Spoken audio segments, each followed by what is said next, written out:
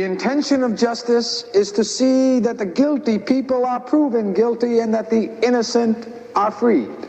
Only we have a problem here. Welcome, welcome, welcome. We are taking a look at this case from a psychological perspective. Fun. Everybody was having a good time. Does Brian Albert strike you as the kind of guy who is always having fun? No. And here's a news flash for this judge. Mental health professionals have solutions. They made an arrest. I got the guy for Vanity. It's like a mix between sadness and anger, because that's the moment for him when he really started to believe that his mother was involved. The only corresponding records in the other databases are from previous days. There is a huge psychological component to what was going on here. And according to this group, Brian Albert Jr. gets like the most celebrated birthday hour of anybody ever.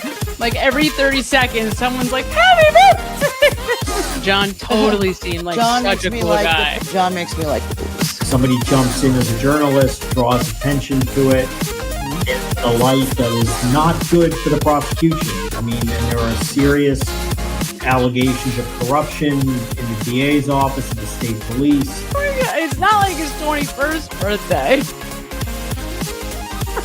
Hi, loophole lawyer. How are you? I'm great. It feels good to be back. I'm going to go with the seahorse because certainly I've gotten a lot of love from everybody today, which feels nice. You are very, very loved. And I can't believe we get to spend your birthday with you. Happy birthday! Text messages read back as if he's the aggrieved party. Hold on. Have each of you been called murderers? Who wants to be the one to give Matt the bad news? I wanted to prove or to demonstrate. I don't know where the dog was. I didn't hear any barking. Her name is Sunny. She was named after Santino Corleone. This is his face. Hey, hi, everybody. There's my Johnny. Hello. That's my Johnny. Sunny barks if you walk by my window and sneeze. You're not really going to deny this, are you? it's so weird. It's like the Inside Out, upside down. And Narnia. I would get at some point in a timely fashion and then turn it over. Know if we had it enough, or we had it all, I should say. Kill me. Not having any observable or detectable electrical activity would be asystole. Means debt. 3 separate tab IDs. The thing he had to encourage her to do was not to testify. You know, and Julia Albert responds to the text message from John, and she goes, "My biggest fear in life is ending up on Turtle Boy."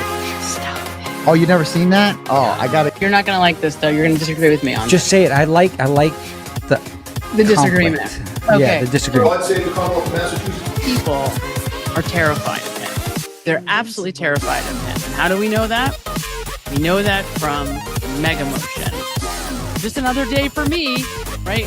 Which means it was just not an ordinary day for somebody else. Just when you thought you were out, pull you back. Karen Reed plots. She fabricates a conspiracy. I am just a person who likes to understand.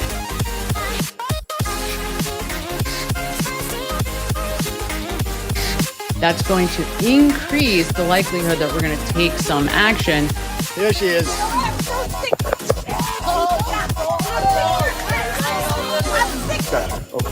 My sister Jillian, yes. Oh, it's funny. But then he's got part of his shirt untucked. His back pocket is kind of hanging out. He has to buy that. So, he has to buy that. So. And showing solidarity, you can see them there. It's about getting justice for John O'Keefe. There clearly is an issue of integrity. How dare they? Justice for all. Only we have a problem here. But like, we really do. I mean, we really do though, right? We really do.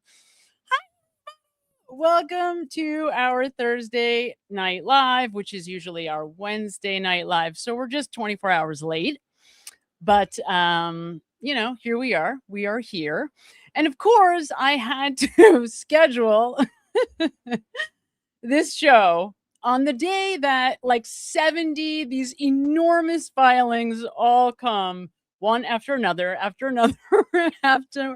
another in Karen Reed's civil cases, right? So it was like all day me listening to Melanie on fast forward, trying to catch up. And then towards the end of the day, when I saw that Aiden had filed, or at least listed, his motion to dismiss, the anti-slap motion, I was like, all right, there's no way that I am going to be able to go through this in the next hour. So we're just going to have to table it for the time being, because I'm sure that by itself is another monster. So I'm guessing that many of you were with Melanie Little today when she went over first Karen Reed's anti-slap motion to dismiss. And then we had the response from, McCabe and co. And there was some controversy in there. First, let me just say this about this for right now, before I lose it, because it's making me like implode. I don't understand how this is okay. I don't understand how a woman can be defending herself in 2 murder trials where the state just was so egregious in their persecution, which is what it really was. It was a persecution of Karen Reed. And I thought, which we'll get to in a little bit, that Adam Deitch did a tremendous job of highlighting this yesterday or the day before in his interview with Christina Rex, where he talked about Morrissey like being obsessed with Karen Reed, like at all costs, like despite any credibility, like doesn't matter. He was just like a dog with a bone. I am going after her. Who cares, right? Which I thought was an interesting way to frame it. And we'll get to that, as I said. But so much is going on, right? So I don't understand how these people are allowed to then turn around. And remember, this was evidence that in the first trial, when she's making that third culprit defense, and remember, trial 2, she was allowed to use that. They didn't. They wound up going in the direction of there was no accident, and there wasn't, which is like, okay, if Karen Reed isn't responsible for this, then, the people in the house are. And I loved how they used predominantly the witnesses for the Commonwealth in their motion today, talking about Ian Whiffen and him saying that the John's cell phone is moving in a westerly direction towards the house. That immediately following that movement, all of a sudden, the accuracy of the cell phone drops dramatically because, it's in a building covered area, using Scorty Bellows information testimony in their motion to dismiss. And to me, it just really seems like this is ridiculous. It's absolutely absurd. And I don't see how it's okay. I don't see how it would be okay for somebody to be presenting credible, like actual evidence in a trial to defend themselves in a murder persecution, and then immediately have these same people turn around and say, oh, this is defamation. Like, it just doesn't feel like this should even be allowed to move forward. However, in this part, I don't understand. I need a lawyer to help me understand how it was that they could just like leave out or not address certain aspects of the motion that was filed against them, like leaving out the statements that she made to the Terry person, the Body in the Snow director, that allegedly were defamation against Brian Higgins and Colin. I don't understand how that just got left off the table. So if you guys know the answer to that and you want to share it, please do, because I don't get it. I don't understand that part. And it sounds like from many of you on X and, listening to even Melanie's reaction to that, that could be a very serious problem. Now, I could see how you just extend the same argument. It's no different. Why would this particular conversation with this person, this Terry person in the Body in the Snow documentary, why would that be any different than any of the other statements that she made at any other time? It wouldn't. But nonetheless, they didn't address it. And that was largely the focus of the response that the team McCabe, which something about just her name is just so god awful at this point. That was the major focus of their response. Like, they didn't even address these claims, so we should win by default. Great. Anytime you give them a point for any reason, it's like torture. So you just don't want to ever have to do that. And especially after we learn that this whole fiasco from last week, where the judge is dragging all 30 plus lawyers into the courtroom to reprimand them for leaking information that all of us knew wasn't leaked, because we would have that information if it was, right? So it was clear there was no information leaked from anywhere. And then you have this judge who's single-handedly responsible for all of Karen's civil cases to this point. You have him saying, oh, don't cater to social media. We don't want this. We don't want the lawyers pandering or catering to all of us and clicks and likes and views and all this garbage.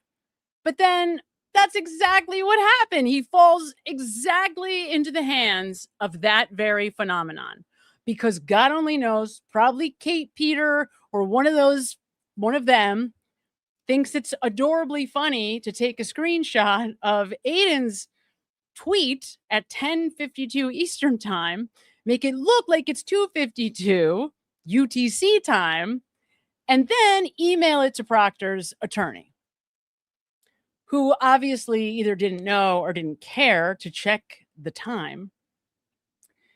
And so once again, it looks like, or they're trying to make it look like, Karen is leaking information to Turtle Boy.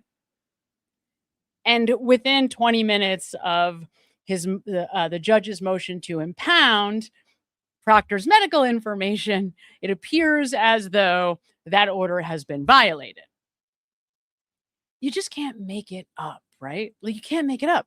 And the problem with this that is so outrageous, the reason why this is such an enormous problem, and this is where the same argument applies to these police officers, to Proctor and to Sean Good.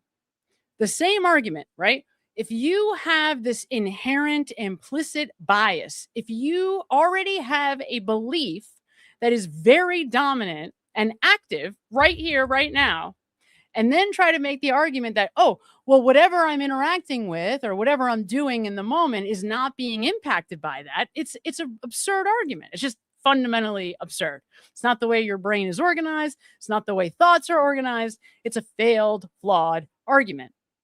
So you have the judge hyper vigilant about not having the outside influence into the courtroom. And then because that's such a hyper vigilant focus, falls right into it. I mean, just hook, line, and sinker. And almost immediately, like seconds in, this guy falls right into it. Okay. Lets the trolls win. However, in whatever sense that you could argue, whoever's specifically responsible, who gives a shit. But the trolls are clearly the ones who set this up successfully. And now this is the guy who's going to be making the determination in the defamation case that involves this very claim that Karen is feeding information surreptitiously to Aiden to try to brainwash the public. How is that? Like, this guy, because he dragged everybody in, he let it be known that he believed this. He believed this claim. He didn't double check it. He didn't look into it. He didn't check himself. He just fell victim to it. And now he's going to be making any decision whatsoever in the defamation case? How is that okay? Like, there's no world where that should be okay. It's not okay. He clearly is biased. It's period, full stop, done. Done. No way to be neutral here. And let's be honest, if we're going just based on the law, and I'm not a freaking lawyer, I don't know anything about the law, how could it possibly be okay for these horrible human beings where there is actual clear evidence that they are the ones who were involved in the death of a police officer? How in any world is it okay that after that's Karen's defense, that's her defense, that is the centerpiece of her defense for a crime she's acquitted for, ultimately, they're going to turn around and try to sue her on those grounds? I don't understand. I need lawyers smarter than me to explain how this should ever be allowed in any universe at any time. Now, from a selfish perspective, do I want that to happen? Sure, let's go for it again. Why not, right? Great. We'll drag all these people into the court. We'll get more depositions, more information, more uncovering of the truth that they are the ones responsible for John O'Keefe's death. But enough. This is insane. It's insane. And I don't get it. This I don't understand. I get that anybody can sue anybody, but I don't understand how they should be allowed or are allowed to move forward with this civil lawsuit against Karen and then by de facto against Aiden. Just doesn't make any sense to me.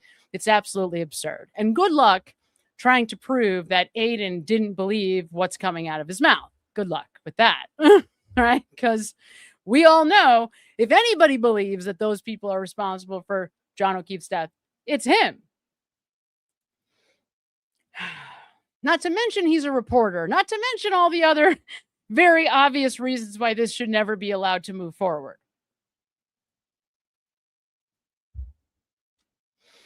There's just so much bullshit in all of these cases. It's just so, and then you have the judge lecturing them on fairness. I mean, it's just like, this is insanity. Like, it's complete insanity. How are we even doing this? Then you have the O'Keefe family trying to get into Karen Reed's medical records because what is that going to prove? How does that help you? It's just, I can't.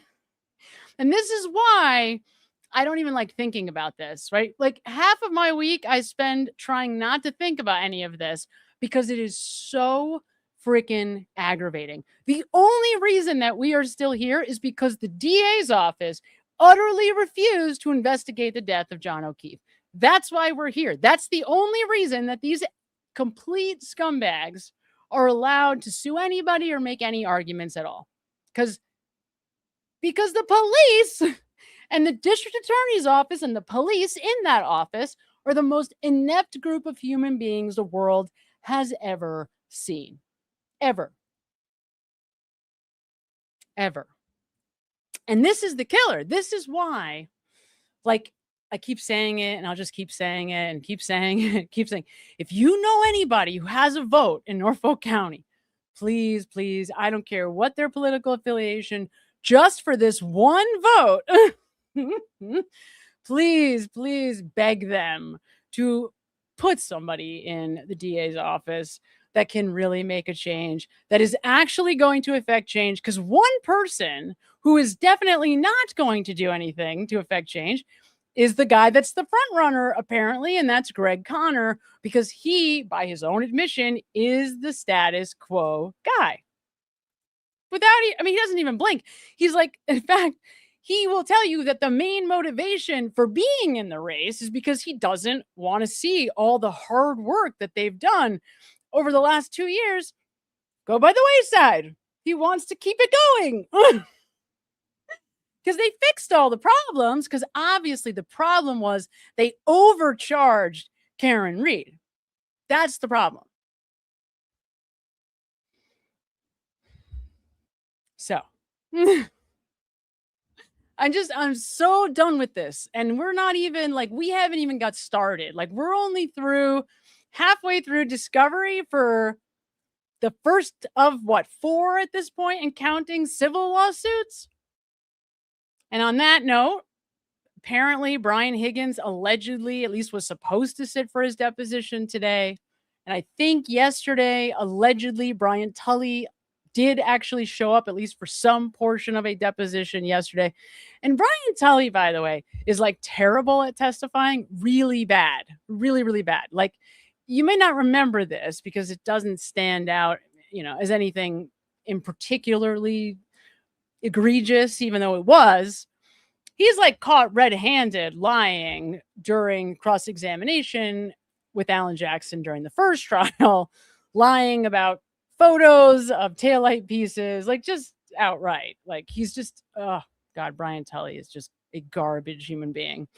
So I'm just a garbage human being, just like the worst of the worst, right? So, and I get, okay, fine, none of those catastrophic, like, should never be allowed to use the term police officer, retired police officer, just horrific human beings that were in that office. I guess I get that they're not there anymore.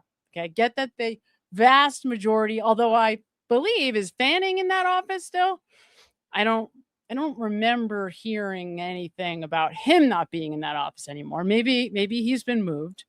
If you guys know, let me know. I don't remember hearing anything about Fanning not being in that office anymore, but I believe all the others have been at least removed from the DA's office and the CPAC unit. But it's not enough. It's not even close to enough. Oh, the pain. So there's so much going on, you guys. And that's like even just like a small fraction of what's going on. And then I want to make a huge thank you to Emily C. for taking the time to read to us the Gretchen Voss interview for Vanity Fair. That was huge because it's so bizarre. At the exact same time that she had made the decision to go and read it for us, I just happened to be looking on YouTube for that very thing. Like, somebody had to have read this, so that we could just listen. I was like running errands or whatever and wanted to hear it. And it just so happened that exact same day she had made the decision to go ahead and read it for us. So I was very grateful to her for that. And there were some very interesting bits of information in there too. Very interesting. Stuff I just had never heard, didn't know about, didn't hear presented in that way, and just interesting details, maybe tidbits that are worth revisiting. So we can take a look at that. And then there is just endless stuff. So we've got all of these Sallyport videos. Most of them have been circulating for a little while through the FOIA request stuff. But now people are starting to get much better at editing, cleaning up these videos. And that turns out to be very interesting as well. So we're going to take a look at that too. And as I said, Aiden has his anti-slap motion posted. We can take a look at that too in a little bit. He's going to be doing the reading tonight on Sex Cult at 10 p.m. if you're interested in hearing it from him. I'm curious because it's going to be a very different argument, right? I mean, obviously, he was not on trial for murder. So the defense is going to be, I'm sure, very, very different from Karen's. So there's just so much going on. There's also this came out today a few hours ago. What the hell is this about? This was the judge requesting information about an email exchange that the McAlbert attorneys didn't include in some motion, making it sound like Karen's attorneys never responded to them. So there's this. I can't even keep track. Like, I don't even know what this is about. You know what I mean? Like, well, and like they had to have it all be in the hands of the same judge just to like screw us all even more and keep us completely incapable of following any of this coherently. Because it's like, what is this even in regards to? Which of the thousands of motions are you referencing here, Judge? Like, you know what I'm saying? It's just such a cluster F. It really, really is. So you guys, you see where I'm at with all of this. Like, I am at like the breaking point. I really, really am. Hello, Miss Emily C. Emily C says, the way I say happy birthday after Sam laughs at everyone for saying it like that to Brian Jr. always makes me laugh. It makes me laugh too, Emily. I also like makes me laugh. I like the open. It like kind of pumps me up. The thing that always kills me about this open is me analyzing Brian Albert's testimony, because it's so absurd. So, right, like his testimony, it's so silly. It's just so silly. At Holly Johnson, hi Holly Johnson's a member for 7 months. URock, thank you for your live coverage. No, URock, thank you for being here with me tonight. Welcome to all the new members. I promise I will get to everybody. Welcome, Amy Flanagan, 2896. Beautiful picture, Amy Flanagan. That's a very pretty photo. At Vanel27, gifted 5 memberships. Oh, that's so nice of you. Thank you so much, Vanel27. You are amazing. Thank you. And welcome to all the folks who get the new memberships. We're going to do some member discussing in a little bit. At Jamie Kahn sends $9.99. I love your videos. I learned so much. Thank you. Praying a new DA is elected as you believe it's the only way to justice.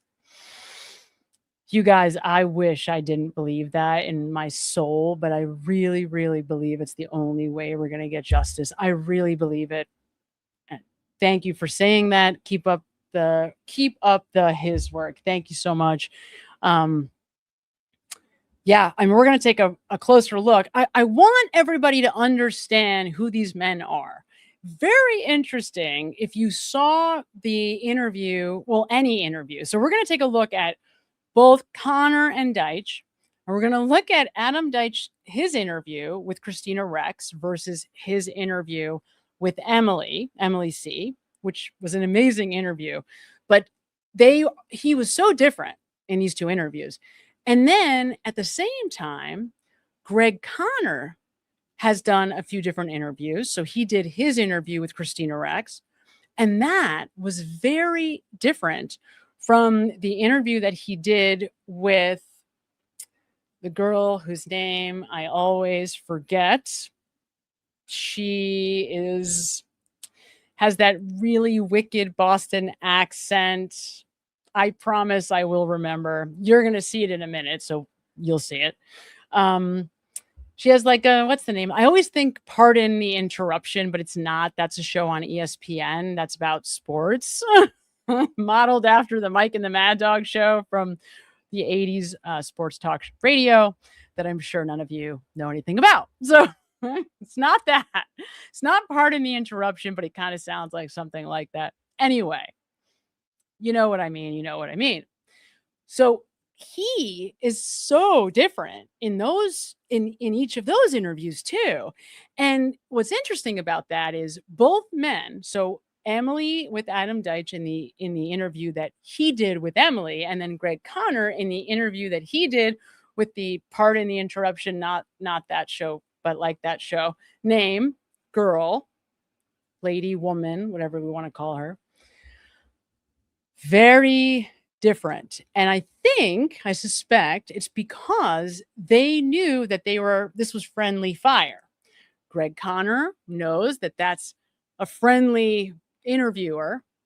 Adam Deitch knew that Emily was a friendly interviewer, and that the audience, more importantly, from their view, that is going to be viewing that interview is a friendly audience. And wow, was that an interesting distinction for both men who are running, obviously, for DA. It is such an important race because, and here's the thing about Greg Conner, and this is also something that Adam Deitch said, and hopefully you guys got a chance to take a look. If not, don't worry, we're going to take a look at some of the highlights in just a bit. But one of the things that is so obvious, and Greg Conner, I don't know that he sees it. Like, I really don't know that these people see it, because he's talking about how he has integrity and he's won awards for how much integrity he has, and how all of the defense attorneys and the Defense Attorneys Society of Massachusetts, whatever they're called, has support, are behind him. They're supporting him. And these defense attorneys are all giving to his campaign. That's so nice. How wonderful. The thing, though, about that, again, he just can't seem to see, is that it's still the good old boys club. And again, it doesn't mean that you have to have a penis to be a part of the club. It simply means that you're either in this club or you're not in this club. Karen Reed was not in the club. Brian Albert is a signature member of the club. And so we are going to do anything that we have to bend over backwards to protect the members of the club. Ask Judge Bev, right, who grew up with Michael Morrissey. These people are in the same club. And if you don't care about that, or if you are a member of that club already, then great, Greg Conner's the guy for you. If you are anybody that does not fall into that camp, then I guess you're just screwed, because God forbid you ever end up in a situation like this. Yep. So sad. Too bad. We don't care. Your life is completely expendable to us. We don't give a shit about the evidence. What we care about is making sure to hold somebody accountable. And if that happens to be you, whatever. Who gives a shit? Because your life doesn't matter to us. That's who Greg Conner is, because he's Michael Morrissey's guy, and he can do anything he wants to try to distance himself from that. But you're going to see tonight that all of those efforts are highly deceptive, and that he was asked to work on the Karen Reed case and elected, for whatever reason, not to do that. So the idea that he was just in the courtroom to grab water for Adam Lally, if you believe that, it's the most absurd argument that anyone has ever heard on its face, but it's also just outright deception. So he very clearly was asked to take the Karen Reed case and did not do it. So, but again, don't worry. We're going to take a look at it, and you'll get to see it for yourself in just a minute.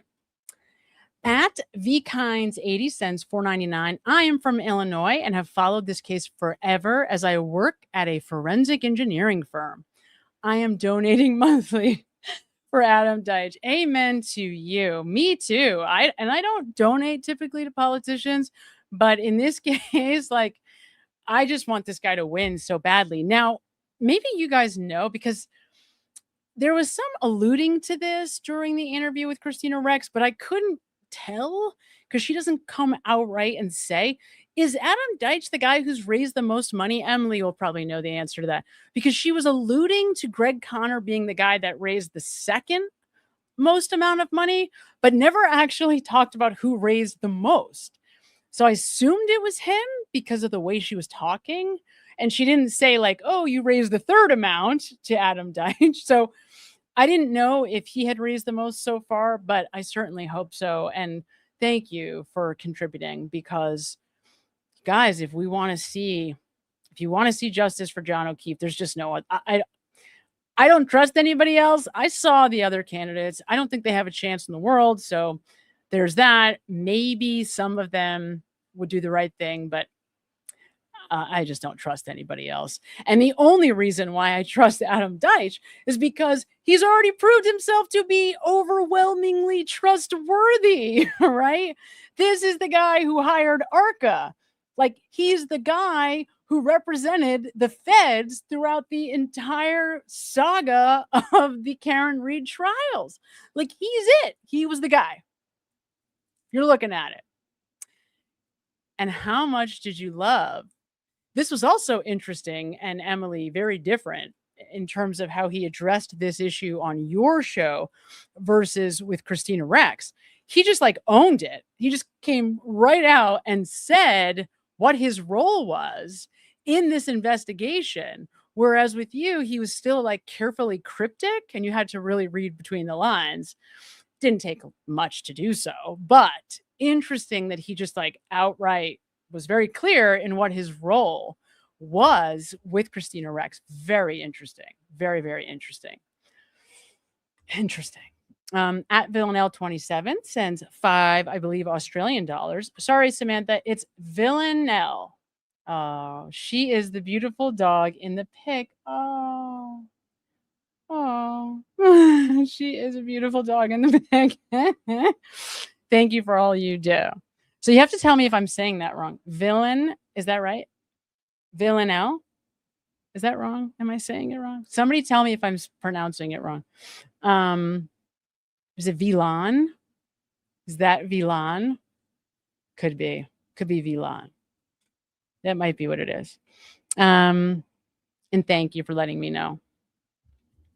And she sends 5 gifts, 5 memberships. Thank you so much for gifting the 5 memberships. That's so nice of you. Thank you. You're amazing. And you have a beautiful, beautiful, beautiful puppy. At Ms. Parks. Hi, Ms. Parks in the house.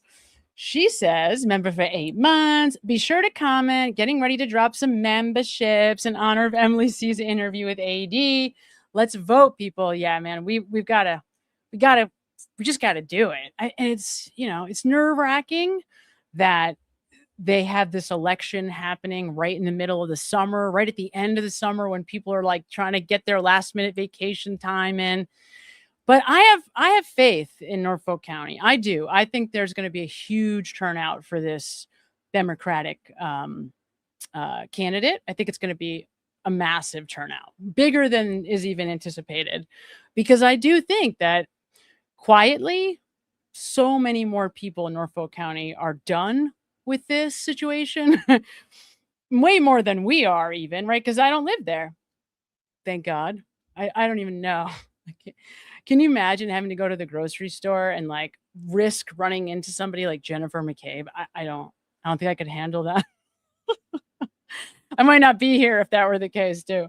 At Vio Red 22 sends $9.99. I'm late, but I'm so happy we are here. Me too. I'm so happy we are here. I'm so happy you are here. Thank you so much for being here with me, being here with all of us. Oh, Ms. Parks did it. Oh my God. Ms. Parks dropped 50 memberships. Oh my God. Congratulations to all the new members. Ms. Parks, you're just so amazing. We love you so much. Thank you so much for the 50 memberships. I feel so grateful. Thank you. Thank you. You guys are just amazing. You're like the best ever. You really, really are. So grateful to you all. Thank you. Thank you. Thank you. We're going to talk a little bit more about member stuff in just a bit. So let's take a look at this first before we jump back into the DA race, which we're going to talk about. I want to show you. Oh, and before I forget, I got to thank Ginny for the headband. So Ginny made these amazing headbands. I don't have my pink one, but she made a pink one and a blue one. They're outstanding. I love them so much. They're perfect. So thank you, Ginny. You are amazing. We love you so much. And I will try before the night is over to show you what they look like. But if you didn't see the video where my sister essentially shows you how to tie up these kinds of hair bands, she made the video and check it out. It's on, I posted it. It's on my wall. If you want to know how to basically make anything into a hair tie, into a headband.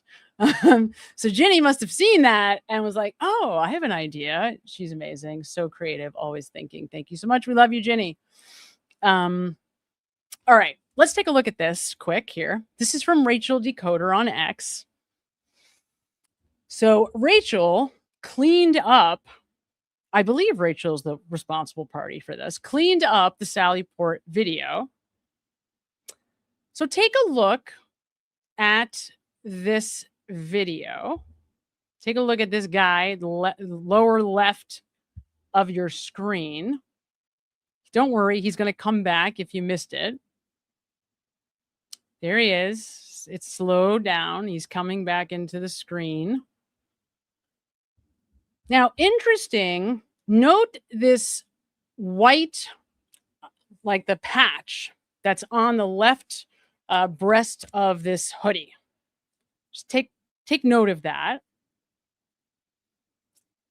Very, very interesting, because it does look a lot like these are the videos that were shown during Karen's retrial, day 14. Take a look at this image here. So at first, when I saw that image, I remembered that this hoodie that Brian Higgins had has more on the front than just in the pocket, right? But if you look at certain angles of Brian Higgins walking down or walking into this office, it does look exactly the same. It looks like there's only something on that left pocket. So very interesting video here that Rachel Decoder has put up.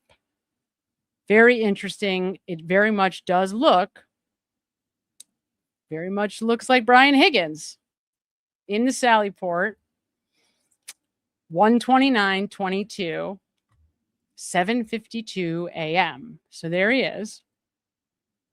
Very interesting. And would anybody be surprised? Of course not. Of course not. We know he was in there. I mean, he was at the police station. He was there all day. He was there the night before at 1 a.m. He was on the phone outside. He's moving cars around, or a car around. He's moving this giant duffel bag from one car into the Jeep. So we know that Brian Higgins is not only lying about his activity on this night, I mean, egregiously, in fact, right? Because remember, he never was on a phone call. That's what he told us originally. I didn't talk to anybody in the middle of the night. You know, we see him quite clearly at 1:30 in the morning on a phone call. We don't know who it's to or with. Now, after having gone through that whole Innocence series, am of the mentality that Brian Higgins went to the police station, at least in part, maybe to grab something, maybe to move something, whatever, but also as part of his alibi to then be able to say, see, look, I wasn't at the Albert's house. I was at the PD, and then I went home from there. Now, of course, it is my belief that he did not go home, that he went right back to the Albert's house after this, but that this was largely an effort to try to create a video alibi. And in part, he gives that away while testifying because he outright says, he tells us that very thing, right? He says, well, I'm sure there's video of me, right? I'm sure you can see me on the video. So, I mean, that's just incredibly shady. And of course, you know, look, they're not great at this. They're not great at lying. So this is very interesting and I love it. Thank you so much to everyone who's working so hard on cleaning up these garbage, poor excuse for videos that these FOIA requests have produced, because video editing, cleaning these kinds of videos up, it's not easy to do. It's a big, giant pain in the ass. It takes a lot of time. So I'm very appreciative to everybody who's doing it. Not easy stuff. But it's awesome to see. And it's just so awesome because there's this huge team now. We're just this huge, massive team working together to try to uncover all aspects of what happened here. And along those lines, I made it onto this list, apparently. I don't know what the list is of because it doesn't say anything but a list of names from Julie Carpenter, who some of you may know as like the foreskin redheaded woman on that yep show or whatever they do over there on that Tuesday Persons channel. So I'm on this list. I don't know what it's a list of, but I'm on it. Very exciting. I love everybody else on the list, so I guess I couldn't be possibly in better company, which is nice. So there's that. I don't know what it is a list of. I don't know if we're part of the brainwashing team. I don't know what exactly is going on here, but I made it on this list. That's exciting. Anybody have any idea what that list is for? The kind oracle. Hello, Miss Amy Lala says, love you, sister. Love you too. Sends $4.99. You are the absolute best. We love you dearly. Of course, of course. At your pants on fire, sends $4.99. Higgy looks like he is still wearing the same clothes. Correct. Yes, he does look like that. And he does look like he didn't sleep. So what do we wonder? But that's kind of what I was just saying, right? What it looks like, he went back to the Albert's house and then went over to the PD. That's what it looks like, right? It's very, very shady is what it is. Very, very shady. And even if he did go home, remember, and I swear to this, that the reason why Brian Higgins wanted to so desperately destroy his cell phone information was because of the location data. I don't think it was because of phone calls or because of text messages or anything of that nature. I think it was specifically, without a doubt, because of the location data. And I would love to know from somebody like Michael Easter, and hopefully everybody knows who Michael Easter is. He did wind up being hired by Karen's team during the second trial to speak to, he was denied. He was not allowed to testify by the judge, by Judge Bev, because remember, she argued that everybody should just know that the police investigation was garbage in this case, that it's just like a known fact. And I guess luckily it was a known fact, according to this particular group of jurors. But Michael Easter wrote a report and is just a total pro, like a law enforcement super professional who's worked local law enforcement, worked with the feds. Like he's just an absolute pro of pros. And his whole thing was learning how to use cell tower and cell phone information to, in these cases to solve crimes, both undercover and in terms of homicides, drugs, whatever. So I would love to know from him, is that information still accessible somehow? Can you get that somewhere else? I bet you can. Now, there was a case, some of you will probably remember, it was like from a podcast years ago, before COVID, I think even, where it turned out that you can track people on Google, that there's location data that is tracked on Google, even if you're not actively using Google. So I don't know what the settings are there. I don't know how that works exactly, but they were able to definitively tie a murder to somebody because they were able to use that tracking information on Google. Again, this was a podcast years ago. So I would love to know, what are the other ways that are there other ways that you could get to that information so that we could see where he truly was during that night? And not only him, by the way, where everybody was, right? Where was everybody? Where was Chris Albert? Because to me, and you guys know this already, I mean, you already know, Chris Albert was the forward edge. That's my belief. My belief is that it was Chris Albert who was using, I guess, Colin's forward edge to help, provide cover or to help to move John O'Keefe's body up by the flagpole in the middle of the night. Right? So I believe that Chris was, woke up by his son, Colin, and that Chris got up and got dressed and went over to 34 Fairview to try to help clean up the mess that his son contributed to making. That is my personal belief. And if you're not sure why, there's like thousands of hours of videos that'll help it become clear. And the bottom line is, I just can't, I can't deny the reality of Colin. Like, I'd love to. I would love to say Colin Albert had nothing to do with anything, but the egregious lying on everybody's part to try to protect him, the behavior of his parents all throughout, the fact that he's even named on this lawsuit, the fact that Chris is always involved or thrown in, even though he's got nothing to do with this, allegedly, to try to protect his son. I mean, just everything, all the lying during the trials.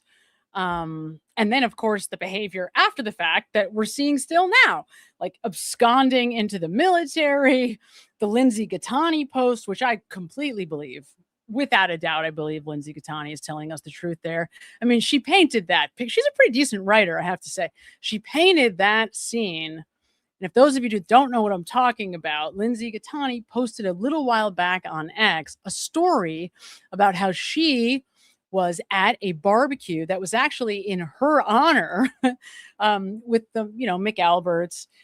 This was, because she was helping them to try to bring a case against Aiden. And she winds up alone, but in front of everybody and appropriately just talking to Colin. Harmless, nothing sexual, nothing, at least from her end, right? He was appropriate. He was just a little drunk. And he starts kind of telling her the sob story. And because it was loud and there were a lot of people around, they moved to go somewhere quiet so that they could talk more.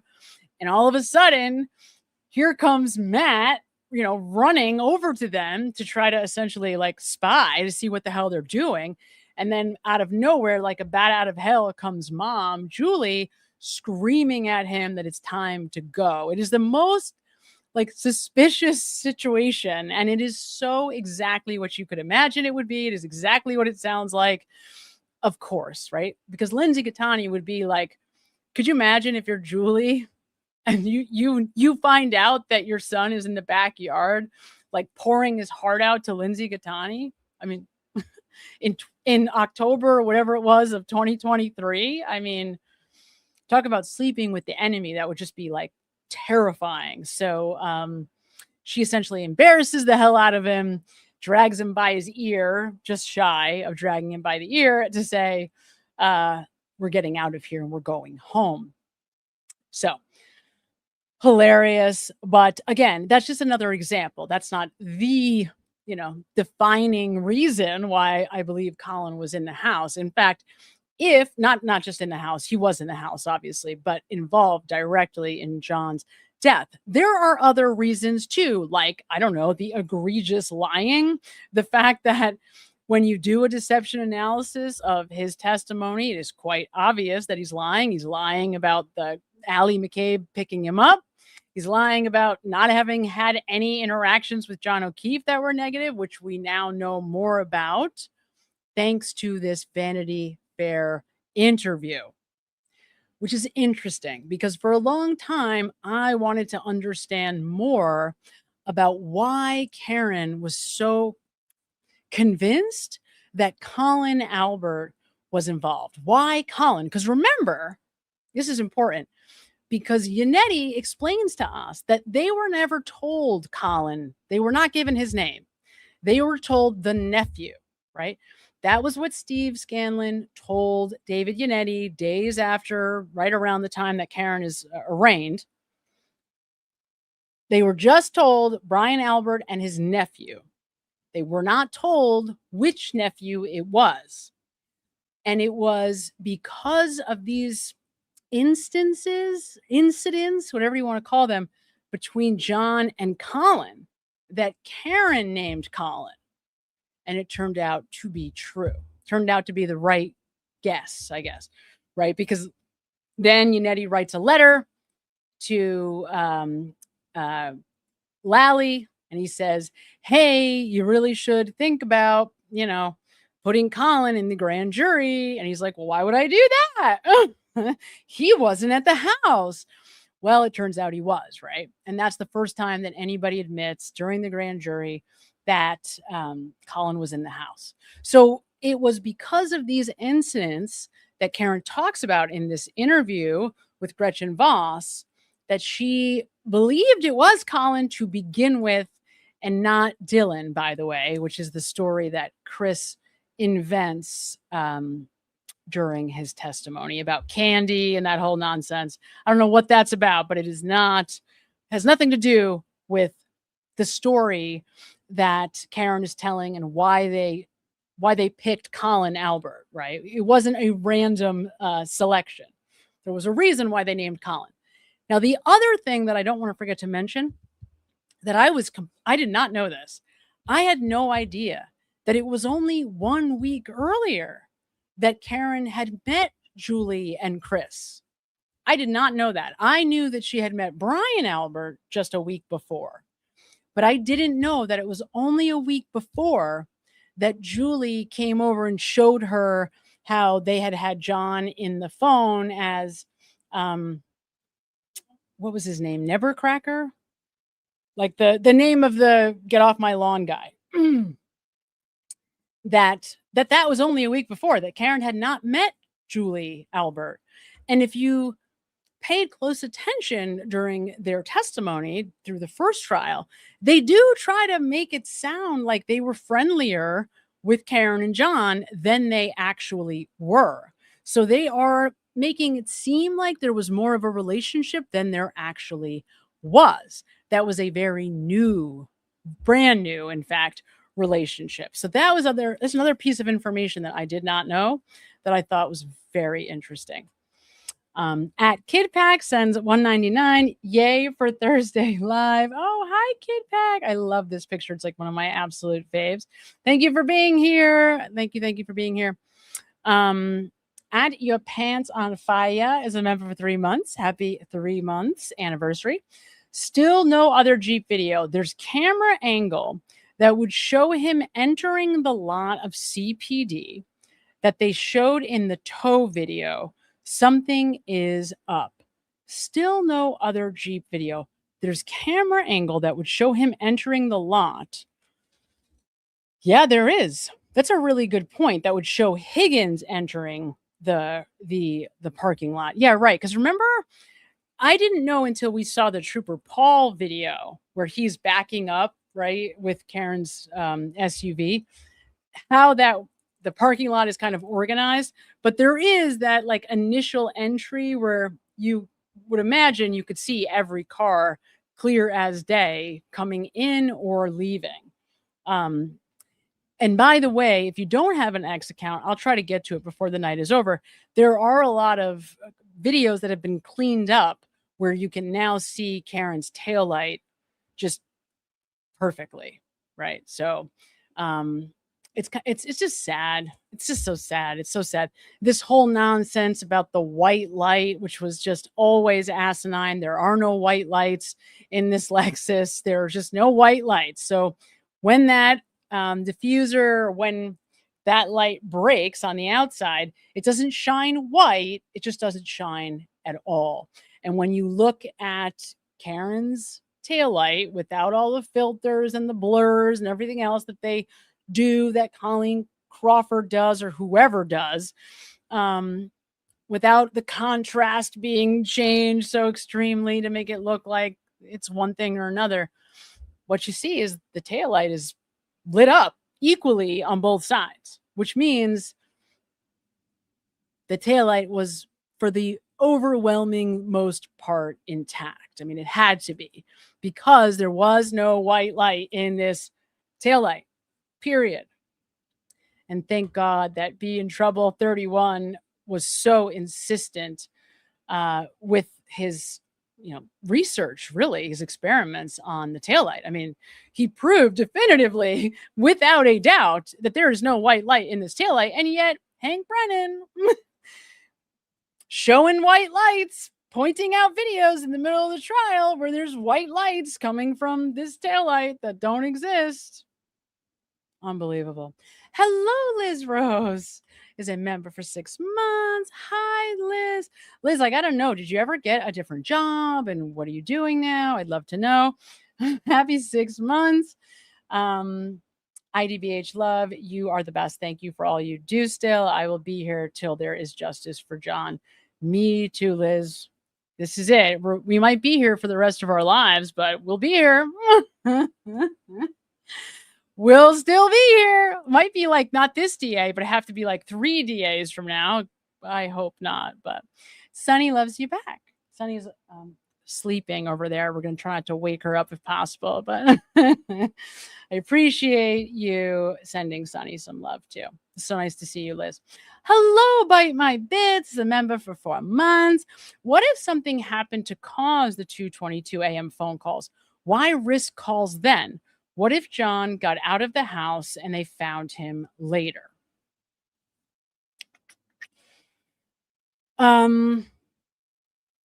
What if something happened to cause the 2:22 a.m. phone calls? Let me think. I have to think about that. You mean between Brian and Brian? I'm sure something did happen. I mean, it's also, remember, 2:27 is when, and maybe this is a coincidence, but it does seem like a strange coincidence that they would all be active on their phones at exactly the same time. Yeah, I mean, it's, what are you going to do though, right? Like, in other words, I'm thinking about it. If I'm Brian Albert and I need to communicate information to Brian Higgins, my guess is that in that moment, whatever information that I needed to communicate to him was more important than not making that call, right? Because you always have to think about like, what's motivating somebody. And to me, I could see how if I'm desperate to communicate something, because they only talked for seconds, right? But whatever that conversation was, it was obviously important because it must have been in order for both of them to need to talk to each other so badly that they're willing to take the hit on the call happening on that at that time. So to me, it had to be for a good reason. There has to be a good reason. But it's a good question. Yeah, it's a good question. And I think the other thing is, I don't know, I'm not sure what their original plan was. Like, what was the original way that they were going to handle it? I have to believe that in those first seconds after what I believe to be, because remember, John didn't have interaction with his phone, which is the reason why I think that sort of definitively puts to rest the idea that he was still up and moving around at any point after, because there's no activity on his phone. And even the activity that occurs at 12:32. So anything that happens on John's phone after 12:27 is unusual in terms of his normal pattern with the phone, according to Ian Whiffin's report. And that's why the Commonwealth was trying to use that information to argue that, that was the accident, because that's not how John would normally interact with his phone. In my opinion, that was because somebody else was interacting with the phone, not him. So to me, John is already within seconds. I mean, in my opinion, John doesn't make it more than, you guys already know this, he doesn't make it more than 90 seconds in that house. Does not make it. The other thing is, why would he leave Karen outside like that? So I just don't think that there's evidence that John was alive in any way, shape, or form after minutes, literally minutes after he goes into that house.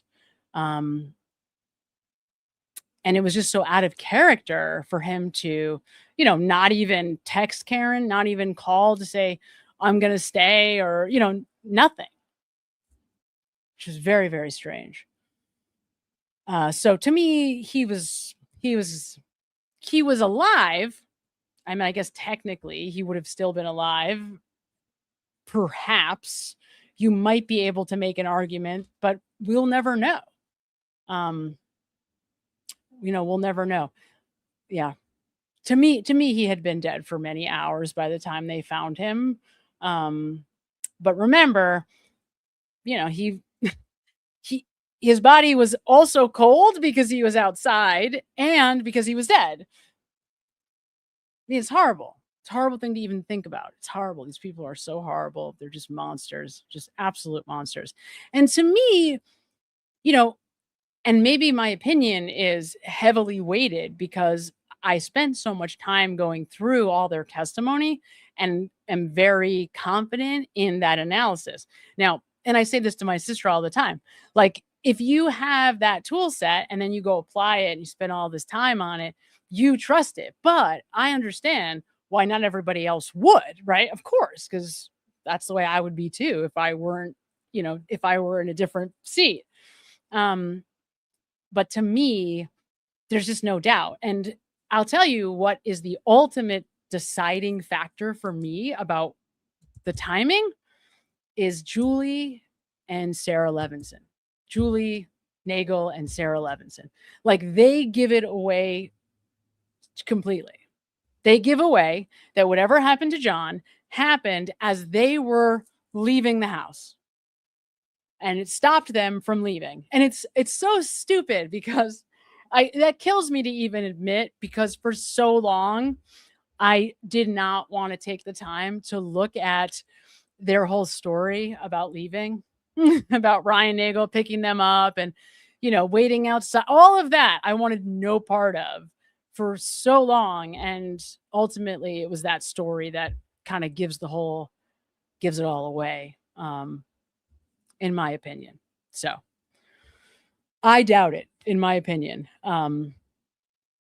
Like I said, because Julie and Sarah were about to leave, something happens, and then they are told they're staying. And Sarah like really did not want to stay. She wanted no part of being in that house at that point. The other thing that I don't know that I ever had, maybe I made it clear, maybe I didn't, because it never stops, you guys. Like, there's so much to cover all the time, and I could just be covering stuff around the clock, just in this case, but there's other cases too. So it's just like constant. But I did end up going through and analyzing Heather and Ricky and Ryan, and they are all lying at the same time about the question that Julie asked them to come inside. All of them are telling a lie about that. The other thing that they're lying about is the distance between where Karen's Lexus was and there to Ricky's truck. So those are the two distinct, obvious lies that are universal across all three of them. And I don't know, obviously we could extrapolate why they'd be lying about the why Julie asked them to come in the house, but I'm not so sure about why they're lying about the distance between Ricky and Karen's car. I don't know. That part I don't know. So it's just never ending, you guys. It's never freaking ending. At the Helena, sends $27 something. Hey girl, you got mail. I love it. Love your work. Thank you so much. You're amazing. I am so honored. You guys are just the best. You really are. At CMD Pisces is a member for 3 months. Hi, CMD Pisces. Grant Smith Alice. I got it. Yep. Posted cleaned up video of backing her SUV into the Sallyport. He did, with both red taillights. He did. And I think I actually learned, because I never go on X, you guys. So I just learned how to bookmark stuff on X, which is like this very exciting moment for me, because I could never get back to where I had just been. It was like driving me nuts. Then I finally realized if I just press the bookmark button, it saves it. I'm slow sometimes, for sure. So I think I may have saved it. I may not, but I have Grant. He's easy for me to access. Grant has been so helpful. Isn't that amazing? Amazing that Grant Smith Ellis, who would have ever thought, would be so helpful in, Karen Reed's and Aiden's defense. He's just been so helpful. Really appreciative for Grant. At Love Boston's a member for 5 months. Best statement analysis on YouTube. Thank you, Sam. Oh, thank you so much. That's That's a huge, huge honor. Probably not deserved, but I appreciate you so much for saying so. Thanks, you guys. You're just like just the best in the whole world. At Reefer's Mom 1 sends $4.99. 100% believe they were going to leave him out on the road. Yep, where they parked the edge, and say he was hit by a plow in the morning. Oh yeah, I think that's exactly right. Or at least make it look like that could have been what happened, right? They were just going to say the guy didn't come in the house. And one of the things that really gives them away, I mean, if you think about this, it really gives them away. If you didn't know, if you really had no idea what happened, you wouldn't be so hell-bent on Karen Reed being responsible. Because think about it. You're in the house. All these people are in that house. All of them have to leave the house, and their claim is that John O'Keefe is outside on the front lawn, just lying there. And remember, this is a tremendously small front yard, much, much exponentially smaller than they make it look during the trial. Like, it's so small. I'm so glad that the jury went to the house, because when you are outside of that house, it is jaw-dropping. Like, you are stunned at how small of a front yard this is. So the fact that they're all supposed to have been in this house and come and gone, right? All this activity outside, and nobody saw John. So why would you be so hell-bent on it being Karen who did it? You know what I'm saying? In other words, if you had nothing to do with this, you had no involvement at all in whatever happened to John O'Keefe, you wouldn't be so married to Karen being responsible. Because you just be like, who cares? I didn't do it, so who cares who else did, right? I mean, yeah, sure. If the evidence pointed in Karen Reed's direction, then yeah, okay, great, she did it. But there is no evidence that she did it, and they would know that because remember, Jen tells us that she's staring out the window exactly at the Lexus for 15 minutes right when the accident happened, right? I mean, it's so egregious. This is where I go nuts. This is where, like, when you start getting into the weeds with the evidence and then you listen to their egregious claims in these lawsuits, it's tough for me to take. It's so unjust. And I get from their view that they want us all to go away so bad. Like, they are so desperate for us to disappear from this earth. I get that. But at the same time, it is so tough to take these lawsuits. It is so tough to listen to this absolute garbage, knowing everything that we know. Just take Jen McCabe's 911 call by itself. Just take that. Just by itself, just her 911 call. We know she doesn't leave the car, doesn't even go over to John, doesn't go anywhere near John, and she's insisting that he's dead. Which is just something that nobody would ever do. You would never do that. If this was your friend you were out drinking with the night before and you see him on the lawn, you're going to obviously immediately assume what? Oh, he was drunk. He somehow wound up there, but he was drunk and he must have passed out. I don't know how he got there, but he was drunk. You're not going to assume he's dead. That's like the last thought in your head. I'm telling you, that would not come into your head. You are not going to be insisting. When they're trying to get you to do CPR, they're trying to say, do you want us to help you with CPR? And you're like, no, you don't understand. He's already gone. Like, you guys, that didn't happen, right? Like, it did not, so that's the other thing. The other thing is, if you had no part in what happened to John, you wouldn't give a shit about whether Karen Reed did it or didn't do it. You just wouldn't care. You wouldn't care. I don't know how we got there. Could have been Karen, could have been a plow, could have been a hitman. I don't know. No idea. But the fact that they need it to be Karen, the fact that they're so desperate for it to be Karen, is what also gives them away. It just gives them away. Like, there's no evidence that it was Karen. There's none. There's no evidence. Zero. I mean, the telematics. It's just so silly. It's so silly. It's so silly. It's not even the key. Karen didn't even have possession of the car. It's like, come on. It's like such a pathetic, absurd argument. And of course, the judge does everything she can to make sure that Karen's team, trial number 2, is not allowed to bring that up. She's not allowed to bring up that wasn't her driving the car during that key cycle, but who cares? You know, who cares? It's just Karen Reed's life. She's not important to us. I didn't go to kindergarten with her, so who gives a shit about her? It's so annoying. So I do agree. I agree with you, Reefer's mom. I think their first plan was that, we'll just say he was hit by a plow or whatever, right? And remember, by the way, Lucky is the plow driver. They know that. So it's very likely that they were going to put it on him. Very likely.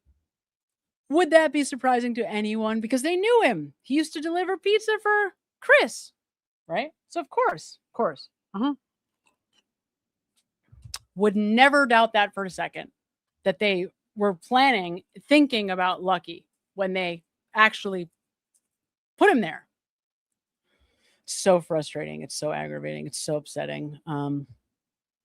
It absolutely makes me wild really fast. That's why I have to take a break. Like, I need a break from this stuff because I lose my fucking mind. Hello, Canton Chronicles sends $10. Oh, thank you so much, dear John. This is an incredible channel. Thank you. I was just thinking about you because I was thinking about Lucky. Yeah, and like I said, would you be surprised if they were thinking about putting it on him? Because of course they knew he was the guy that probably most of the time was plowing that part of the neighborhood. Like, that was his route, right? For the town. They would have known. Of course they would have known. Which is, by the way, just even more disgusting. That's even more disgusting. The idea that they would have put this on Lucky. Ugh, yuck. At DVJ0456 sends $5. Think they were going to leave him in the street, but Lucky came with the plow and they had to change up the plan? Probably. I mean, right? Because they didn't want him on their lawn. But they also, remember, they had to find a way. Right, because they couldn't make tracks in the snow. Like, so they had to find a way to try to get him into a place where there were no tracks around him. I think that was another factor about why he was on the edge. It's so stupid. I'm not even sure how much effort or time they put into it. I mean, you could have put him anywhere. It was so stupid. The whole thing was so stupid. And I think this is another solid argument. I don't think it's a necessary argument for Colin's involvement, but I do think it's another argument. And that is the fact that they so quickly went to cover it up. I mean, to me, that is also because I don't think they're sociopathic. They're not great human beings. But I think they at least care about each other, right? I don't think they're not capable of empathy. I don't think Brian Albert is a sociopath. To be honest, guys, they wouldn't be so obvious in their lies if they were. I mean, they're not good at lying. They're, in fact, the worst group of liars ever. You see Jen. I mean, you don't have to know anything about deception to see how bad of a liar she is. But Brian Albert is a surprisingly bad liar himself. That tells you that he has a full range of emotion. Like, he's not a sociopath. He's not a psychopath. Like, he, feels emotion. He feels empathy. And it seems like, did Brian Albert want to kill another police officer? Absolutely not. I do not believe that people have argued that there was, John was uncovering stuff that would have indicted Brian Albert. Okay, maybe. I just don't think, even if that was the case, that on this night that Brian Albert would murder another police officer at his house with his children in the next room. I just don't see him doing that. And why would you? I mean, you don't have to. Like, if you're hell-bent on targeting another police officer. You just go out in the world and do it, right? He lives in the same town. You don't have to put your own kids in harm's way. So I just think whatever happened was an accident. And people have said, well, Sam, could it have just been Chloe? It wasn't just Chloe, though, because of all of their testimony. It just wasn't. And that's the problem, right? Like the problem and the reason why I cannot get Colin Albert out of this house is because of their testimony, number one, and then their behavior, number two. Why is Jen McCabe creating an alibi at 2:27? Why is she calling John? Which to me is that was what these geniuses came up with instead of, so to me, and it's so stupid, it's hard to believe this could be true, but it seems like they were trying to make it look like he wasn't there, right? That at 12:27, that by that time, John was not in front of the house or not at the house, not anywhere near the house. And that's why they're calling him, to make it look like he never showed up. Where's John? And to me, the fact that they must have done that, made that decision within 90 seconds of him essentially showing up. You could anywhere between 90 seconds and 3 minutes. If you believe that he showed up at 12:21 on the earlier side, fine. If you believe, like I tend to, that he showed up on the later side, 12:23, 12:24, fine. Either way, it's a very small window for these people to have immediately decided that their plan was going to be to cover it up instead of call 911. That had to happen immediately. And in my mind, the chances are Colin must have been involved, because I just don't think that the immediate, like seconds later, first thought would be, oh my God, because look at all the number of witnesses, and I'm not, I know it's hard to believe that all these people saw it, but they did. I mean, I'm just giving that straight. I'm just telling you objectively, based on their testimony during trial, they're lying. They did see what happened, or at least were called into the room immediately following what happened. Everybody in that house knew it. So that means that this group of people had to believe that whoever was in that house was not going to tell. That's a huge, like, to put that much trust in Sarah Levinson, a person you do not know, like, that's a huge risk. That's like really rolling the dice to me. And so unless Colin is involved, why would you, to me, it's too big a risk. That's my opinion. Does that make sense? That was a roundabout way to say a lot of things. So I'm not sure if that made sense, but that's another sort of reason to me why Colin almost had to be involved. And again, we'll get to the Gretchen Voss stuff where we'll talk more about the evidence, or at least why Karen immediately went right to Colin and then believed it was Colin, even though she had this thing going on with Brian Higgins. Because I do believe that she believed that it was Brian Albert and his nephew originally. Now, she has since changed that thinking, right? Because whatever. But it is interesting to see how her opinion has changed, right, over the last year and a half. Very interesting, actually. Liz. Hello, Liz Rose, sends $4.99. Yes, your program helped me so much. Oh, with my grief. I am working as an office manager for Stone. Oh my God, no way. That's so funny. For a stonemason in Mass. My life is very Karen plus Corey recently. That was the very first thought in my head when you said stonemason, right? Was Eric Richens, very first thought. And actually, stonemason work is like my favorite. I love the look of stonemason work. So that's fun. Good for you. I'm very glad that you found something. So that's good. Amazing. Nice to hear. Thank you for letting me know. At Osage County Jungle. Osage? Is that in New York? Osage County Jungle sends $4.99. Sam, you're amazing. You give us hope that OJO can still get the justice that he deserves. I hope so. That's a huge deal. So grateful for you. Man, I hope so. I really hope so. I think here's what I will say. If Adam Deitch is elected, I really have hope. Now, and I wonder what you guys thought about this too. Were you surprised to hear that he had an email interaction with Paul O'Keefe? I'm not surprised by that actually at all. Now, because remember, and I don't know if you remember this or not, but going back a long ways now, this is going way back. Paul had some interactions with Aiden originally. And I think they were like, again, and maybe I'm conflating that interaction with his interview with Christina Rex right after the first trial, where he sort of says, like, I'm trying to get to the essence of like what the vibe is from Paul.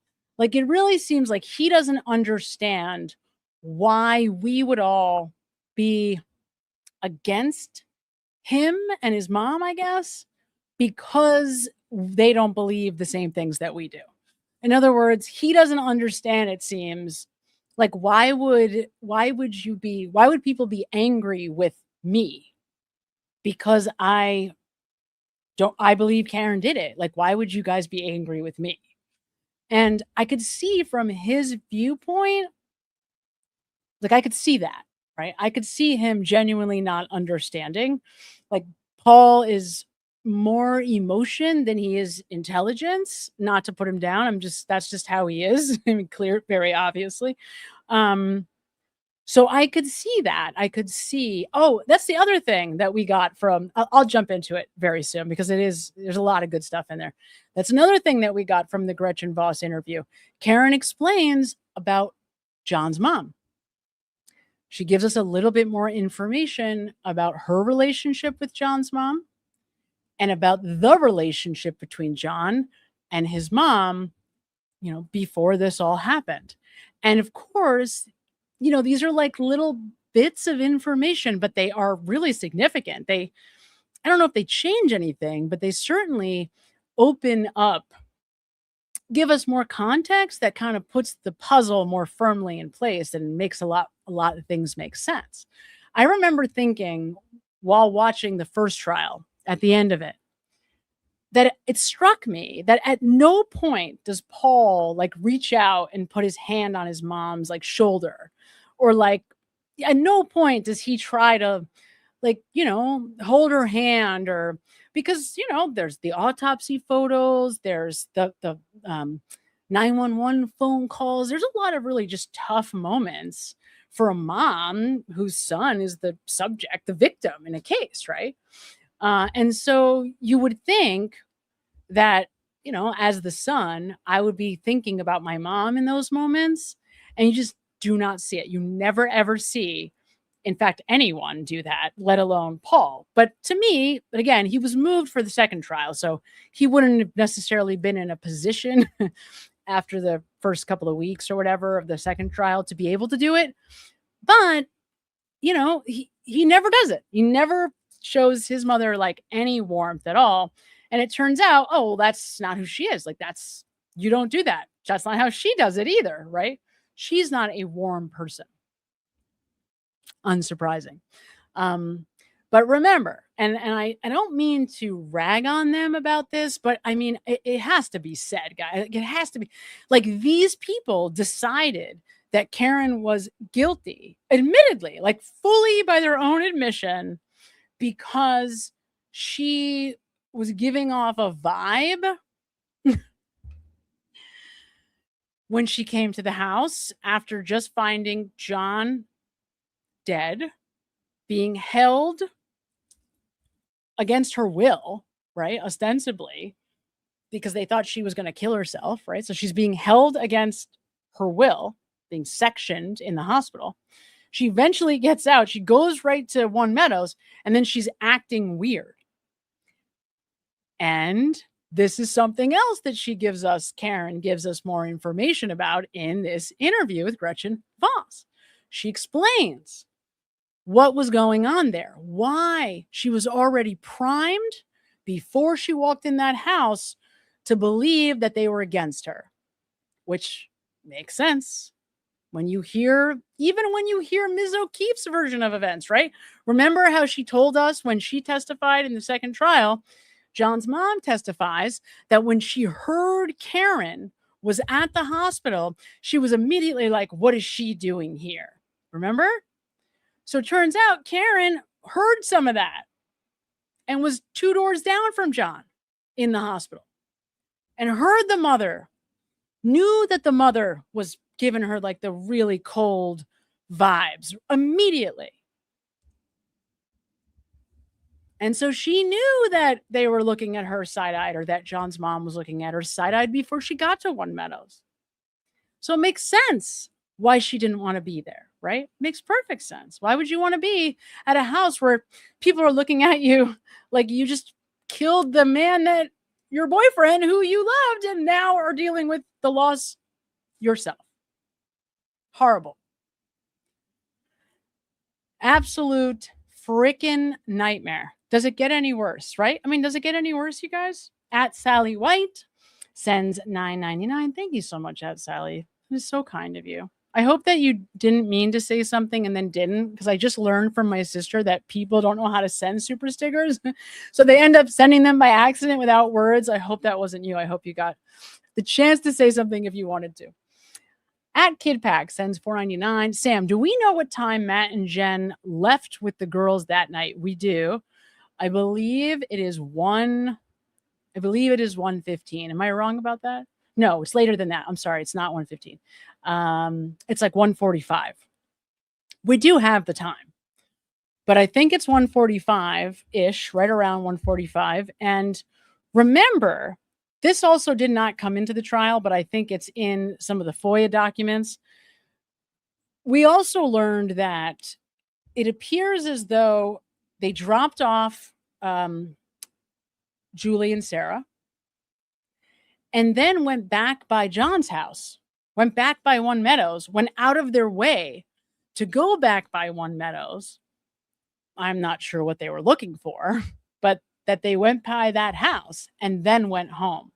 So there was, I think it was in Jen's cell phone data that you could see their route.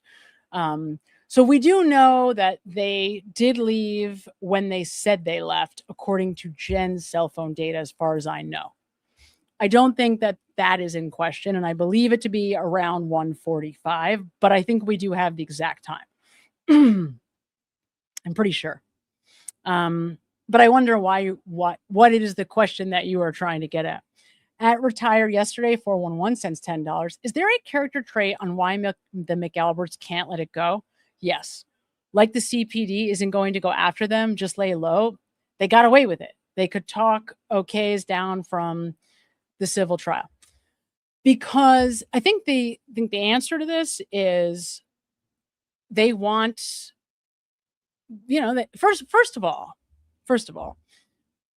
I think that from their vantage point, like let's take Chris Albert. Like his son, Colin Albert, doesn't feel like he can go live his life normally. Colin felt like he had to drop out of school at Bridgewater State, had to come home, that he was somehow being harassed or at risk or whatever. Clearly hasn't done anything from that time till now, he's not even, I guess we don't know for sure, but he's still in like pre-military school training, right? Because he had that really low score on his military test. So he's not actually at basic training yet. He's, supposed to hopefully make it past this test to be able to go eventually sometime soon. So I think from their vantage points, their lives have been like ruined, quote unquote. I don't think that they are wise or like enlightened enough to realize that they could continue on with their lives anyway, that he could have stayed at school and did not have to come home, at least, right, if you believe anything they say. Because the truth is that the reason why they would have wanted to have kept Colin home is because they were afraid he was going to combust and they needed him to be home. But remember, there's a letter from Jen McCabe's father in some of the FOIA material talking about how one of his nieces had to go away to mental health treatment. So the point is that they feel like their lives have been completely upended, I guess. I don't know. And they blame Aiden, oddly. I'm not really sure why. I mean, I do know why, but because the other thing to keep in mind about the McAlberts, right? Like, they're local people. Like, they're not, super cultured world travelers. Like, they're not going to go, every year to like their Italian villa to drink expensive wine on the vineyard, right? I mean, these are Canton people. They were born there. Their parents were born there or very close to there. Like, their kids will probably raise their own kids there. Like, this is like a small community, and they knew who Aiden Carney was. And you have to also remember this. Actually, this was something I learned from Emily C, because I didn't really understand how much Aiden had uprooted people's lives before this. But he had, like, let's say that, I don't know. Let's say I'm only referencing this instance because it's an actual instance, but it didn't have to be this. So, for example, I know of an instance where somebody was trans and a member of the trans community and a prominent member in Massachusetts or locally, and Aiden like tormented that person. And, they wound up being okay and life went on. But my point is that he had a reputation for, like torturing people, tormenting people. I don't know how else to say it. He had lots of defamation suits against him already. Remember, Julie Albert did say to John, "My worst fear in life is being on Turtle Boy." So these folks who are much more like focused on their community, their local universe, to me, they are focused on Aiden because he's done it to other people in their mind that they didn't have a problem with him doing it to, right? So I think that's why Turtle Boy is the main focus of their like anger or aggression or whatever. So I think that's why they can't let it go, because their lives have been just uprooted so extremely. If, let's say, for example, like Colin, was not even a part of this story. They successfully, hid him. If Jen McCabe wasn't a part of this story, if it just came down to like Brian Albert and Brian Higgins, there probably isn't a lawsuit because, they've both managed to be okay, right? Like, one moved to his compound on the Cape. Looks like he's going to end up going back to the fire department. Brian Albert opened up like his own private investigator business or company or something along those lines. I don't know about the details. Has his like second place in Maine now. Like, it seems like those two, even though there's this, we're all out here talking about that stuff, it just doesn't seem to have gotten under their skin in the same way it has with Colin and with Jen McCabe. So I think if it was just Brian Albert and Brian Higgins, they probably let it go because their lives have just not been as, uprooted. And you know what? You know what the other reason retired yesterday? Because they can. Because they know, at least as long as Michael Morrissey is the district attorney, and as long as Greg Connor is the next district attorney, no one is ever going to investigate them. Right? And here's the thing, and this is my belief. Now, I hope I am wrong, you guys. Like, I pray I'm wrong. I don't just hope, like, I freaking pray I'm wrong about this. I really, really pray I'm wrong about this.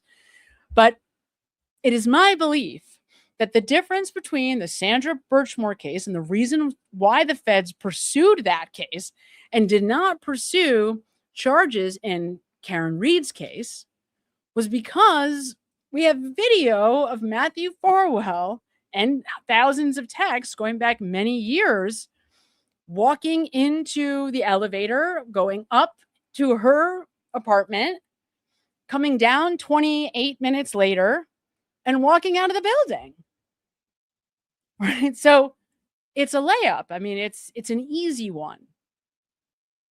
We also have all of the evidence of the misconduct with Robert Devine and Matthew Farwell's brother, like in all of the misconduct with the Explorers program. So to me, the feds like that slam dunk. They like when the evidence is like concrete, hard and fast. And even though I think there's a tremendous amount of evidence in John O'Keefe's case, it just might not be hard and fast the way there's no, as far as I know, there's no video of Brian Albert and Brian Higgins like carrying John's body out to the front lawn. At least not that we know of. There might actually be, because there was a Ring camera across the street pointed directly at the flagpole. But if there is, we don't have it. So who knows? At Got a Bad Feeling. Whoa. Got a Bad Feeling since $49.99. What? Got a Bad Feeling. Thank you so much. You're just way too kind. Samantha, thank you for having your live tonight, because I was still having withdrawals from not having Monday Nooners. Haha. Appreciate you so very much. You truly are genuinely amazing. Love, love, love you. Thank you so much, Got a Bad Feeling. You are so amazing. And I know I have kind of withdrawals from our Monday Nooner shows too. I really like doing our Monday Nooner shows. The problem is, well, there's many issues, but the problem is time.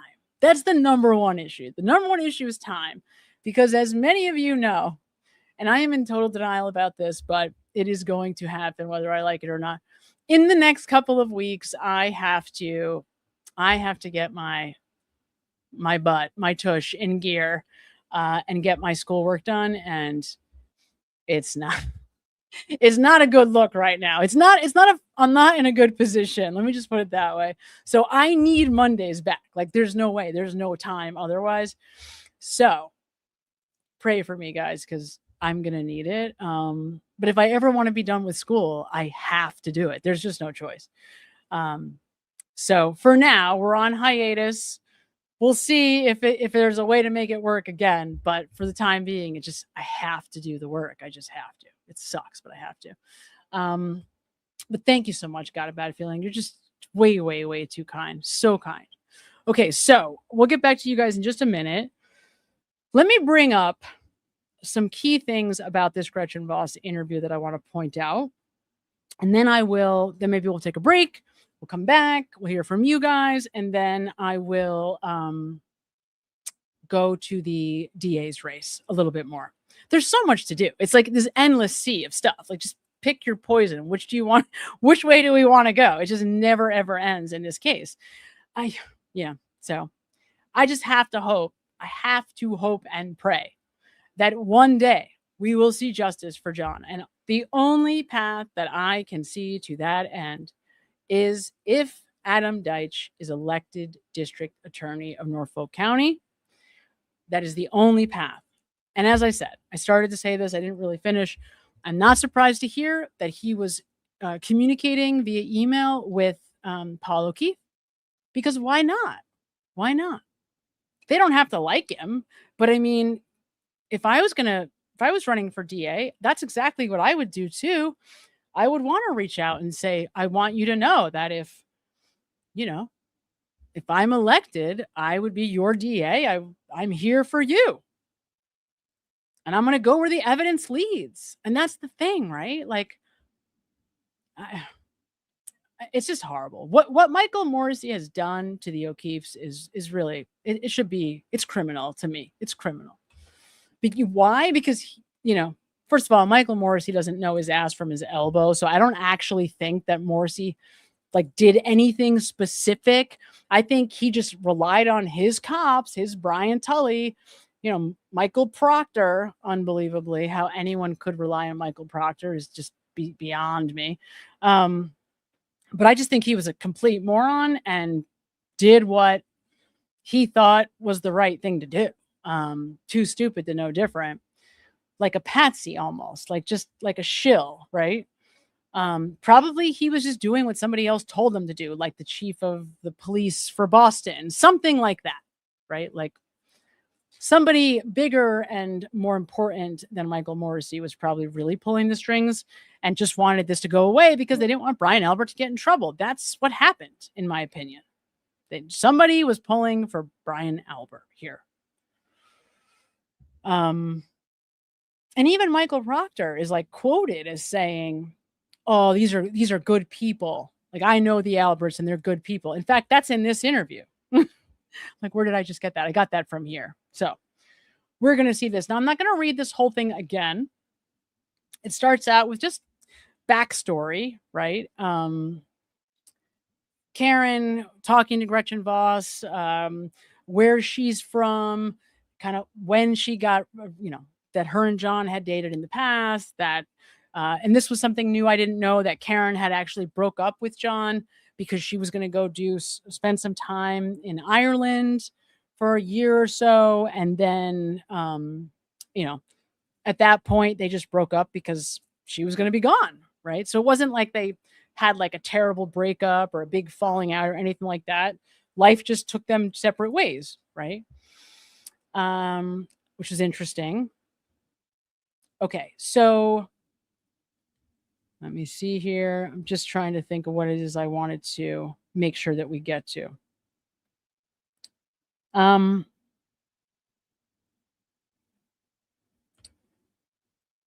So this is old stuff.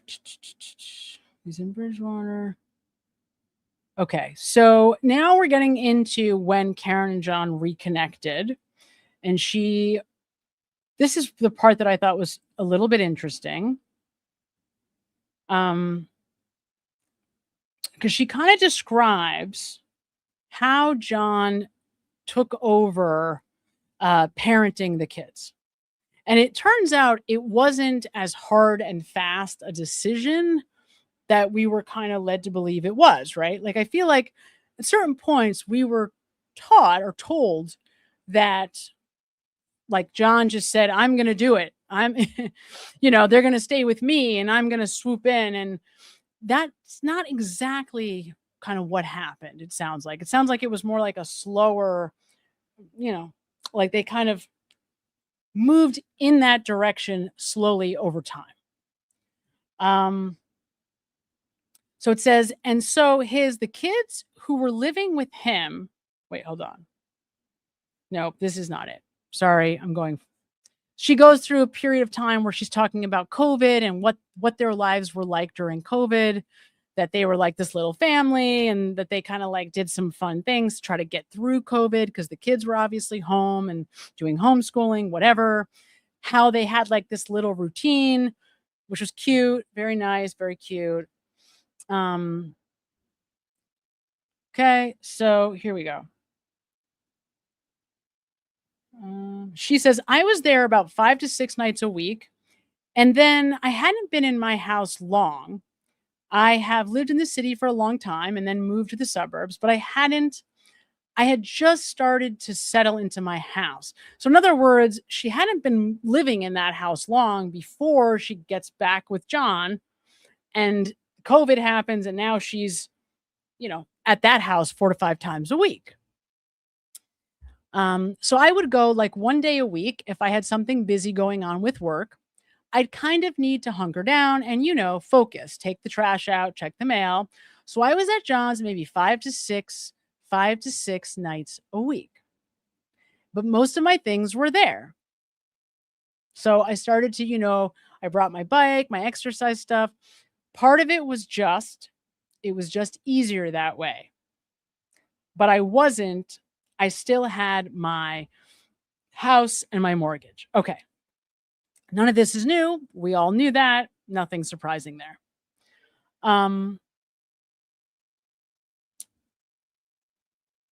Okay, hold on. And then she goes through a little bit more about what was life was like day to day with the kids, how she kind of stepped in during COVID to help out with the kids. it was kind of a mixed bag. So he and I went away for about 3 nights. What we typically do, like 4 days and 3 nights, it was a shuffle. It was hard to get anybody to commit to taking the kids for 3 or 4 days. So they'd spend a night with their grandparents, a night with their paternal grandparents, a night with an aunt and an uncle. Okay, so it was the family kind of piecemeal pitching in, she says. This next part is where I think it gets more interesting.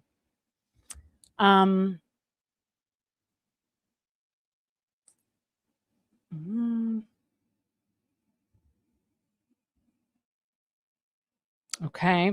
So I'm always a little reluctant to bring some of this stuff to light because, it's some of what she's saying here is a little different than the information that we have.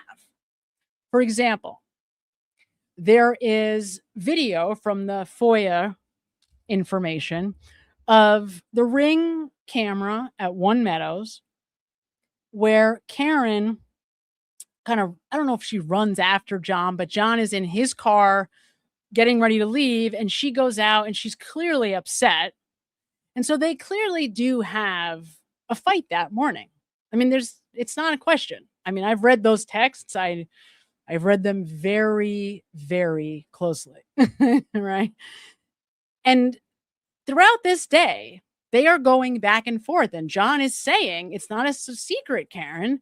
Things have not been great between us for a while. Like, that's a almost direct quote.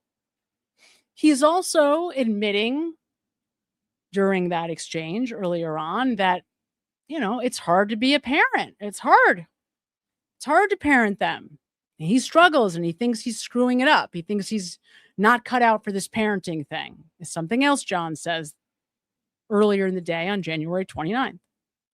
Again, these are like direct quotes. This is not even me, adding my own spin onto it. So there was tension during this day.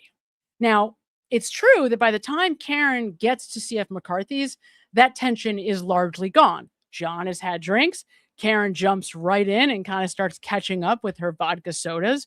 And so pretty quickly after she's at CF McCarthy's, whatever tension seems to have subsided. But earlier that day, there's issues. I mean, there's definitely issues. Here, Karen is saying, no, we didn't really fight that day. So for whatever, right? I mean, for whatever that's worth. So she says, and I said, John, why don't you stay? Because when I got back from school, he and I stayed up till about midnight, just like talking, and think I brought leftovers home. Now, here she's referencing the night before and them just talking. But in the text exchange between them, what they were talking about was their future. And Karen was saying, I was trying to talk to you about our future last night. And you're like, yeah, whatever. What about it? Like, you don't seem interested in discussing our future together. Okay. So he said, all right. So it was kind of a pivot. He was sleeping in. I wasn't really planning to bring his niece. So rather than make her breakfast, I took her to Dunkin' Donuts on the way. And when I came back, he said, I'm trying to mind her diet. But I just was temporarily frustrated that, it was a pinch and I had to get her something. So I did what was easy, which I know. And then Gretchen Voss jumps in, says, please, my son's eating Dunkin' Donuts right now. Karen says, so it wasn't an argument. Now, if you guys have paid attention to anything I've ever said, you already know right here. So it wasn't an argument. It's a pink flag, right? It was an argument. Is this like huge life-changing information? No, but it was an argument. I mean, you see the text. It's very clear what's happening. It's not like, you can read them. They're very accessible. I actually did a whole AI voice back and forth of these texts that I was very reluctant to put out because, I don't know, something about John's voice. I don't know if I don't know if I ever did put it out, but I have it.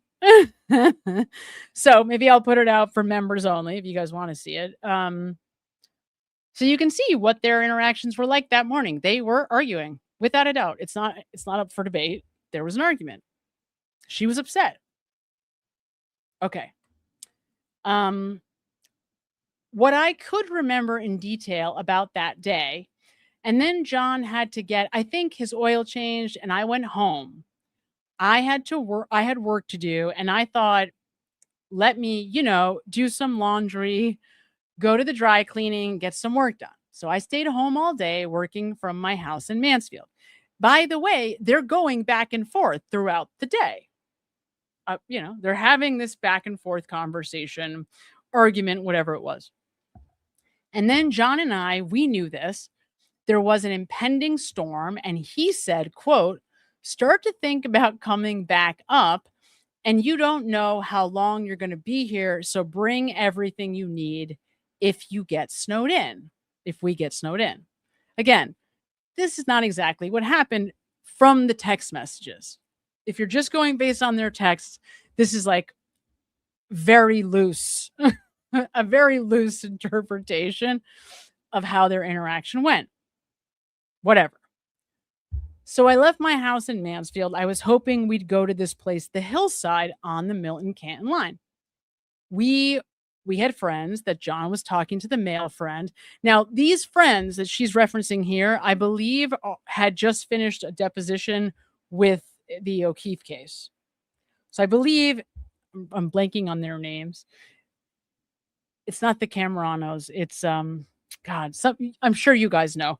But this couple that she's talking about right here, I believe, were just deposed in the O'Keefe versus Reed case. Okay, so John says he's going to go to CF McCarthy's, which we had maybe been to twice ever, and it was close to John's house. Okay, fine.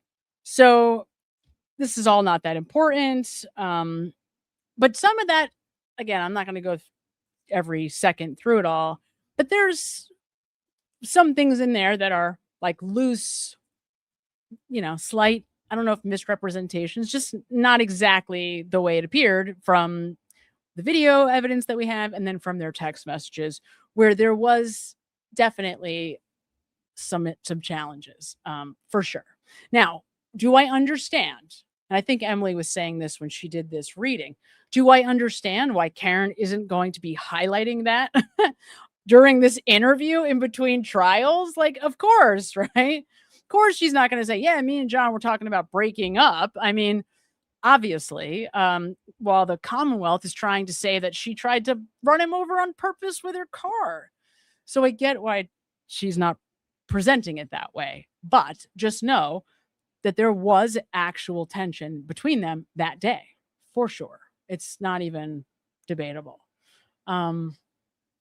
Okay, so some other details that are important. So she starts going through here how why she knew Jen McCabe, right? So everything, baseballs, this is what the kids did. Everything, baseball, soccer, flag football, baseball for him, softball for her. They both played basketball. He played touch football. They went to CCD. He was going to be in a play, and he had to go to practice for that. There was always at least 2 balls in the air per kid. And then Gretchen Voss asks, yeah, and were people friendly to you? And she says, yeah. And then Gretchen asks, and they kind of treated you as like a mother almost? Karen says, yeah, I felt very welcomed by everyone. I think people appreciated that I was just there to help. And I was mindful of, I didn't want to be perceived as like trying to, and she stops. John's mother was always around. And from what John told me, she was the closest to John's sister and the least close to John. So this paragraph has some challenges in it. And I think it's because she's kind of there's a lot in Karen's head, it appears, during this, as she's like almost like she's trying to say many things at once, and it's not real clear what the priority is in this response. So, and it'll be more clear as I go through this. So she says, okay, so important before I say any more. What Karen is trying to say here is was starting to say, I didn't want to overstep my boundaries. I didn't want to come across, particularly to John's mother, as though I was trying to play mom to them. John's mom was very close to John's sister. So in particular, in front of John's mother, I didn't want her to think that I was trying to replace her daughter. Right? So you could see how this really would be a very complicated relationship if you're Karen thinking about John's mom, because it isn't just, the girlfriend of her son. It's also the person replacing her daughter. Right? So think about that. That's insane. I mean, that's a heavy, very heavy burden for anybody coming into that situation to try to navigate. Because of course, number one, and I've said this many times and I swear by it, a woman like John's mom doesn't trust a woman who doesn't have her own children and has no interest in having her own children. Now, I have no problem with whether or not somebody decides to have children. I know that's a very big decision in probably every woman's life, but that is a very personal decision that I have no opinion on. However, John's mom is very, very old school. She is from another time and another place. So I think already was a little bit sus about Karen because she's a businesswoman. She has her own stuff going on. She doesn't need a man. She's not looking, right? She's not looking to just be the family woman. So I think already Karen is like another life, like another type of being from John's mom. And she probably is very, very aware of that. So there's that. But then think about it. Like, is anyone ever going to be good enough to replace your daughter? Of course not, who she was particularly close to. So you could see how Karen was very much set up here from the start. Like she was never going to win in the eyes of John's mom. So this was a helpful new piece of information. Like, oh, right. Like from John's mother's perspective, Karen's not just John's girlfriend that she may or may not like. She's also the person caretaking for the children, and those children were being raised by John's sister. So this is a lot. This is like a very, very heavy situation. Very heavy, like times 10. Heavier than probably I have the capacity to really understand. So Karen is saying, so I was always very mindful, excuse me, not to look like I'm trying to replace his sister. That makes sense. That was always, I wouldn't call it a bone of contention, but it was a sensitive area. And good for Karen for having the awareness that this is going on. And it very much is going on. I mean, of course. And this again is very interesting insight. So I felt like she thought I was encroaching on some hallowed ground. So when we would go to sports and stuff, I'd always kind of hang in the back. Like, if anybody needs me, I'm here. Okay. So I think this is very clearly the way Karen wanted to think about this, but it's also clear that it's not exactly accurate, right? Because of course it isn't. Like, this is a very, very difficult place to be. You don't want to send the message to the kids that you don't care, that you're indifferent, that you don't care about their sporting events, that you don't care if they score a goal, right? So you have to walk this fine line where you're trying to support the kids, support John, but also not overstep so that it looks like you're trying to like swoop in and be the savior mother figure. It's a very difficult place to be. Very difficult place to be. But I didn't want to act like I thought I was a mother, or I gave birth to these kids, or I have the real stress of raising kids. I'm just kind of John's girlfriend. So, but note, she says, I'm just kind of John's girlfriend. And the reason for that is because, of course, that's not really true. She's staying at the house 5 to 6 nights a week. Everybody that you were living with during COVID, if you're living in a house full of people during COVID, you got bonded to them. It's a trauma bond. You either got bonded to them or you never saw each other again, right? You hate each other and never want to see each other again. It was like very clearly one way or the other. So this isn't exactly true. She was close to the kids. She did fill in a motherly-like role for them, particularly during COVID, because that was it. It was just them, right? Everyone's on lockdown. So very tough spot for Karen to be in. And so for you guys are hanging out, hold on. Gretchen Voss, by the way, is like a horrible interviewer. You could have gotten so much information from Karen here, because Karen's giving you a lot. I mean, she's really giving you a lot. And this woman just goes like right back to drinking at the bar. It was, I don't know, not a great interviewer. So she's asking, so you guys are hanging out at the bar for a while? So she goes right back to C.F. McCarthy's, which, okay, fine.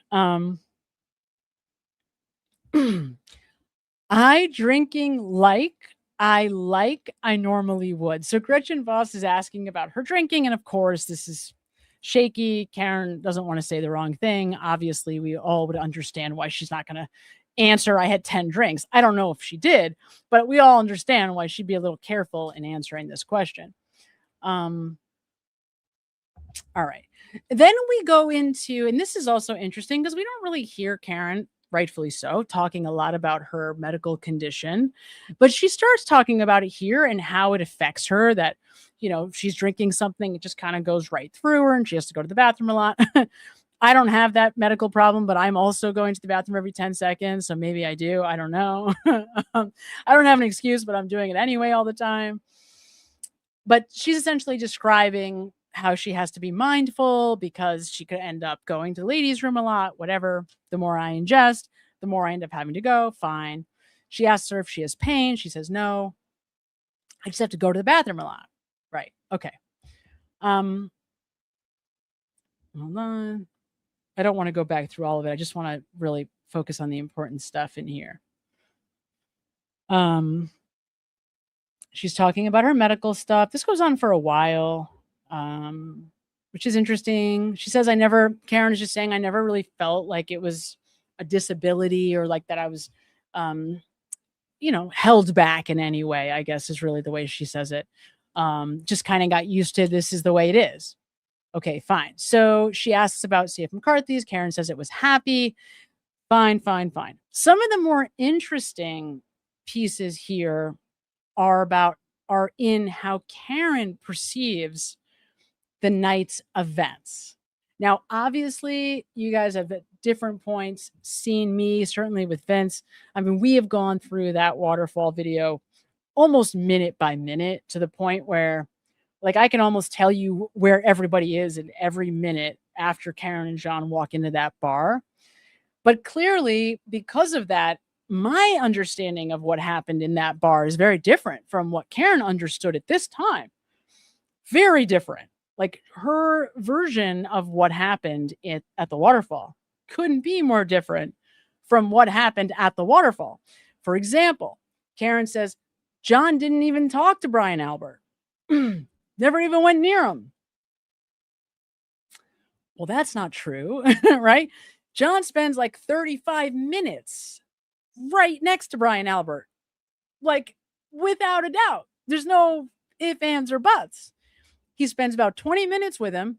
He leaves, and then he comes back, and he's right next to him again. And the weird thing about that, and the reason why that came up when we were doing the analysis of the waterfall video, is because he's not talking to Brian Higgins, and he could have been. He's kind of in between Brian Higgins and Brian Albert at one point, but without a doubt, talking to Brian Albert, not Brian Higgins, who had been his buddy previously. So it's a little interesting that Karen doesn't register that John is at all near Brian Albert. And I think that's honest. I don't think she's misrepresenting. I don't think she was trying to be dishonest. I think she just didn't see it. Like, she really just genuinely, at this time, maybe she sees it now, but at this time during this interview, did not believe that John had spent time with Brian Albert at the waterfall. And that's interesting because they do spend a tremendous amount of time together, an odd amount of time, in fact.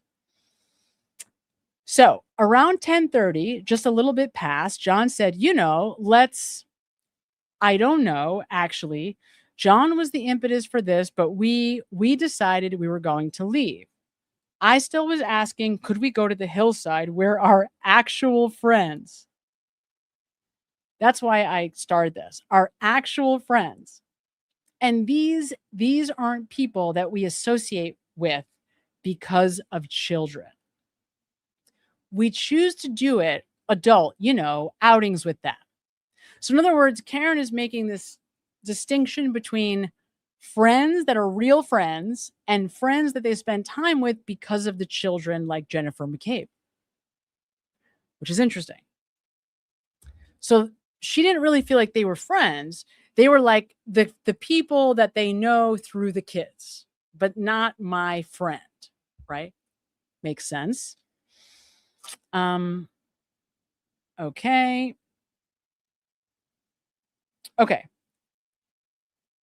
Is there anything else that I want to make sure we point out before we keep going? Hold on. Okay, let's hear from you guys a little bit before we go on with this, because we could probably do this all day. But I definitely want to make sure that I hear from you too. So let's at DVJ0456 sends $5. Doesn't the fact that not one person could be specific at any time, but yet they were all definite on him leaving? Oh, yes. Of Colin? Of course. Yes. Yep. Absolutely. Isn't that shady? Oh, yeah. Without a doubt. And it's so stupid, though, DVJ, because at 12:10, Brian Albert isn't even definitely at the house yet. Like, that's another thing that is misrepresented. It had to have been that either there's a misrepresentation about how everybody got from the waterfall to the house. I suspect that they had to go back to get Brian Higgins' Jeep at the PD and then go to the house, because the police department is right by 34 Fairview. So they would make sense if they had dropped him off or met up at the police station, picked him up or something along those lines, and wound up together at the waterfall. So, because remember, Brian and Brian came together. And I think that may have happened on the back end. Like Brian, that's why we don't see Brian Higgins' Jeep on the Temple Beth Abraham or the library videos, because he wasn't in his Jeep at the waterfall. The Jeep was probably at the police department, is my guess. I don't know that for sure. That's my guess. So if you consider all of that, they probably don't get back to 34 Fairview until 12:10. So it doesn't, and basically they tell us that, right? Because that's supposed to be when Colin is walking out. We're supposed to believe that, Nicole and Brian are walking in and Colin is walking out. Of course, we know that that's not true and that's not what happens. Some people say that, other people say something completely different. So clearly, this is just not true. We also know that this 12:10 time is destroyed by the alibi that his parents give, right? Chris and Julie destroyed this 12:10 time. I mean, they just completely undermined it all the way, right? Because they are trying to tell us that Colin gets there just a few minutes after this, that Colin gets home like 12:20 or something, but also gets home 20 minutes after Chris. Chris is still at the bar at 12:17 or whatever it is, right? So it's just the whole thing. I'm not exactly sure of the times off the top of my head, but it's very close. It's all so stupid. It's all a lie. And clearly Colin is at the house. I mean, it just is, right? Colin is at the house, period. It's so silly that we even have to go through this nonsense. So silly, right? Because of course, why does it even matter if Colin is there or not? Why do they have to lie about this? I mean, the deception indicators are just universal. Everyone's lying about Colin. Everyone, the entire group. Allie, Caitlin, Nicole, Brian Albert, Brian Higgins, every single witness who mentions or anything about Colin Albert is lying. Period. There are no exceptions. I wished I could say that it was some other way, but it isn't. It's just not what happened. Yeah, it's a good call, though. At Love Boston since 1999. I'm always checking for new videos that you drop. Love being part of this chat in this community. Me too. We have the best chat in the best community, which reminds me, do not let me forget tonight before the night is over to give you the names that we have for the community so far. So we have a bunch of names. We need you guys to vote on them. I have to figure out how to get the votes going. Maybe we did like a bracket or something. I'm not sure. We got to figure that out. I agree with you at Love Boston. And we had the best moderator in Denise ever. She's like the queen of moderators. At Sharon P. 54 cents, $5. I find your approach to this case so refreshing. Thank you, Sharon. That's so kind. Thank you so much. I truly, truly appreciate you saying so. I truly do. At Sacred Justice, hi, Sacred Justice, sends $4.99. If Karen Reed truly told Jen or anyone else she hit him, when did they ask her? Why didn't they ask her where, why, and when? Yeah, it's just insane. It's totally stupid. The only reason, to be honest, the only reason why I ever gave this a single thought is because Karen says, she said, could I have hit him? Did I hit him? Karen said that.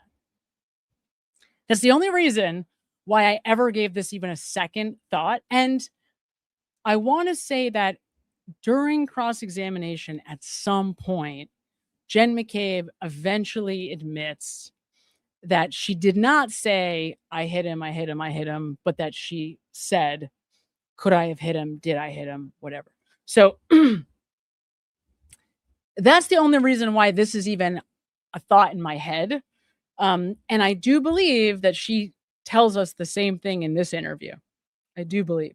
So it's Karen is the reason why I believe this. Not because of obviously not because of Jennifer, because you can't believe anything that Jennifer has ever said. I mean, Jen is like, she just like lies, like breathing, like air is to breath, lying is to Jennifer McCabe.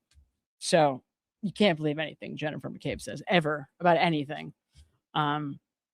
Boy, she's the worst. She really is like the worst. She's the worst. She really is though. She really is. At Liz, hi Liz, sends $4.99. Yes, Sam, you're the best. I believe that justice is coming. I have a good feeling. I have a blast. Oh, you do? Oh, good. I have a blast at work. I found my misfits I belong with. Oh, I'm so happy to hear that. That's wonderful. Yay, Liz. That's awesome. I have a really good friend from high school who's also a stonemason. It's hard work, but they're good peeps for sure. Good. I'm so glad to hear that. Osage County Jungle's a member for 8 months. Osage County is in Oklahoma. It's Osage.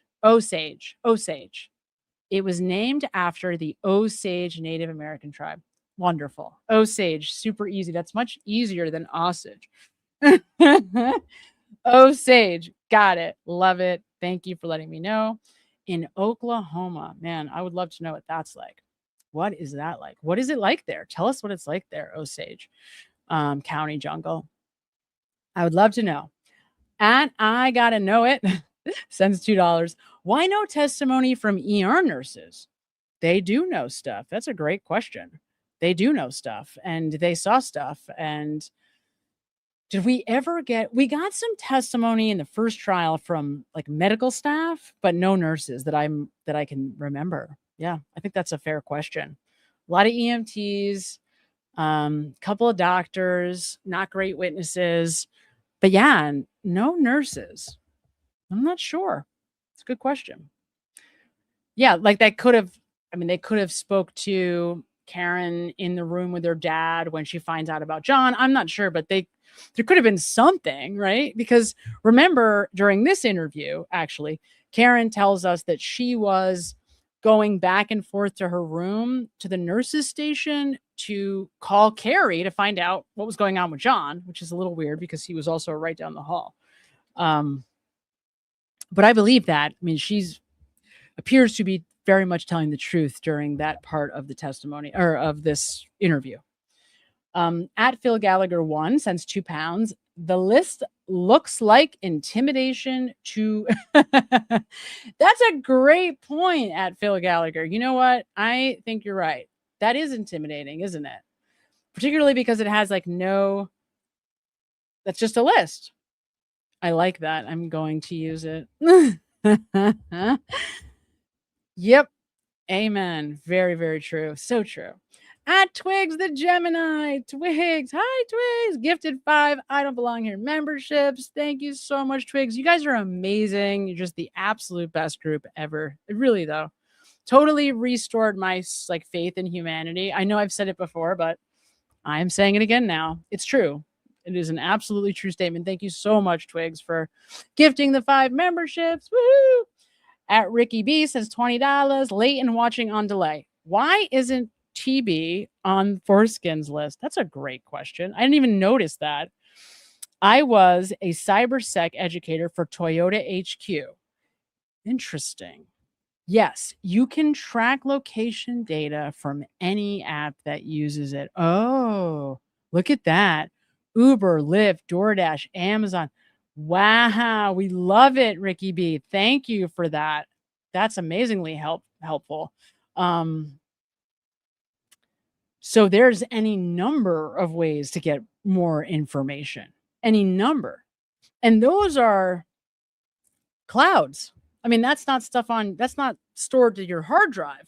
Those are all clouds. So if your cloud, in other words, if Uber is running in the background on your phone, even if you haven't gotten into an Uber in however long, it's possible that Uber is tracking where you are. And it could be any app on your phone. Now, I'm sure Brian Higgins doesn't have as many apps as I do. I'm just guessing.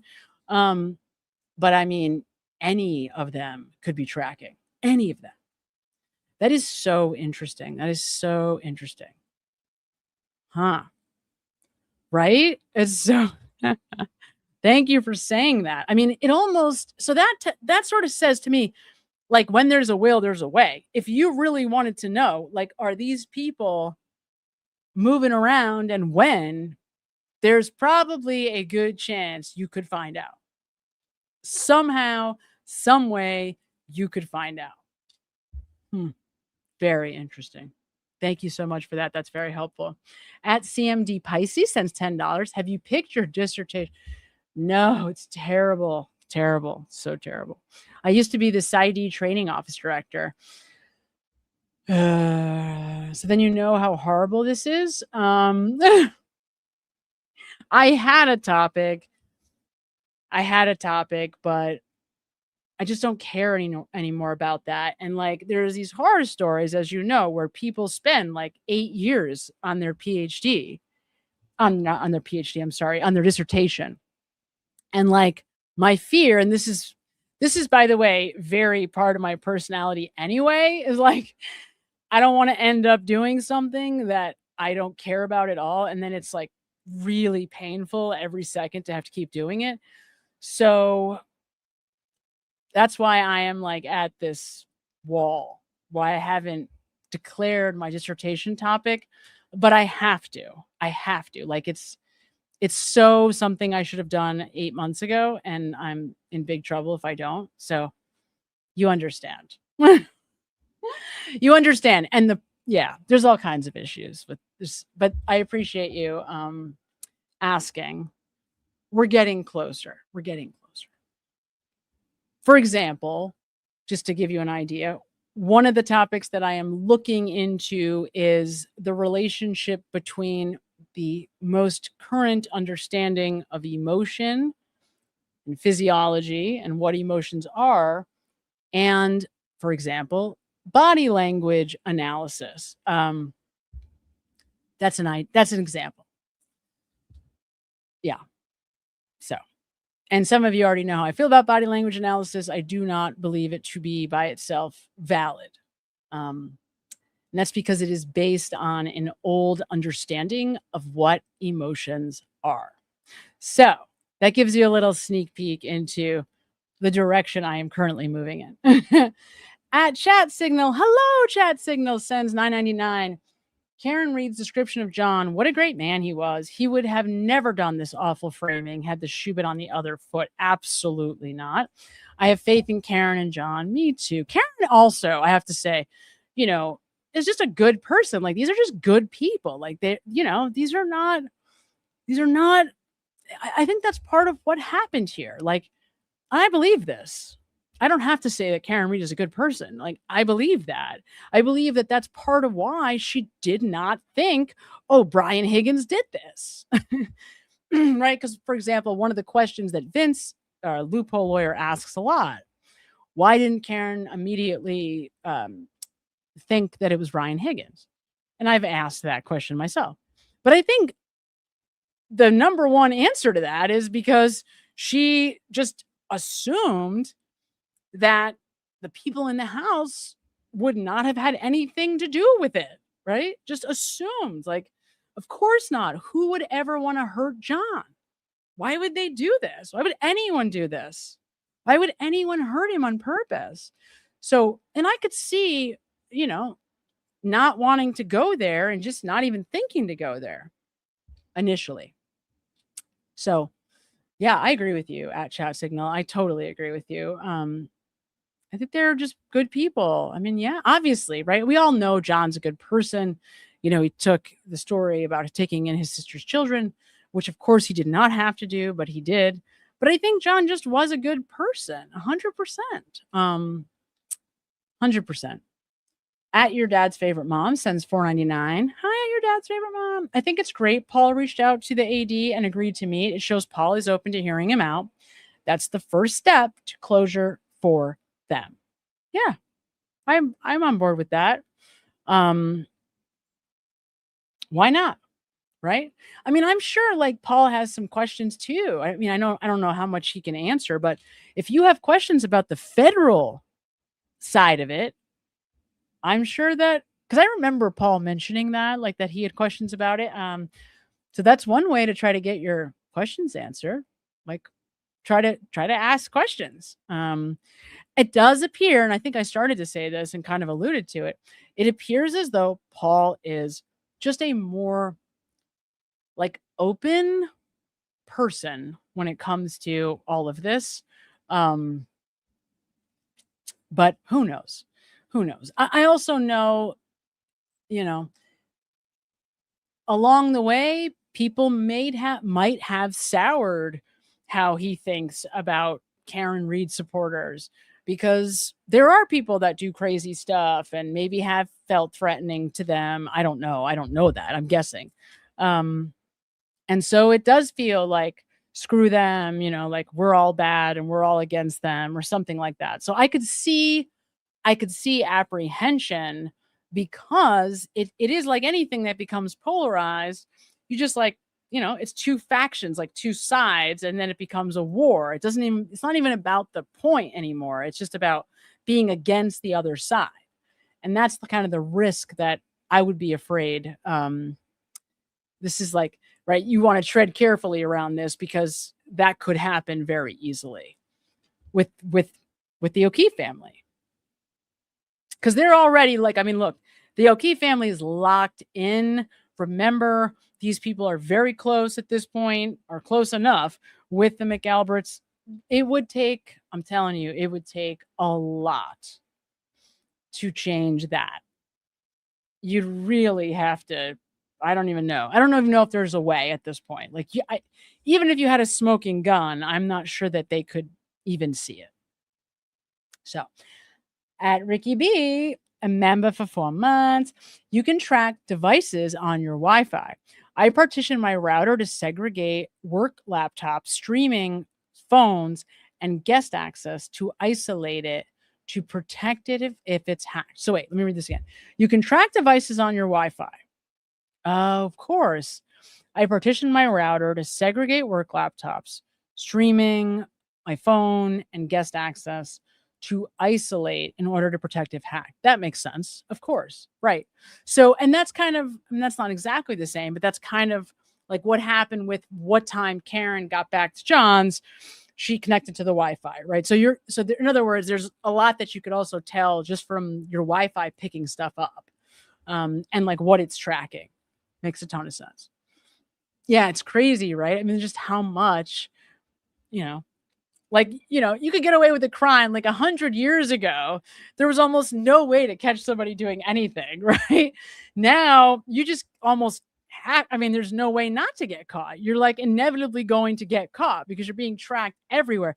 Even if you don't pick your phone up and take it with you, that by itself, if you're not somebody who ever puts your phone down and then all of a sudden you put that phone down to go commit a crime, that by itself is evidence against you that you commit a crime. So you like can't win, just hope you're never in that position because it is not easy, without a doubt. Okay, so we're going to take a break. So I'm going to run to the restroom quickly. And if you haven't done the voting yet in the final round in the fervent, down to the last 2 songs in the fervent bracket, make sure that you do vote because we are down to the final 2. So we are in honor of that going to play those in just a moment. Let me get out of this screen here. Hang on, you guys. Remove that guy. All right. And then I'm going to bring up Fervent. And we are going to hear my favorite Fervent song first. And then I'm going to play the 2 that are up against each other in the bracket. So here we go.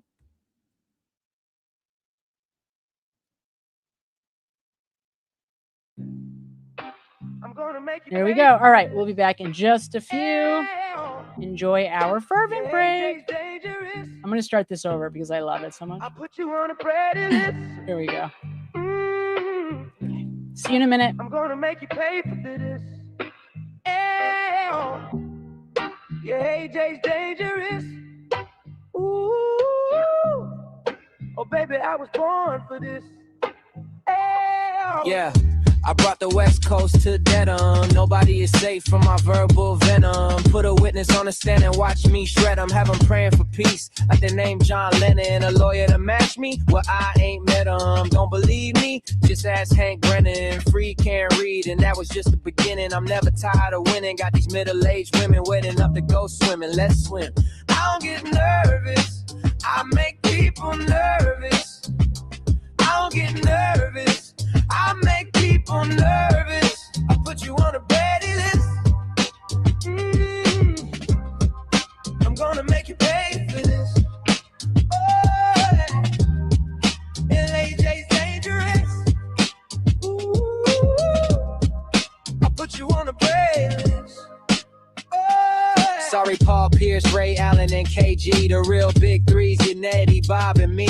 Gonna come with the seat? Don't try me. You should know by now I always come with receipts. I'm out here penning letters like my name better roll. You got problems, Cox, and I think they're federal. Attorney Corey Hopkins, sure let them know. This ain't an episode, this a whole damn show. I don't get nervous, I make people nervous. I don't get nervous, I make people nervous. Ajax out here eliminating all you greasy motherfuckers. Ha ha ha.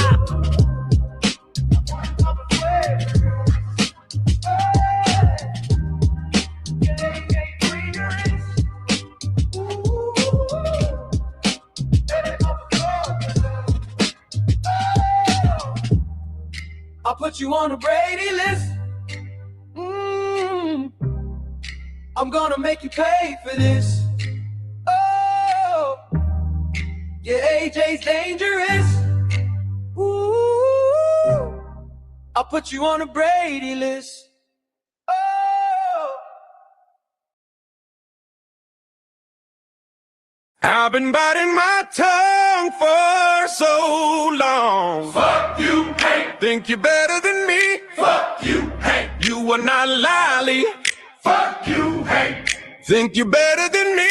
Fuck you, Hank. But why don't we see? I'm a basic kind of guy, I really don't need a flaunt. Smoking 6 packs a day and I'm happy as a hog. All I do is mumble, do I really need any lungs? The trial 1 jury was just like me, they were hung. Trial 2 came around and you wanna bench me? Not 1 guilty vote was embarrassing to see. Need to remind you that my jury was 9-3. Take your little OUI and get about the scene. Fuck you, Hank, Hank. Think you're better than me? Fuck you, Hank. You are not lolly. Fuck you, Hank. Think you're better than me? Fuck you, Hank. Well, why don't we see? Why don't we see? Oh, I know what will get us the win. Ask French about his fucking ham sandwich again. That'll prove this beyond all reasonable doubt. Oh, who am I kidding? This shit is a rout. It appears that I made a mistake. You took this case So damn personally. and I hold that opinion to a scientific certainty. You weasel face, fuck bet, Arca Major P. Even with all the help you got from Beverly. Standing ovation. What a robust Cross. sight. Your nerdy ass looks so fucking lost. Just think, $500,000 was all it cost to get our asses kicked in the fucking law. Think you're better than me? Fuck you, Hank. You are not lolly. Fuck You Hank. Think you're better than me? Fuck you, Hank. Well, why don't we see? Why don't we see? Hey. Waiting for your response, Becky. Yeah.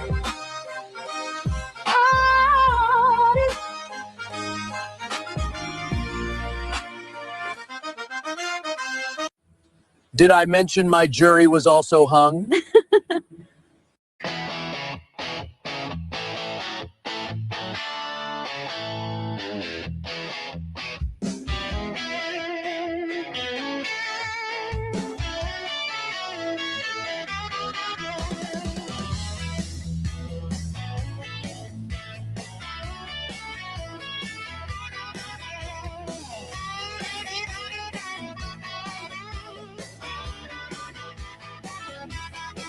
Davianity, yeah, you know my style. The only member of the team to make Bev smile. If your eyes are bad, I will offer you my readers, but they ain't gonna help when I impeach ya. I'm the reigning hot Mike's sexiest man. All these women in the street, yeah, they know who I am. They see my dimples from a mile away. When they pass me, they scream, Karen Reed was framed. That's right, oh yeah. Beverly said no more, of course. That's right, oh yeah. So my natural response was to say, of course, come on.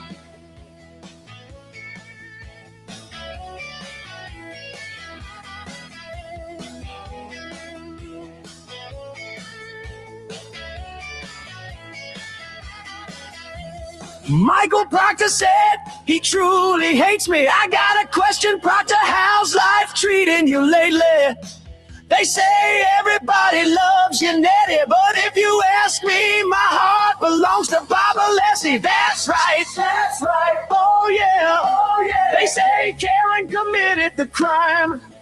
That's wrong, oh no. To quote myself, we now know that was a lie. Come on.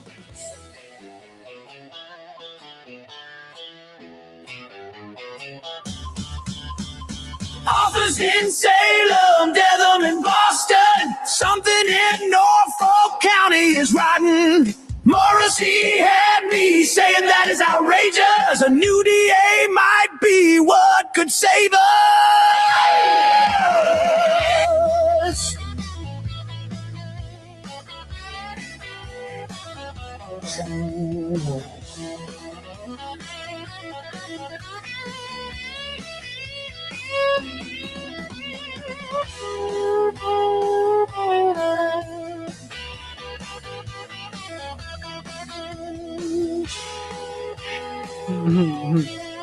Oh, gotta love Fervent. Yes, guys. If you, I see the questions in the chat. Hi, Boozy. By the way, hi. So if you haven't, you want to know where to vote. If you go to Fervent's page, you can either go like on his posts. You'll see it. You'll see that like he made a post that says, "Don't forget to vote," and then there's a link below. Or you go to his most recent video, and there is also a link in there. We are down to the final two, which is FU Hank and Mr. Yannetti. So, which of course I think was probably pretty predictable from the start, right? Those are like they're classic. They're all great though. Also, Fervent's entire album is now available like on all the major streaming platforms, which has been a lot of fun. Just to even like hear the order that they play in is a lot of fun on the album. So if you haven't checked that out, definitely do. It's on all of them: iTunes, Spotify, Amazon Music, all of it. So, okay. So I think we're going to take a time out from the Gretchen Voss stuff. And I want to get in a few important things about the DA race. Because when all is said and done, what's more important than this? I mean, this is it. If you want justice for John O'Keefe, this is the only way. There's no other way. And one of the things I appreciate about Adam Deitch is that he kind of explains, and I didn't know this, I did not know that murder is not a federal crime. Like, that is completely news to me. And like I've said many times, like, full disclosure, I know nothing about the law until, like, except for what I know from watching true crime for many years and recently, just from all the trials that I've seen. But before that, law is just not what I was focused on. So I just didn't know the legal side of the world. And I never knew that murder is not a federal crime. It just seems like, of course it should be. What do you mean? But it isn't. It's something that's handled at the state level. So that does kind of explain a lot just by itself. So let's pull up. I think the way that I had organized this, I tried to put Greg Conner first, but I ended up with Adam Deitch first. So we'll go through some of the Adam Deitch stuff first, just the important things that I thought were interesting to point out, and why I think he is, to me, having Adam Deitch in that office is basically like having the best of us there. That's the truth. Now, I'm sure maybe I shouldn't have said that because, you know, the other team is going to have a field day with something like that. But that's what it comes down to. And how do I know that? Well, I know that because largely of his interview with Emily C. So we're going to take a look at some of the clips of Adam Deitch first, and then we're going to jump over to Greg Conner and why it is that interview or those interview clips with him tell us just as much about who he is and who he isn't. Also really important. Really important. Knowing what the public knows, I'll say, not knowing what you know. Do you think Karen Reed was the person to charge in that case? For driving while intoxicated, yes. For the death of John O'Keefe? I think the jury got it right. Okay. I should point out that you know more than the public does. So let's go based on public information. Yeah, and just to step back, it's been publicly reported that I was the lead federal investigation into the death of John O'Keefe and the ensuing state investigation and prosecution of Karen Reed. Okay, so wait a minute. I had never heard him. I don't know if you guys heard this. Excuse me. I had not ever heard him admit that before. So I want to go back and just hear the way he framed that because it's very, very important. So I'm going to play that little part again. Hear the way he like takes ownership of his role in this investigation. Yeah, and just to step back, it's Yeah. been publicly reported that I was the lead assistant U.S. attorney in the federal investigation into the death of John O'Keefe and the ensuing state investigation and prosecution of Karen Reed. Now, just to be clear, I never knew that there was a federal investigation into the death of John O'Keefe and the trial, or essentially the persecution of Karen Reed. I always figured there was something else that they were looking at, some other crime they were investigating. I didn't know that there was a straight up, period, full stop investigation into the death of John O'Keefe, and by extension, whether or not Karen Reed was involved. That was like pretty significant to me. Now, maybe that is not news, but I had not heard him say that before, and I never heard it stated that way before. So that was like, wait, what did he just say? I had to rewind it a few times because that felt like news to me. That he just said outright, without a doubt, outright, there was a federal investigation into the death of John O'Keefe. That's what he just told us. So I had not known that. That seems like it's important. Just saying.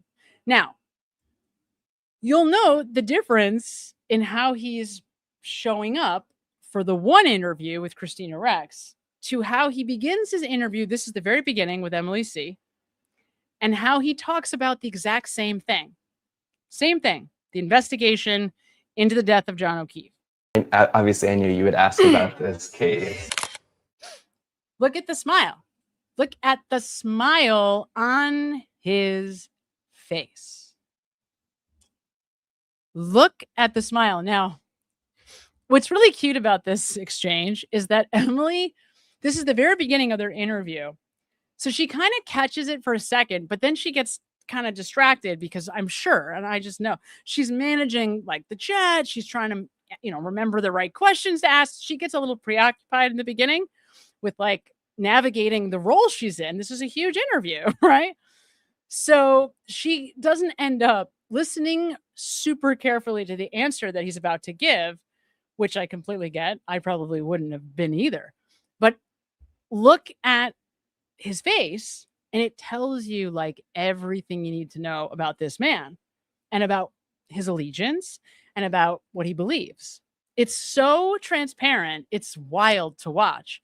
What's interesting is that by the time he gets to the Christina Rex interview, he just outright says, it's been reported that I was the lead, assistant, whatever, on the investigation into the death of John O'Keefe.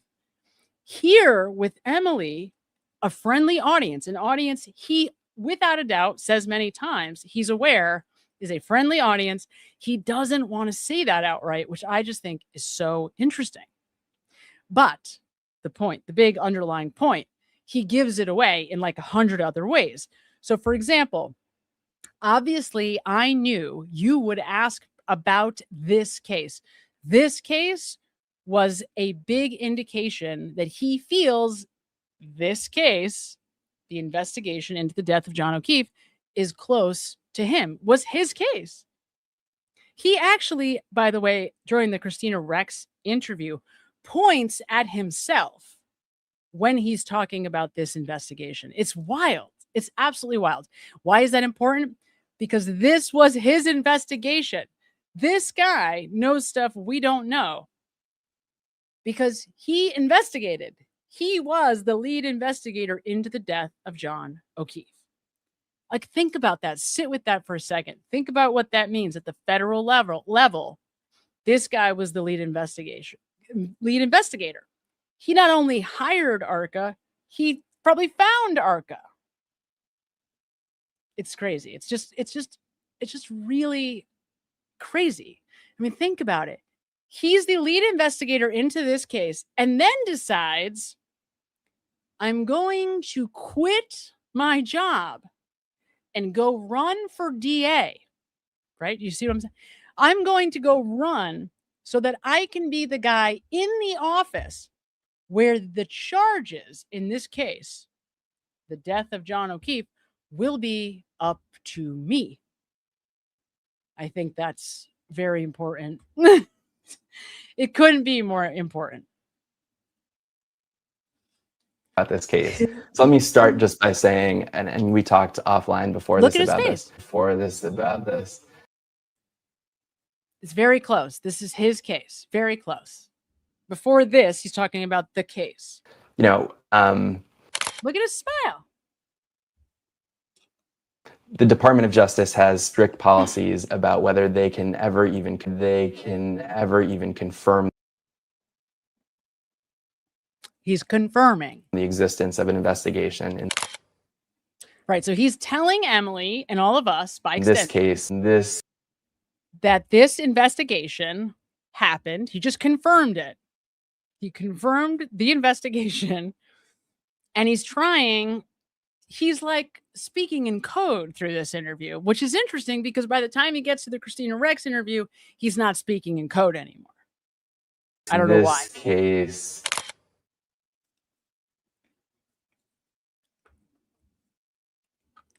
Right. So when this interview starts, he's actually trying to put some distance between this case, the investigation into the death of John O'Keefe, and him, because he doesn't want it to be so obvious. And he can't even do it because look at his face. He can't do it. It's just so interesting to me. This is so interesting. He's really trying not to give it away, even though he eventually does anyway. It's just really interesting. Interesting guy. Yep. There were some he really unprecedented aspects. Yeah. So there were some unprecedented aspects. I mean, the whole thing is insane. This is insane. To me, this is a man fully verifying everything all of us talk about all the time, soup to nuts.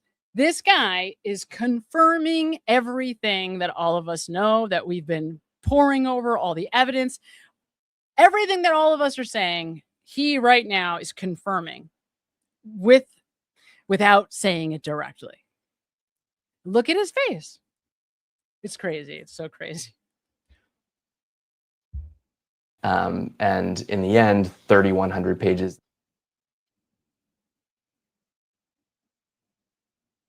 This is all public.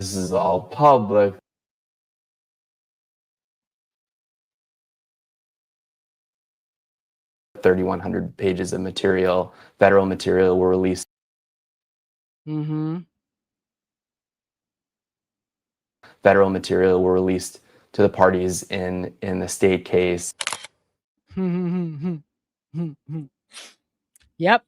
This is all so intentional, you guys. The other thing about him about Adam Deitch that you learn from watching this very closely, he's very, very careful with words. He's selecting every word with complete and total intention, down to whether it's plural, whether it's spoken in the present, in the past. Like he's just really verbally, like he has a high verbal IQ.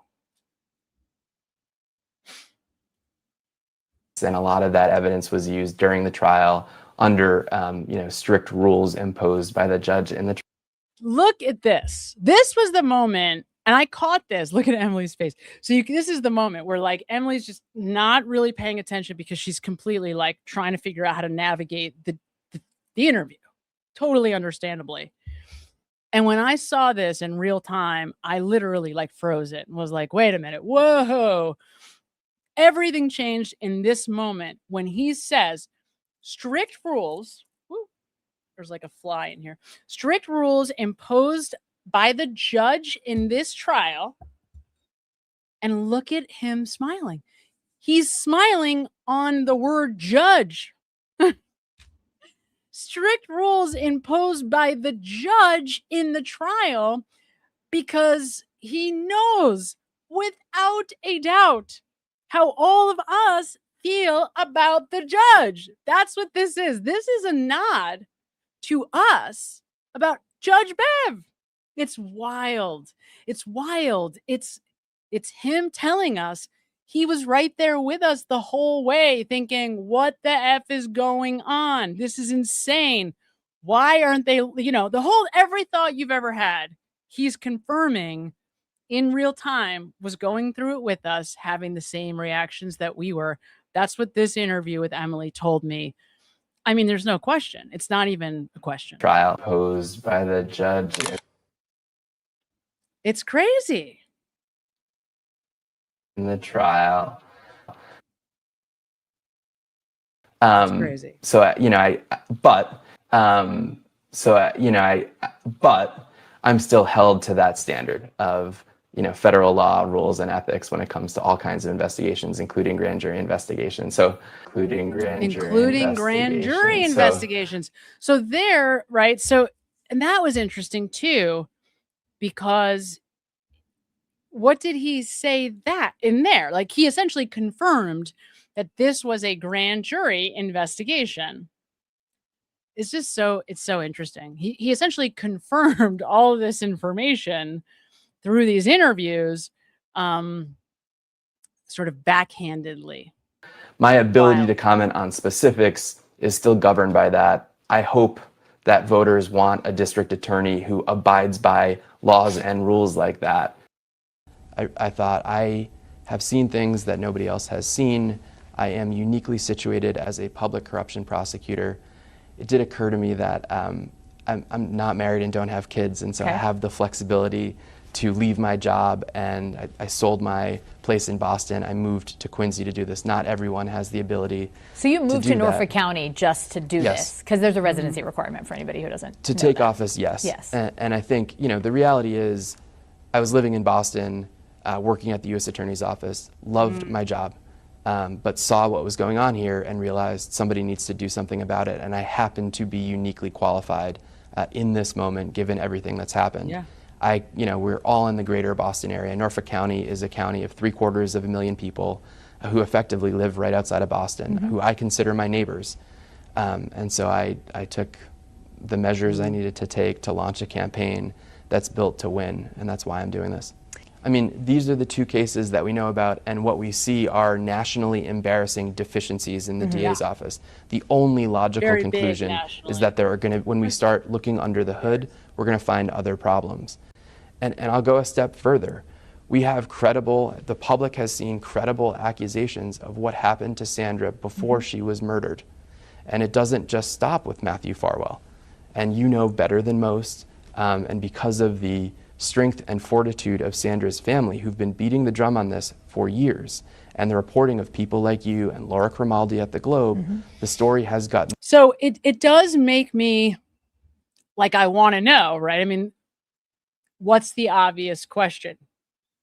So he has confirmed there was an investigation, not into the police. I mean, look, originally we were led to believe that there was an investigation into police corruption. But that's not what he just said a moment ago. What he said in this interview with Christina Rex is that there was a federal investigation into the death of John O'Keefe. So then you wonder, okay, well, why didn't that investigation continue while the Sandra Birchmore case did, right? Why did one make it past whatever barrier, whatever their standard is, and the other did not? That's the $1 million question. I have no idea what the answer is.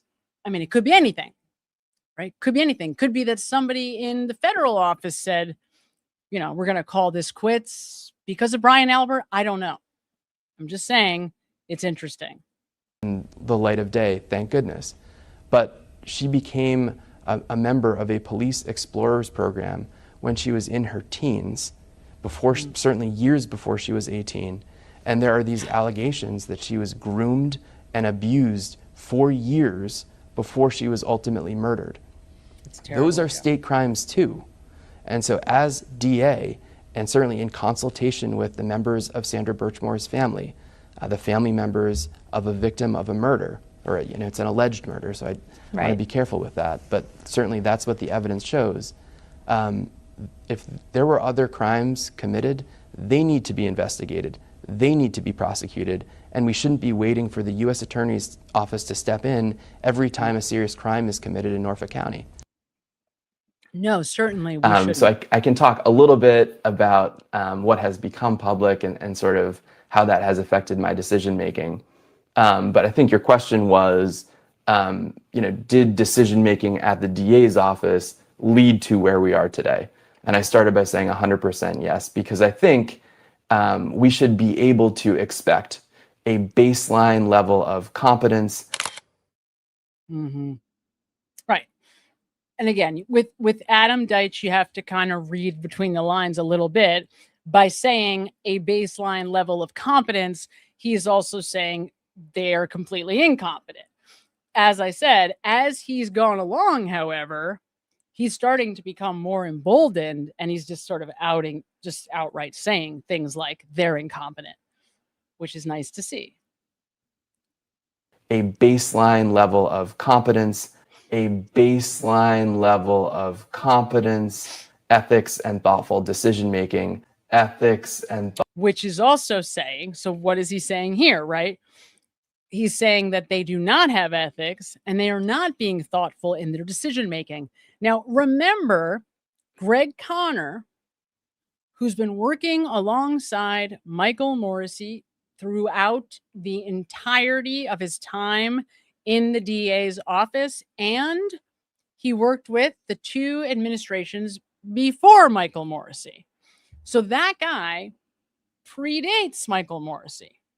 Like, there probably is nobody that could be a bigger status quo candidate than Greg Conner, because he's never done anything but be in that office. He was an intern in that office, and then he got a job in that office, and he worked for 3 administrations in that office in Norfolk County.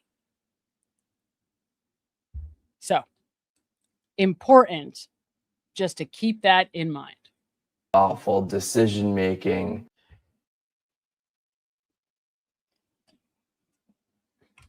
By the DA's office and by the state troopers who work in the DA's office. A lot of people don't know, but in most counties in Massachusetts, housed within the district attorney's office and reporting up to the DA is a state police detective unit. It's not going to be a district attorney's office where John O'Keefe's family either doesn't know or hasn't gotten an answer from the DA's office. And I think there needs to be, in every case, an honest dialogue with survivors, victims, and their families about the evidence, about what happened, and setting realistic expectations for what justice can look like. Have you ever spoken? Now, that's an interesting statement here. This is interesting. There needs to be conversations with survivors, victims, and families, and realistic expectations about what justice could look like. Now, I'm not going to read between the lines too much on that, but I do think it's interesting language coming out of his mouth. And consider where this conversation is about to go. Christina Rex is about to ask about John's family, right? And this is where the Paul O'Keefe question comes in.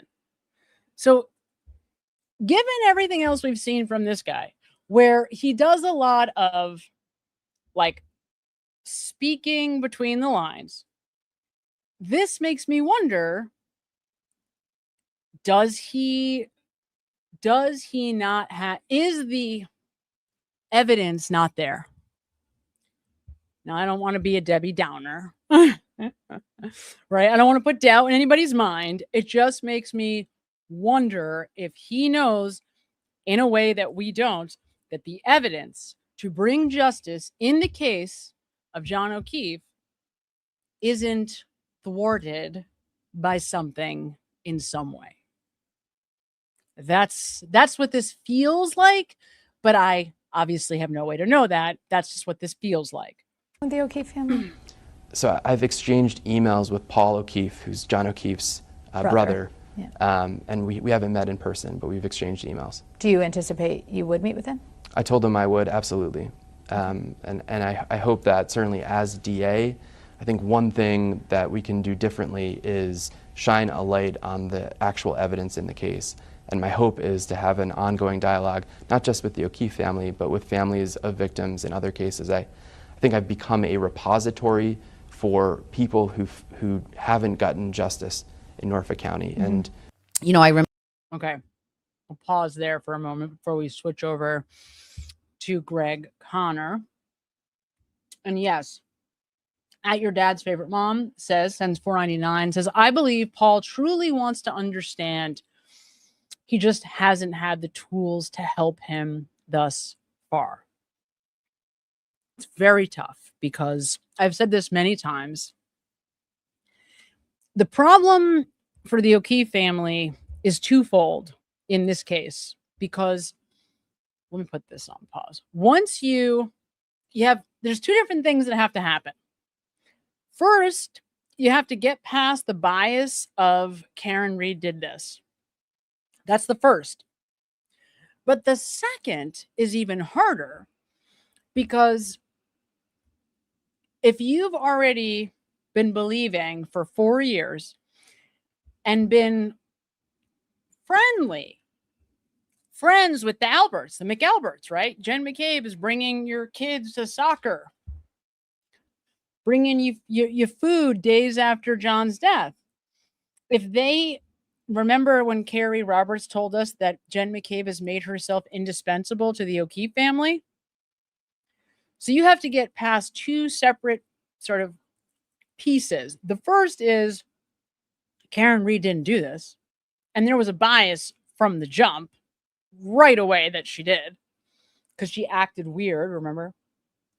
And Paul was very happy to tell us that they knew Karen did it before they ever had a conversation with an investigator. So there's that. If you make it past that, the second part is these people who I have been spending time with over the last 4 years, who have made themselves indispensable to me, are involved. And that one is going to be excruciatingly painful. That one's going to be even tougher. It's one thing to let go of the bias against Karen. It's another thing to then say, oh, these people who I've been spending all this time with, who have actually, I've even given permission to spend time with, John's niece and nephew, who I have given the authority by default, have said, yeah, here's the access to these people, these children whose lives are in my hands. It's a big stretch. It's a long way. So I am hopeful. I hope you are right, your dad's favorite mom. But I know how scary that is. It is scary. It's so scary when, and we've all had probably some experience where, like, even if you've ever been in a relationship with somebody and you think that you're in this great relationship, and then you find out that, like, they're secretly, I don't know, on Tinder behind your back, or dating somebody else, or been cheating, or talking to an ex, whatever. You think that things are one way, then you find out that it's a completely separate way. It screws with your mind. But this is now murder, right? So it's like another level of screwing with your mind. It's a long way to go. It's a long fall. I hope you're right, but it's a long fall. It really is. I Gotta Know It sends $2. Peggy was and still is absolutely grieving her daughter and is angry. Yeah. Oh, yeah. Yeah. I mean, she's as like traumatized as you get. It's like impossible to even imagine how much pain you have to be in to lose two of your children, right? I mean, it's horrific, absolute nightmare, not even just lose your two. I mean, but the way that they were, that they had passed, and then the fact that the husband dies a month later in such a horrible way. It's just, yeah, this family has gone through a lot of trauma. It's horrible. And they need someone to be angry at. And Karen has been a perfect, person to be mad at, somebody who came from a different culture really anyway, you didn't like anyway, as an easy person to be angry at from the start. At Holly Johnson, since 1999, Melanie Little went off about Vince the other day. I think you mean, yep. Apparently he's been trolling her. Have you considered another lawyer you could come online with? Suggestion, Steinbeck. He's a little dry, but a good guy. Yes. Good questions. I did know about Melanie and Loophole Lawyer. I would do it. I've considered, for sure considered it. The problem is time.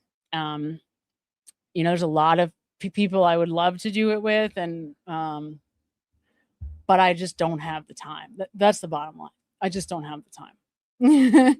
At a certain point, like, something has to give, and I have to turn my attention to school if I ever want to graduate, and I have just been putting it off. So, like, in a year from now, if I do everything that I need to do, the truth is that I could be done with school, and it's unlikely, but I could be. It's not impossible. But it's going to require like an enormous push, and I just will not have the time to do 2 shows a week and everything else. Like, there's no way. It just won't happen. That's why I'm reluctant to make a commitment with somebody else, because I just don't want to make a commitment that I can't commit to. But of course, I've thought about it. I totally appreciate making suggestions. There's lots of people I would love to do it with. I just can't do it until I'm done with school. That's the bottom line. At Nancy's 4062 sends $50. What? Sam, what is your biggest red flag in this case? Jeez, thank you so much, Nancy's 4062. It's just too kind. You guys are too kind. You're just the best chat in the whole world. What is the biggest red flag in this case?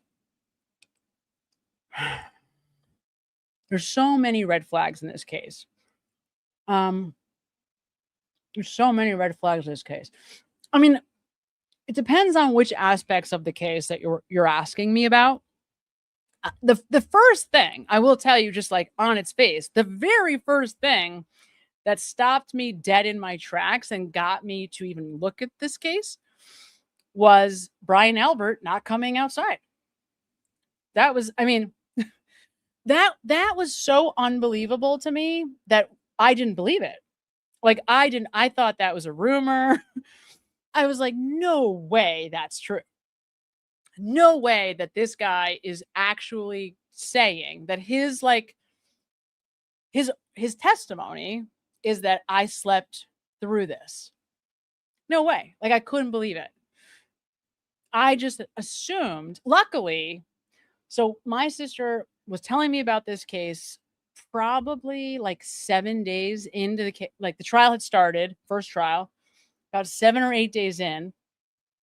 What day was like Matt McCabe? That's the first person I ever remember clearly. Like, the first testimony that I really remember seeing 100% of was Matt McCabe.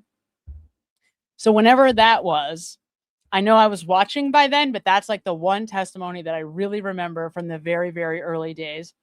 I went over the weekend and I did like a big deep dive into the case with whatever I could find at the time, and then came back on Monday. And at the time I was like, no, this guy's not this oldest of 7 children, veteran Boston police officer and war veteran, who is living with his family of 5 in the house that his parents owned before him and that he grew up in. This guy, the oldest, expects us to believe that he did not hear what was going on that front lawn, and his bedroom is the one that overlooks the lawn. There is no chance that there is no chance of that happening. Like, even if he was on drugs, there's no chance.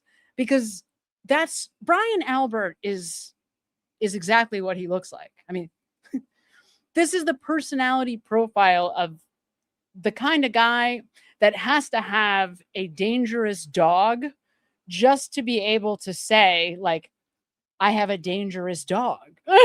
You know what I'm saying?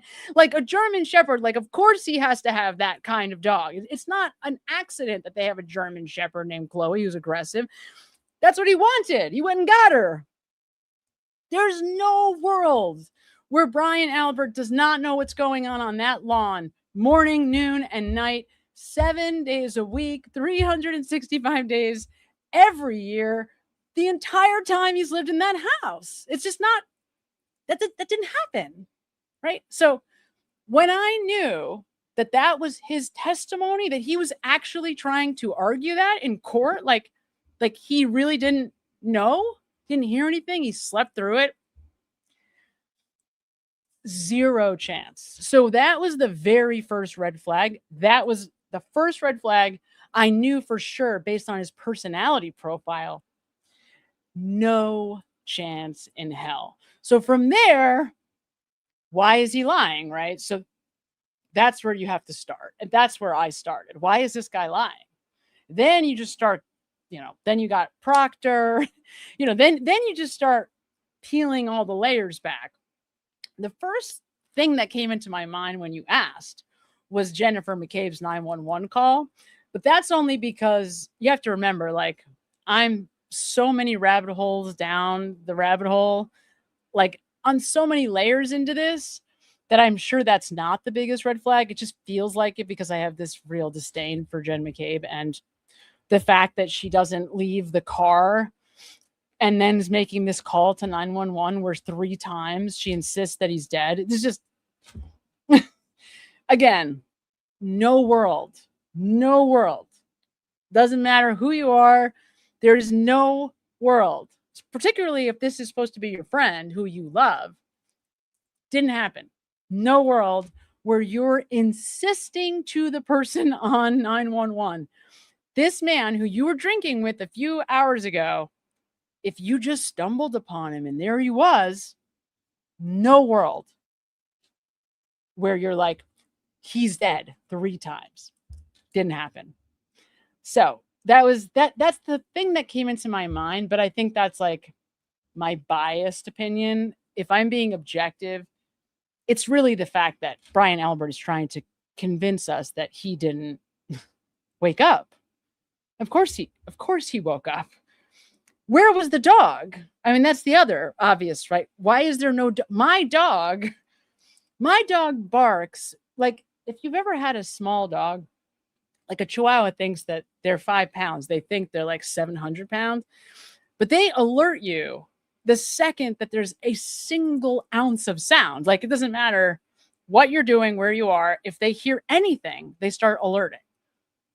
That's my 5-pound Chihuahua. You're going to tell me that your dangerous German Shepherd didn't notify the household? Its job, its bred, its DNA, its whole purpose for being an animal on the planet is to alert its owner to protect the household.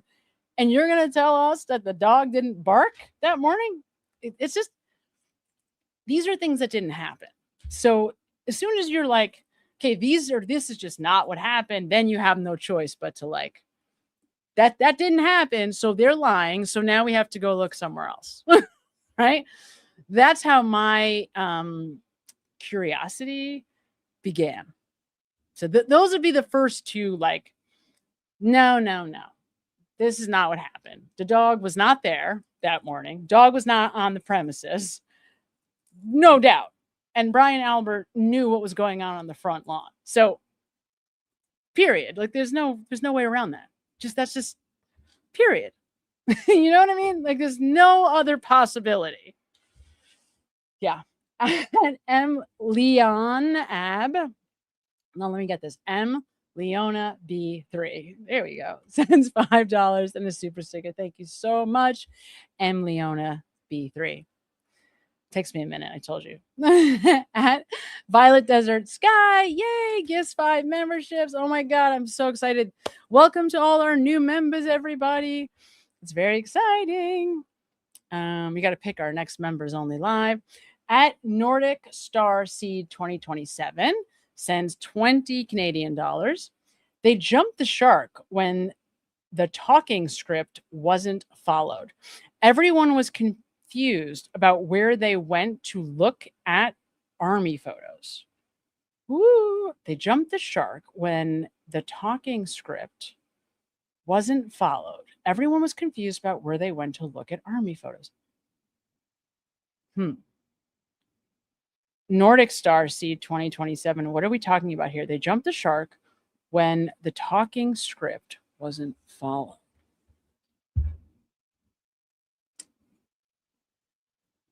Help me. Help me. Help me with that. I don't know what you're talking about, but I want to, but I don't know what you're talking about. I'm trying to think about army photos, but I don't know what that's a reference to. At Bite My Bits sends $5. Can you propose link with emotion statement analysis, which clearly is the real deal body language is crap? Yeah. Yes. So the key distinction, just to make on a superficial level, is that when it comes to statement analysis, you have to get a baseline, right? When it comes to body language analysis too, you can get a baseline, and then once you have a baseline, make some inference. The problem is that you can't base inferences on body language because emotions are not universal. That's the bottom line.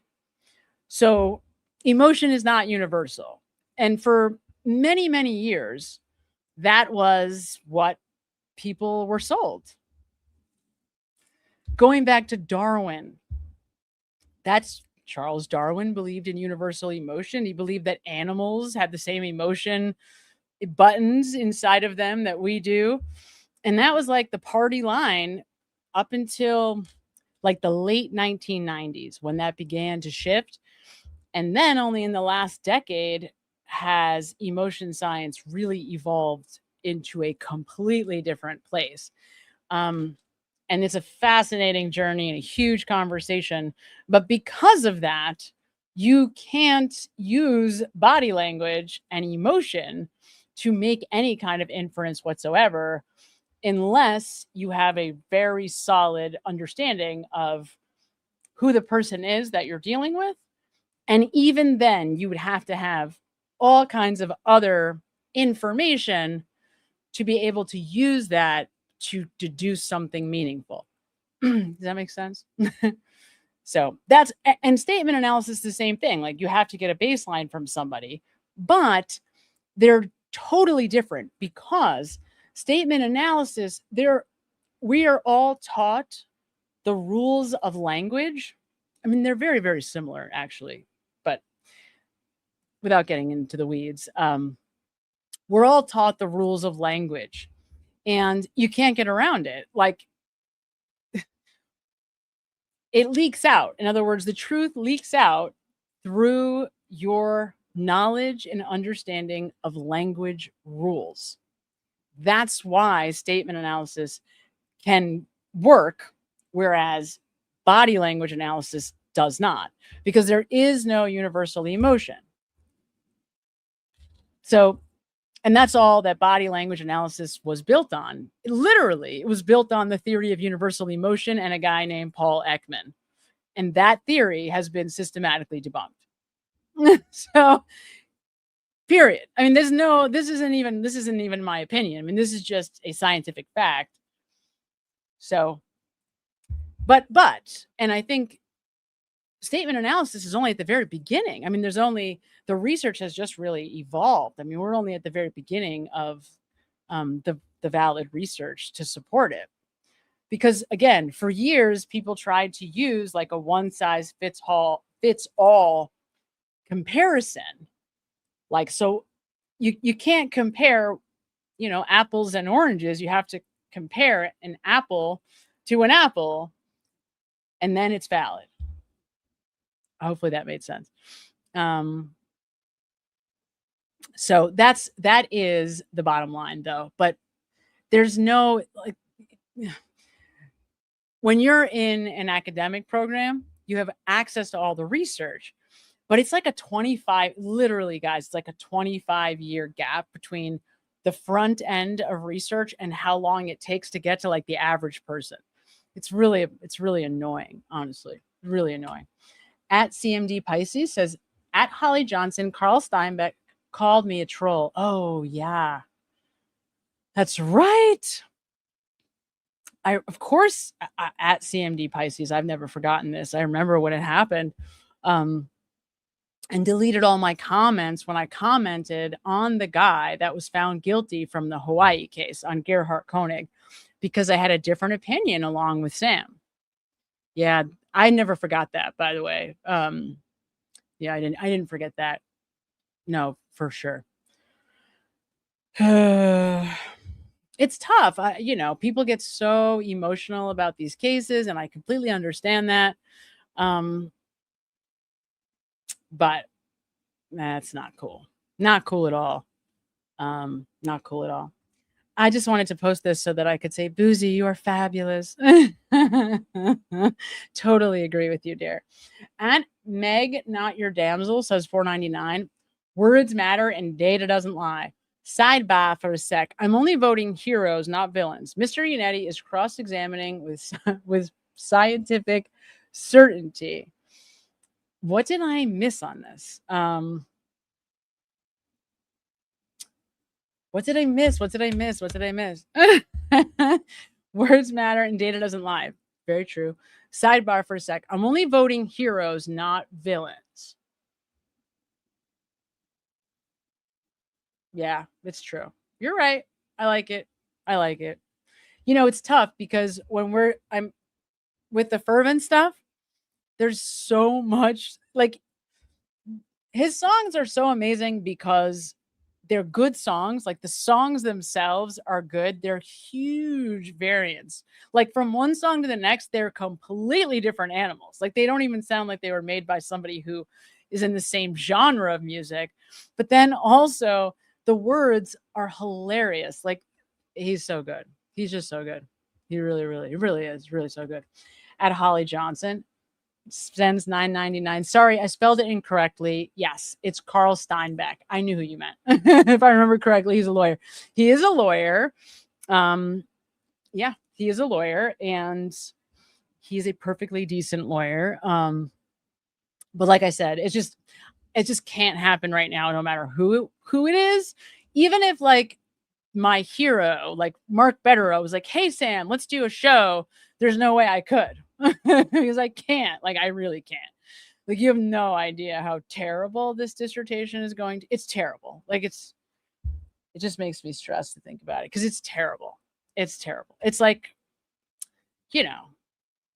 hours and hours and hours and hours and hours. It's like absolutely horrific. So that's why I haven't done it.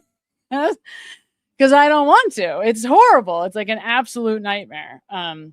But when we're on the other side, then we'll have a perfectly legit conversation about it for sure. Wait. How did we decide that we were saying this? Villanelle, right? Is that what we said? Apologies for change of subject. I am loving the Sharilla shit show series. Thank you. And $7.99. Yes. What can you say about the Sharilla shit show, right? I mean, it never stops. It just never stops. It is like literally like watching the train just like going off the tracks. And every time I think that they're going to like let it go, you get like the next video from Natalie. And I can't help myself. Like, I have to say something because she's so, because she's lying, as you guys know, like outright lying like that is so hard for me to take. I can't let it go. Like, I have to say something. It was why I got in trouble with the Gerhard Koenig case, because I couldn't let, the ex-wife, whatever her name was, I forget now, I don't even remember her name right at this moment. I just couldn't let it go. I just couldn't let it go because I knew she was lying and I couldn't let it go. And I didn't even care about that case, but I just was like, no, I have to say something.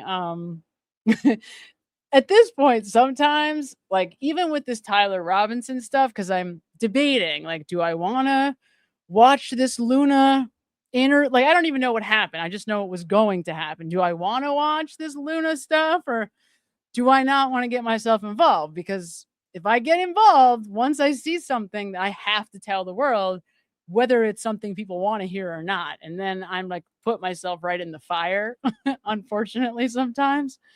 So, but the Shirlers are just so easy. They're so much fun. That's the thing. Like, this case, like the Karen Reed, John O'Keefe stuff is not fun. It's just not. It's torture. That's how I feel about it. I feel like it's torture. It's so painful.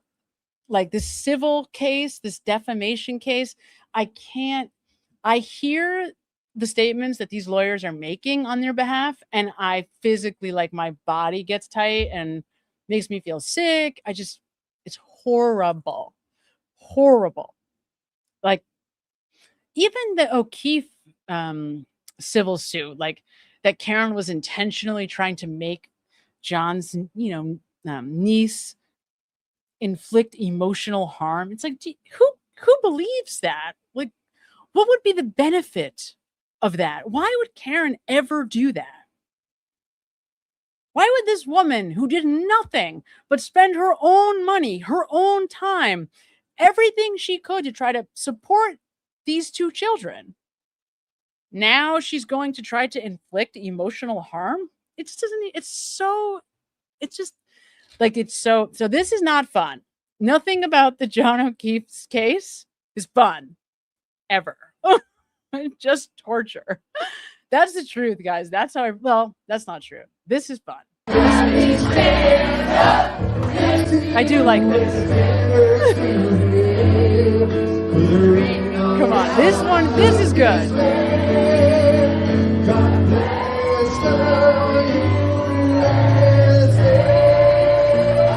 Really though. I do love, like, I am starting to have like a love of Yuri Buchanan. Oh my God, like his karaoke is so hilarious. It's so good. It's like, it is a little bit, it does make up like a tad for some of the horrors of everything else that this case brings with it. But so like, I need these lighter cases that I don't care as much about because the Karen Reed stuff is torture. It's just horrible. I mean, I'm not going to not cover it. Obviously, we're all, we're in it. I'm in it to win it, but it's painful, like every second.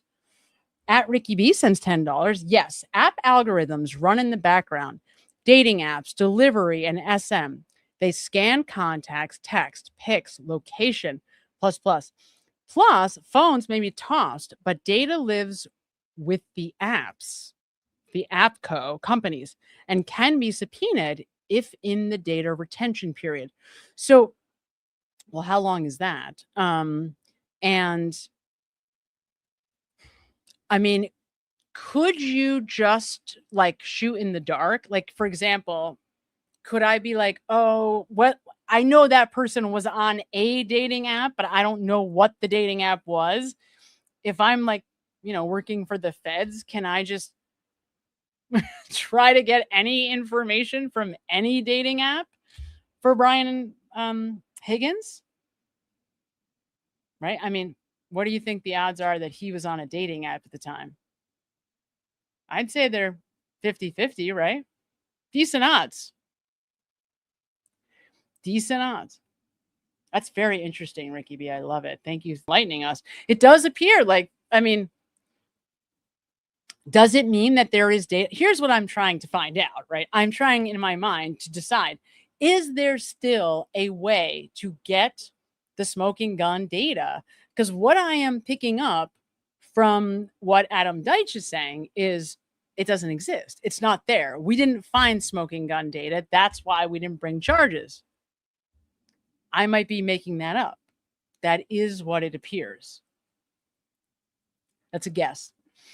At CC007007, member for 8 months. Thanks, Sam. Thanks for your great content. I'm learning so much from you in the past 8 months. Oh, proud member. Thank you so much, CC007. Thank you for being here. Thank you for being a member. You guys are the best ever. Seriously, though. Don't forget to hit the like button if you haven't already, which I always forget to mention.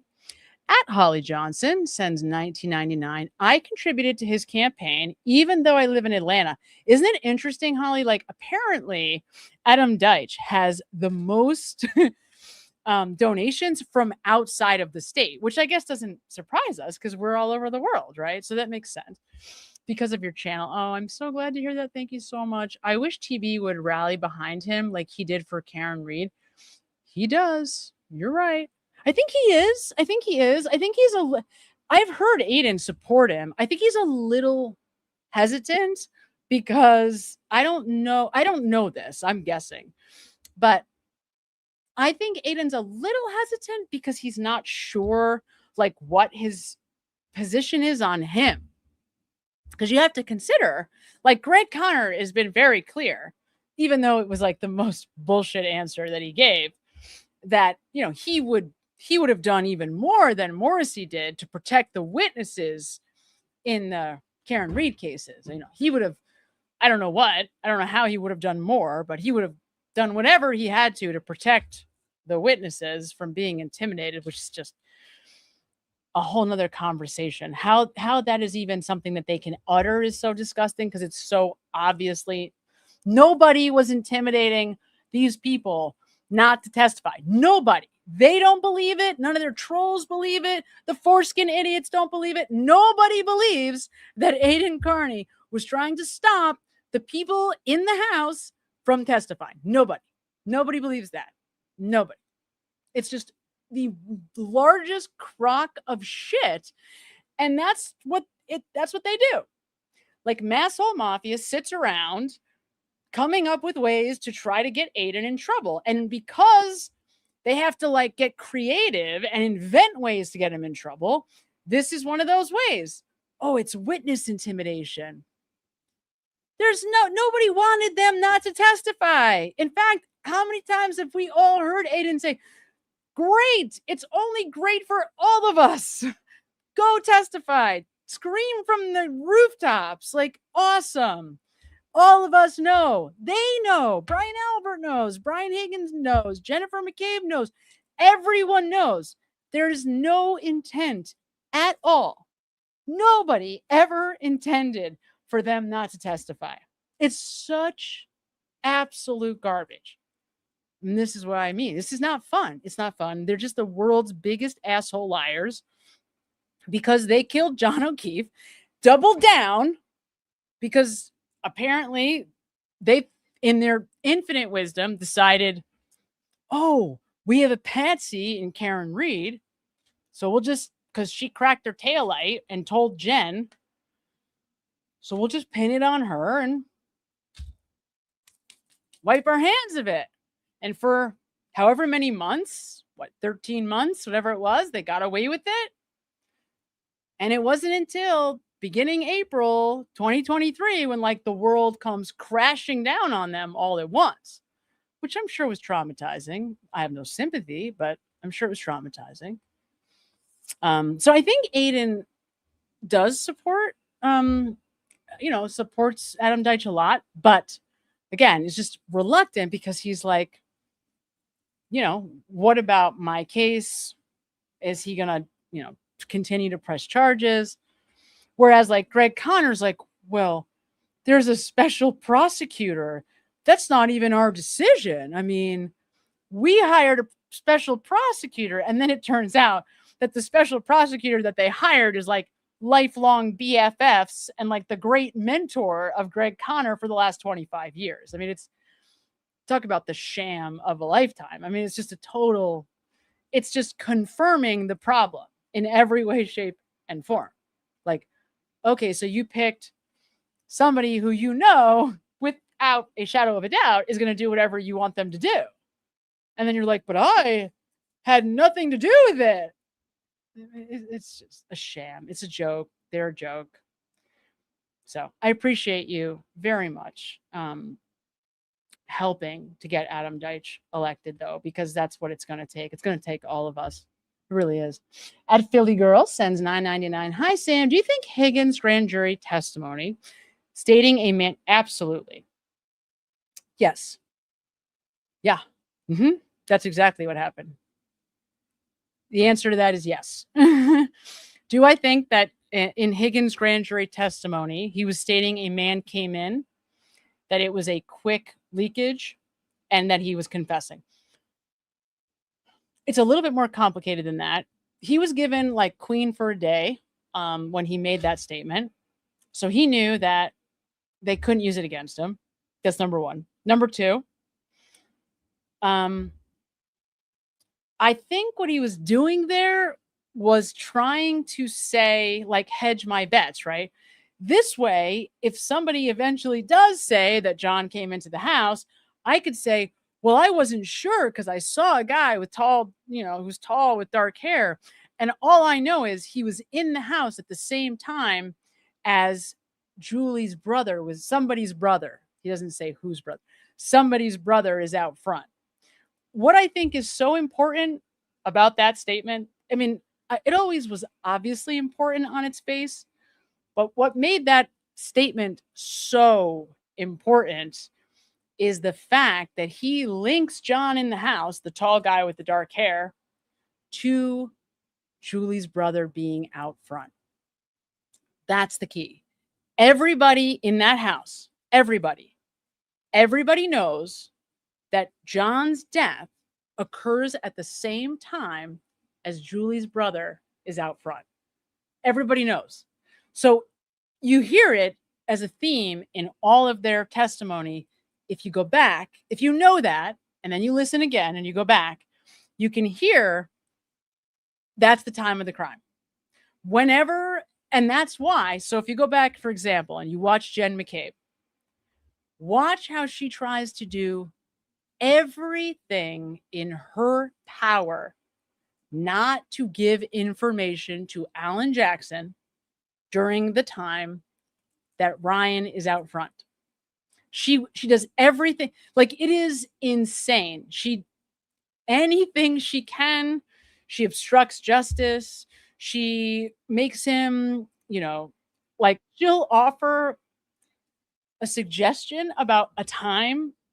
And then when Jackson comes back and says, okay, yeah, at 12:22, whatever, and then I'll ask a question and she'll go, oh, I don't remember. Do you have something I can look at to refresh my memory? Right. I mean, watch the Jen McCabe cross-examination trial 2. All of the information about what happens from the moment that John and Karen are out front, anything that Jen says, it is just so obvious that she's lying, obstructing, and doing everything she can not to give you any information at all about what is happening when Karen and John are out front and through until she leaves to bring home Julie and Sarah. It's crazy. It is so crazy, but that's the time of the crime. What you're talking about is the time of John O'Keefe's death. That's the moment it happened. That's when he dies. For sure. I'm sure of it. If I had like money to put on it, I wouldn't think twice. Like, I'd put the house on it. That's how sure of it I am. I'm really sure of it. At Liz Rose sends $4.99. I forgot wild stories for days, but the first story was, my boss's name is Benny. My great uncle, also a stonemason, was named Benny. Oh, that's so cute. I love the name Benny. That's awesome. Well, Liz, that's it's a very Italian name, right? Benny. Also Colin did it. I love it. That's hilarious. Yeah, I know. I mean, if he didn't do it, who goes to this kind of trouble? Like, move on with your lives. You know what I mean? Like, Chris, move on with your life. If Colin wasn't involved, like, these people are much more mentally unwell than it even appears on its face. I mean, why would you continue to drag this story?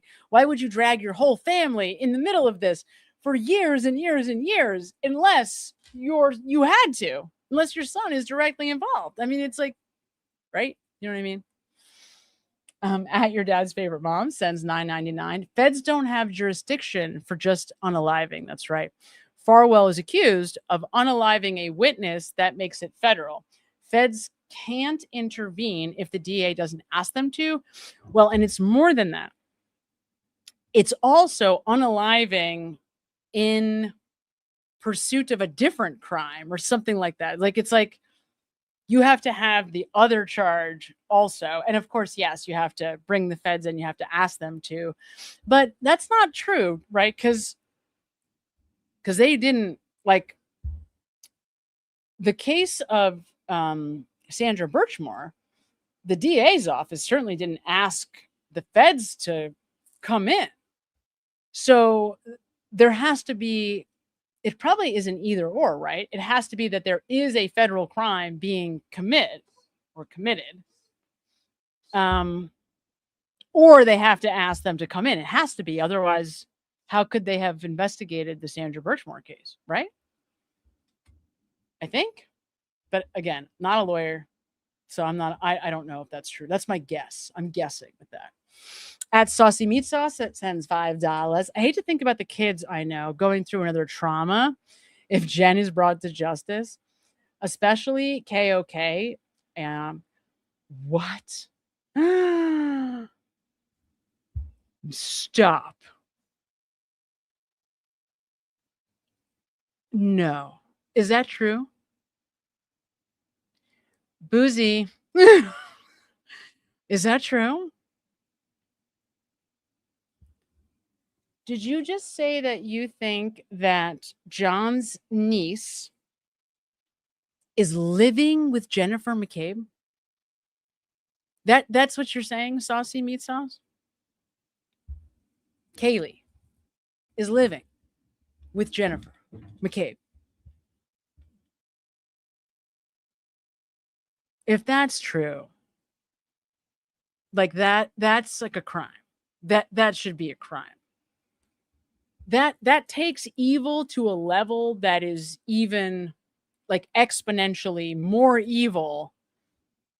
Like, she is just the most evil person the world has ever seen. If that's true, Jennifer McCabe is the most evil woman on earth. If what you're saying is true, that John O'Keefe's niece, who he adopted and became the primary caretaker for, is now living with Jennifer McCabe. Jennifer McCabe is the most evil person on earth.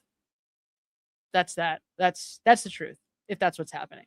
I just don't want to believe that, and I'm going to pretend like that's not true. I'm going to just pretend, because that can't be true, Saucy Meat Sauce.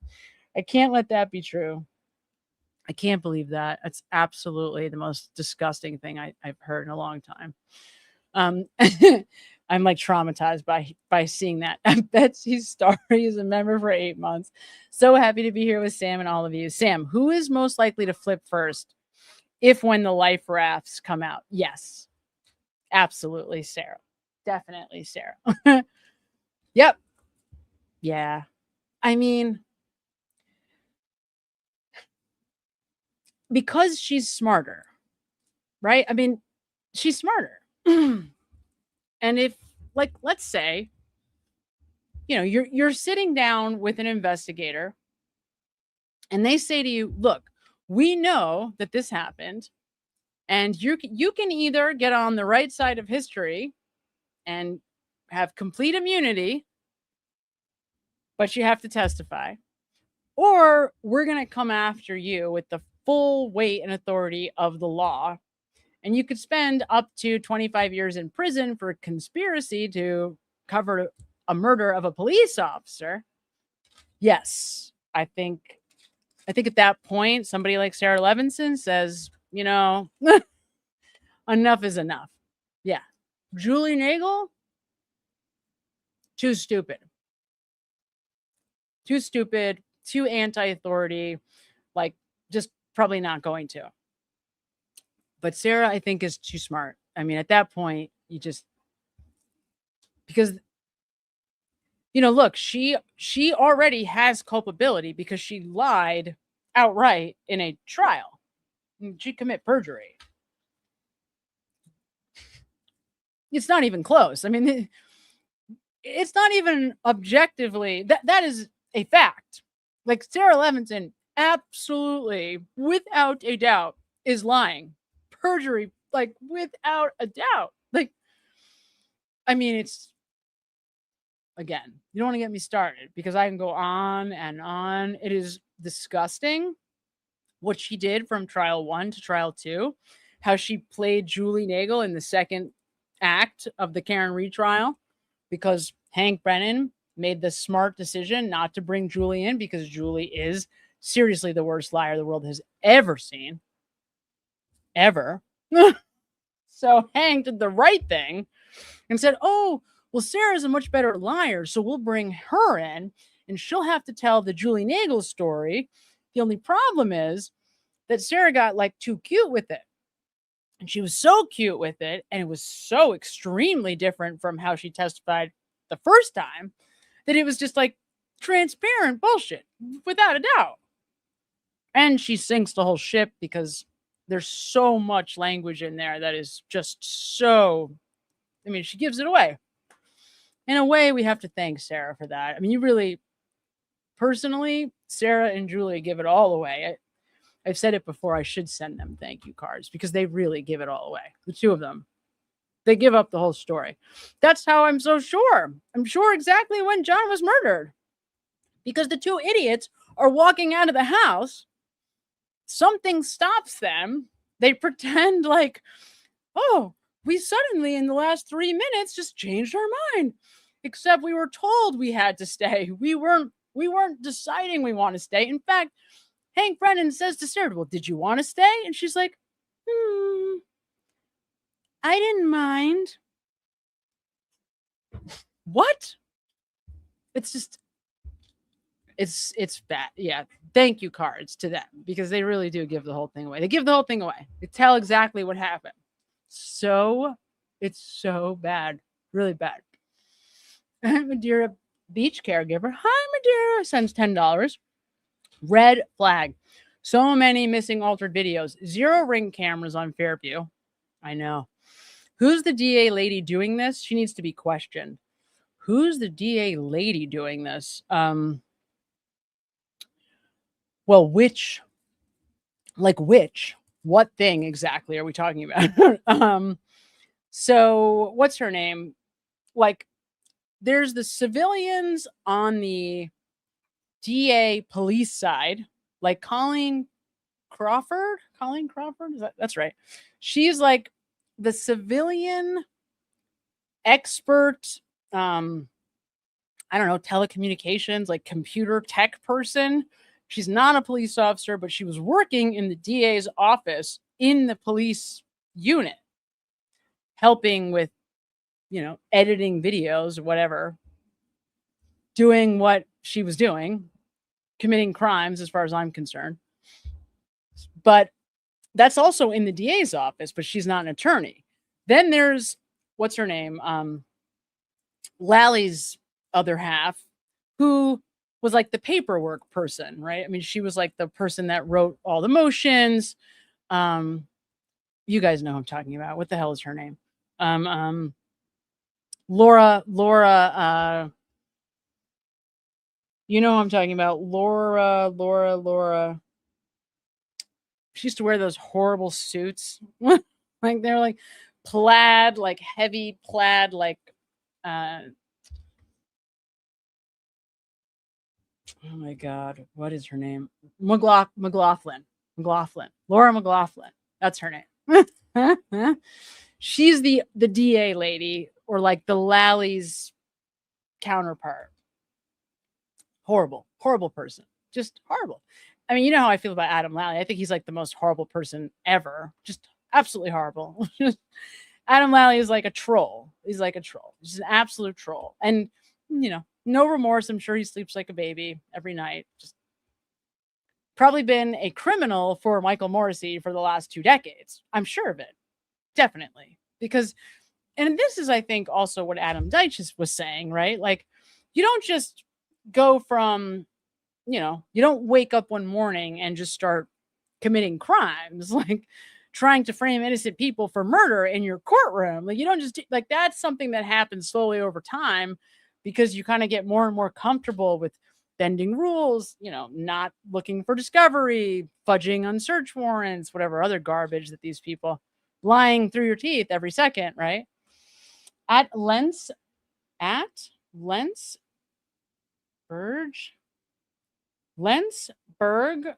Niner. That's a very strange Lensberg Niner 7798 sends $4.99. Sam, you see Melanie lied, got duped. She falsely claimed Judy lawyer refused to work with loophole lawyer. Can you get Melanie? Yeah. Are you insane? She's not going to. She doxed loophole on false intel. Sam, you see Melanie lied, got duped. She falsely claimed Judy the lawyer refused to work with Vince. Can you get, you're insane if you even think for a second that Melanie would do that.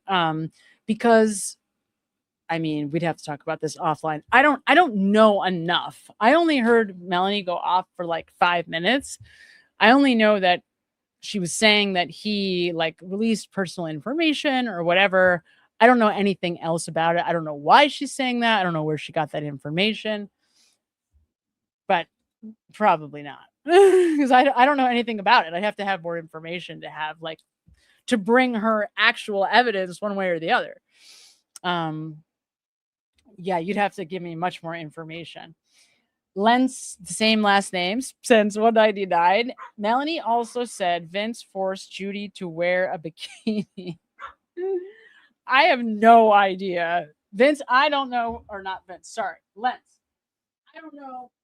Sorry, my dog is here. Sunny, everybody. She's getting antsy and hungry. I don't know where she's getting any of it. Like I said, I listened to maybe 5 minutes a couple days ago where she went off about loophole doxing her, but I don't know any of the backstory. I don't know any of what she said other than that. I didn't hear anything about Judy or bikinis or anything else. So I am like the worst person to ask these questions to because I know nothing about it. Literally nothing. At Emmy Rousselot, Rousselot 3569 sends $4.99. I think Deitch does have the goods to charge McCabe's. That's why he's trying so hard, because only the state can charge regular M, not the feds. Yeah, I hope so. I mean, Emmy, I hope so. I would like to look at it that way. And you might be right? Like, I think it is okay to infer that is possible based on what we got from Adam Deitch. Like the fact that he has made it so clear over and over again that the state has to charge M, right? And not the feds. Because he has said that in every interview I've seen. So I think you're right. I think it's possible you're right. I might just be anxious. It's possible that I am just being anxious because I want so badly for them to go to prison. Like I really do. I can't stand these people anymore. I'm so tired of it. I really am so tired of it. It's just too much. It's too much. It's too much. It's too much. I mean, I know that they're lying. You know what I mean? Like if I didn't know that, but I know they are, and there's no question. It's not a question. There's no doubt. None. No question. None at all. So aggravating. At Madeira sends $10. Shall we discuss the 30+ minute convo John had with both Brians at the waterfall? So many key body language moments. And why did Karen say the guys never spoke? I know. Well, that's what I was saying, Madeira. There's a lot of stuff in the Vanity Fair interview. And yeah, it is weird. Like, I have to believe, I don't think she's doing it to be deceptive, though. Like, I don't think, so the question here is, Why does Karen in the Vanity Fair interview tell Gretchen Voss that John didn't even go near Brian Higgins or Brian Albert?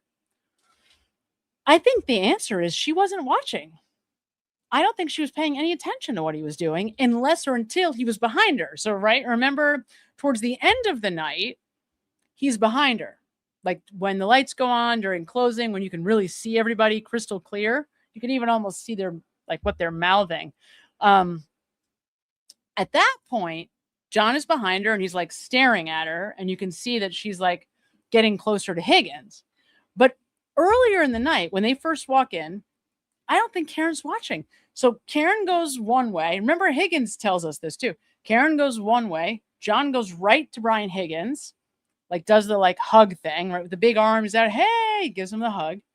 Then he goes right to Brian Albert. They do this like close embrace, and like he does like a, extra pat on him because John doesn't let him go right away. And then John goes and gets a drink and comes back and is sitting there for 20 minutes. Then he leaves again. Then he comes back and he's there for another 15 minutes. So I don't think she saw any of it. I don't think she saw it, because if you look at Karen, she's completely engrossed in the conversations that she's having. I just don't think she saw it. And what's odd about that is you would think that her team watched the waterfall video. Like, you would think the logical thing would be like, okay, from the moment that they walked in that waterfall, Karen's team is watching every minute closely. Everything. That's not what happened. Obviously, right? I mean, clearly they were not doing that, because it took microdots pointing that out in between trials to show that there was this whole interaction with Chris Albert and Brian Higgins and the whole thing. Right? So I don't know.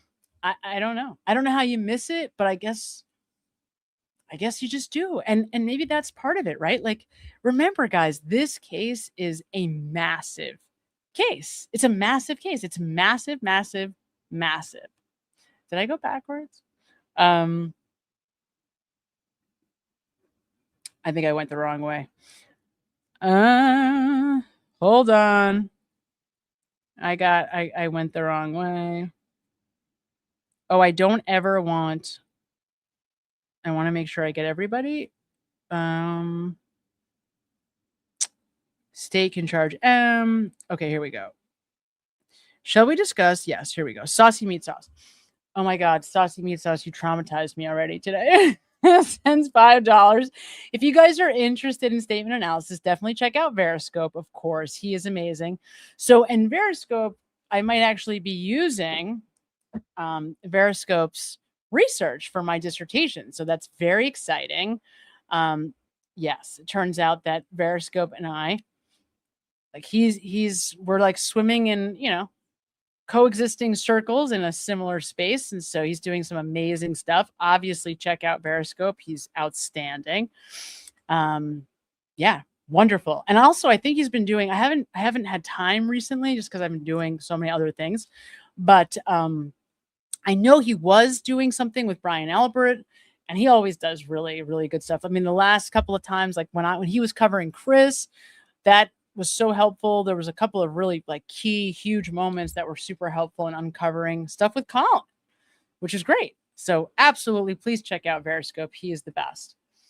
At Carrie Cherry 75 sends $9.99. Off topic. I know you're busy and done with Corey. Oh no, you're right. I'm not done with Corey.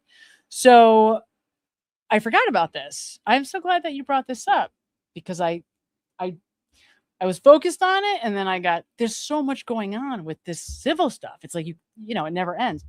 So, but I'm dying for your take on her sentencing behavior and speech sometime.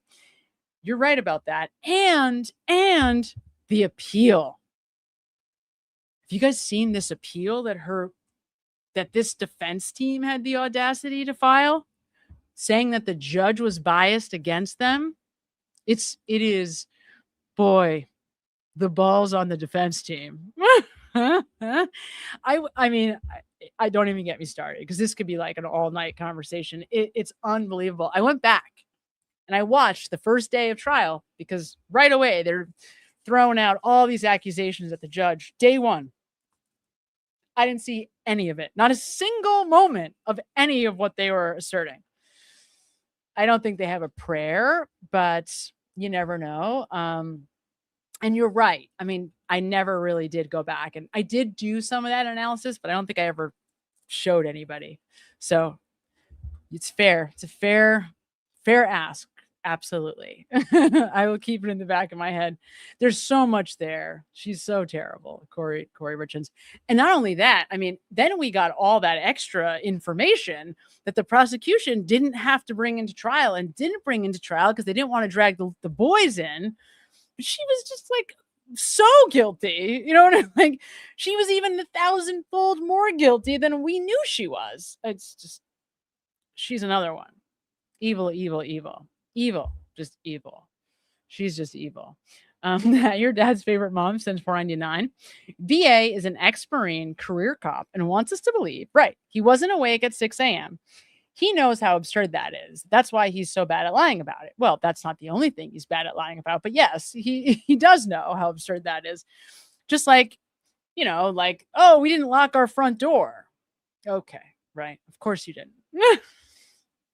Oh, we tried, but you know, there were all these different keys, and like, it's just like, okay, let's just enough. With a murderous German Shepherd living in the house, they didn't lock the front door, right? So anybody could just walk in at any time and be murdered by the German Shepherd that lives in the house. We didn't bother with keys. Who does that? Exactly. It's so stupid. Your dad's favorite. It's just. And it's offensive. It's like, the guy is right. Karen was screaming outside, right outside his window to the bedroom. And he's like, yeah, with a straight face. Like, oh yeah, the bed was like 6 inches from the window. It's too much. I mean, they're just bad liars too. It's just too much. It's like they're joking. It pisses me off because he mocks us, Brian Albert. He thinks it's like hilarious. I mean, he's so obviously mocking, like he's mocking Aiden. You really think this testify, like we're speaking on behalf of witnesses everywhere? Are you kidding me with this bullshit? It's just such bullshit. It's just the biggest crock of shit ever. It really is. At Holly Johnson sends $9.99. From some of these comments, I think it's possible LL is trolling you now. My fault. I gave it air. I'm sorry. I'm starting to believe this guy is a bit obsessed with you. Possible, of course. It's okay. I don't know what you meant by it's from some of these comments. I think it's possible Loophole is trolling you now. My fault. I gave it air. I'm sorry. I'm starting to believe this guy is a bit obsessed with you all. It's possible. I try not to engage with trolling no matter who it is, but I appreciate you naming it and pointing it out, and you guys are amazing. You just are. At Sylvia's daughter P08 we sends $4.99. I caught your apology about whatever Loophole lawyer said. What did he say? Okay, so you're saying this is probably Loophole lawyer? It's probably. What do you mean? I didn't apologize about whatever Loophole lawyer said. What are you talking about? Oh, you mean on my post? You can go back and watch the show from the Monday before and you'll see what he said. Easy peasy.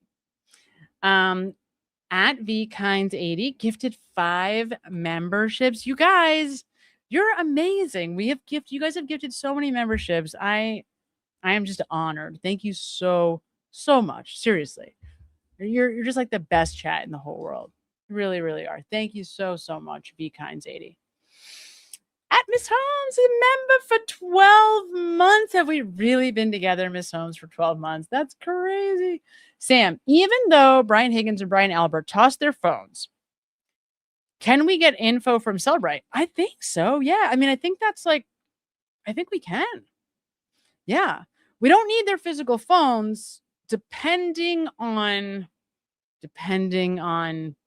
what they saved, what was on the phones to begin with. I think that's the question. From what I understand about Brian Higgins, it sounds like I'm learning, or I've learned, that he's pretty strategic. Like, I don't know. I think it's a good question. Like I said, I know he doesn't have as many apps on his phone that I do. And I'm sure these are not the first, this whole incident was not the first time he had ever thought about being tracked and how he could be tracked, because he's law enforcement and that's what these guys think about. He was in the ATF, right? I mean, that's what he was a law enforcement investigator. So these guys think like that. They think about this stuff, not because they wanted to cover up a murder, but just because this is how they think. I'm pretty sure. I know, right? Like Mima, that's like my mom. My mom is Mima. So I totally know. At Blessed Mima Mama. Right. Mima Mama.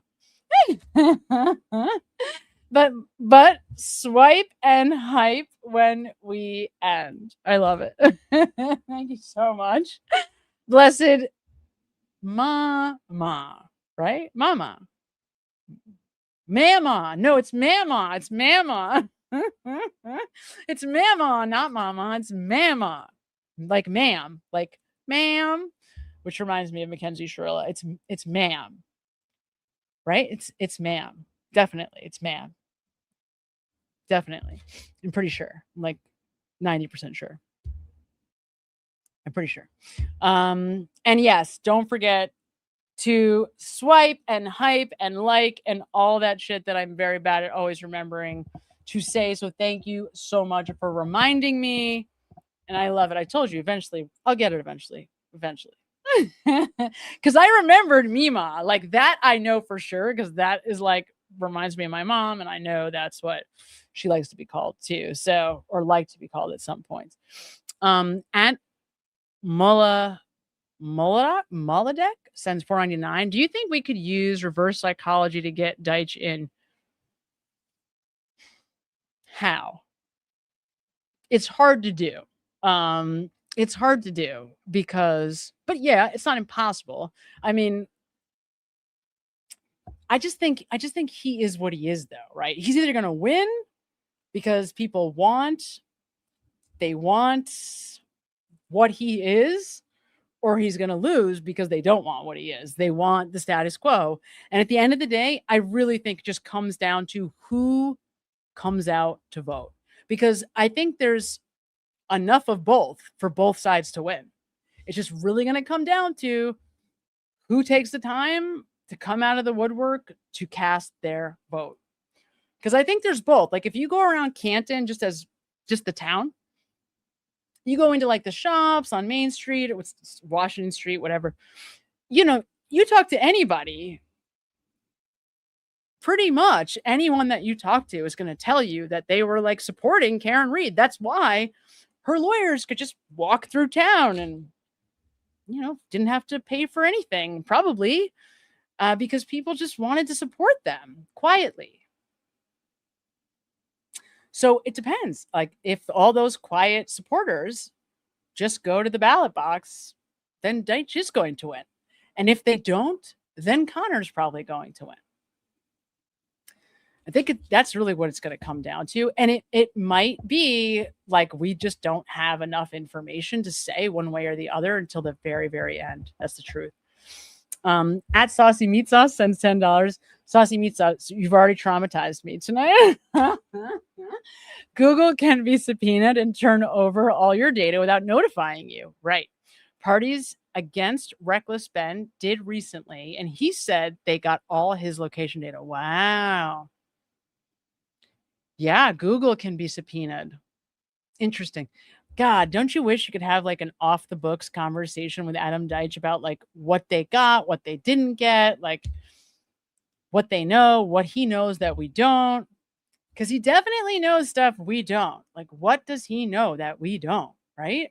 Really just want to know so bad. Happy 1 year anniversary to us. Yay. Happy 1 year anniversary to us.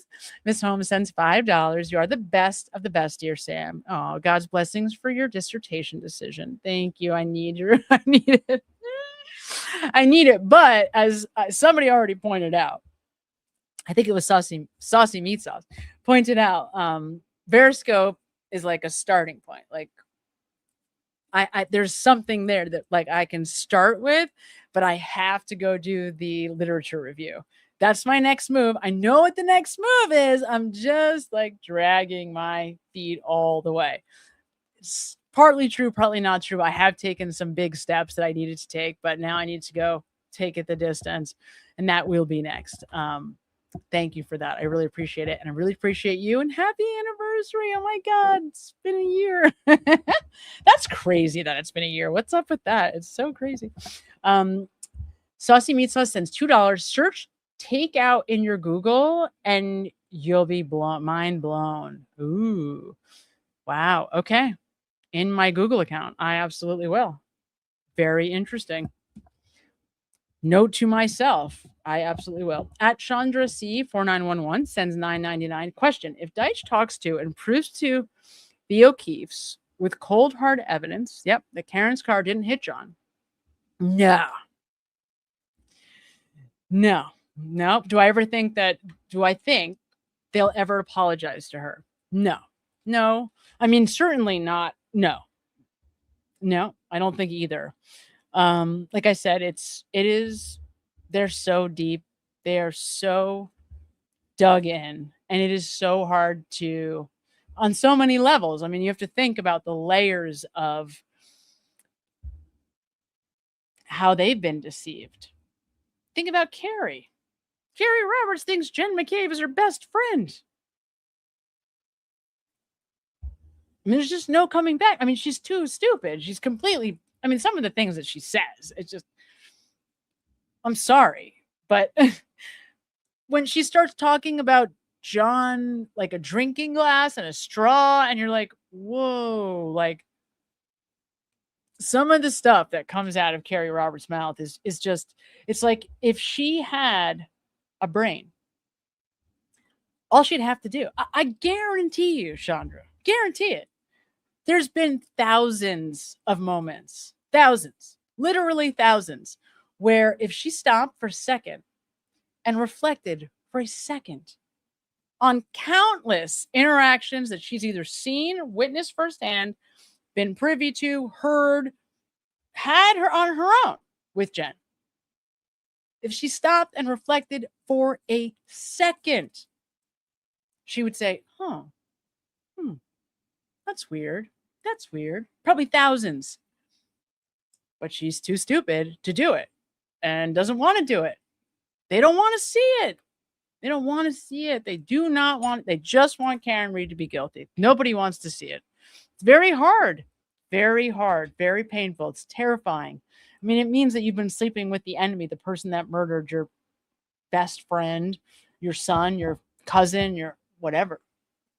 I mean, it's very, very scary. That's really what it comes down to. It's scary. It's like all in a moment, your whole world shifts, and it's like, ooh, like that means that these people who have been in my home and smiling and bringing me gifts, and they are the people that actively murdered my son. Like it's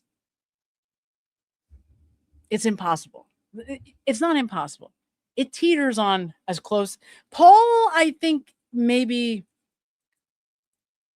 is different. I might put him in a separate category than Carrie and the O'Keefe parents. But still, it's a long way. It's a long way. That's a very long, hard fall. There will not be an apology. It's going to be a long, hard fall. It's just not an easy thing to do. Really isn't. At Freckle Feet Kitties sends $9.99. Samantha, love your analysis. Did you ever happen to evaluate the testimony of the supposed expert who lied about No, Burgess, that was my favorite part of the trial. P.S. Denise rules. No, Burgess was hilarious. That's a good. I thought about actually going back into doing an analysis of Welcher, not Burgess, because ultimately Burgess is working on behalf of Welcher. But it's probably worth doing. It's probably worth doing both. I mean, it's not a bad idea at all. It really isn't. I will consider it. I will definitely consider it. And yes, Denise totally rules, of course. At Saucy Meat Sauce, it's $5. I'll work on backtracking to find where I saw it and email it to you sometime this week. Definitely do it. I was on X creeping the anti-free Karen Reed logos. Yeah. I just made an account. Well, there's some really good stuff on X. Like, definitely it's worth having an account. It's like a news site. So people break news. I mean, even if it's, stupid stuff. So it makes sense that it would be something that you might see.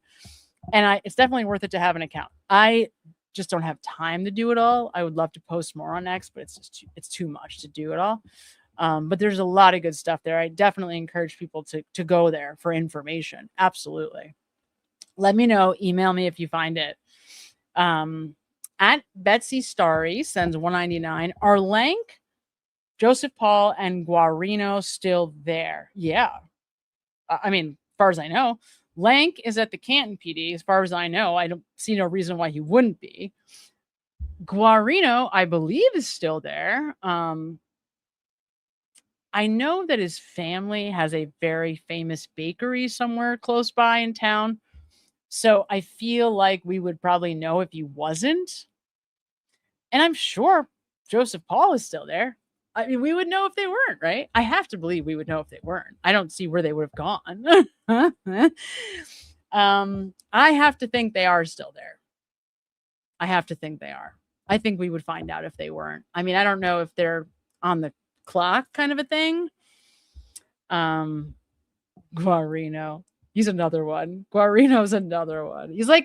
He's kind of like a Yuri, like adjacent for me, just because he was so scared. Like, he wanted no part of the second trial, like to the point where like he really tried to like lean into an injury so that he didn't have to. He was so like did not want to testify. He was like ready to show up in a wheelchair. I think he did show up in a wheelchair. Come on, that's commitment. Hi, Songbits. Laura's a member for 12 months. Songbits, we're like kindred spirits at this point. Loopy and Judy had a bet and she lost and wore a bikini. Yeah, I wouldn't get on him for that. I mean, but I don't know what Melanie's doing, so I don't want to speak to it. But yeah, no, they're friends. Absolutely. She doesn't do anything unwittingly, Judy, I mean, they are friends. And, and Vince also comes from like a completely different like world than Melanie. They're basically like on opposite sides of the universe, Melanie and Vince, like different languages. Like, Melanie is very like, what you see is what you get. Vince is like in this whole Howard Stern universe, which is like, it's another planet. It's just not on the same scale, just different. So I don't know enough about what Melanie's been saying to speak to it. To be fair, I really don't. At Crime Junkie 44 sends $4.99. Do you not do Monday Nooners with Vince anymore? Haven't seen any and heard you are no longer working together. Just not for right now, because I can't do Monday Nooners right now because I have to go back to school in just a few weeks and I just can't do it. That's the bottom line. Like I said, hopefully someday I'll get my life back, but I'll never get my life back if I don't just start doing what I need to do. And I put it off for a long time. I took last semester off. I was supposed to do it last semester, and instead I just was with you guys all the time because that's what I'd much rather be doing. So it's like the 11th hour and I'm in big trouble. That's where we're at. So I just can't do it. That's it. I will. Madeira, I am so behind on email. That is on me. I am so behind on email. I know. So behind. Like, so behind. I started this new business and that's a whole other thing. And it's completely a school related thing. But anyway, the point is, because of that, I was on another planet for the last week. So I will absolutely, first thing tomorrow, start downloading my whole email. I know there's a lot in there. I know it. Miss Holmes sends $2. Personally, I want to know if KOK is living with Jen McCabe. We'll find out. Oh, we'll find out. Oh, yeah. No, for sure. We'll find out. Don't worry. We'll know.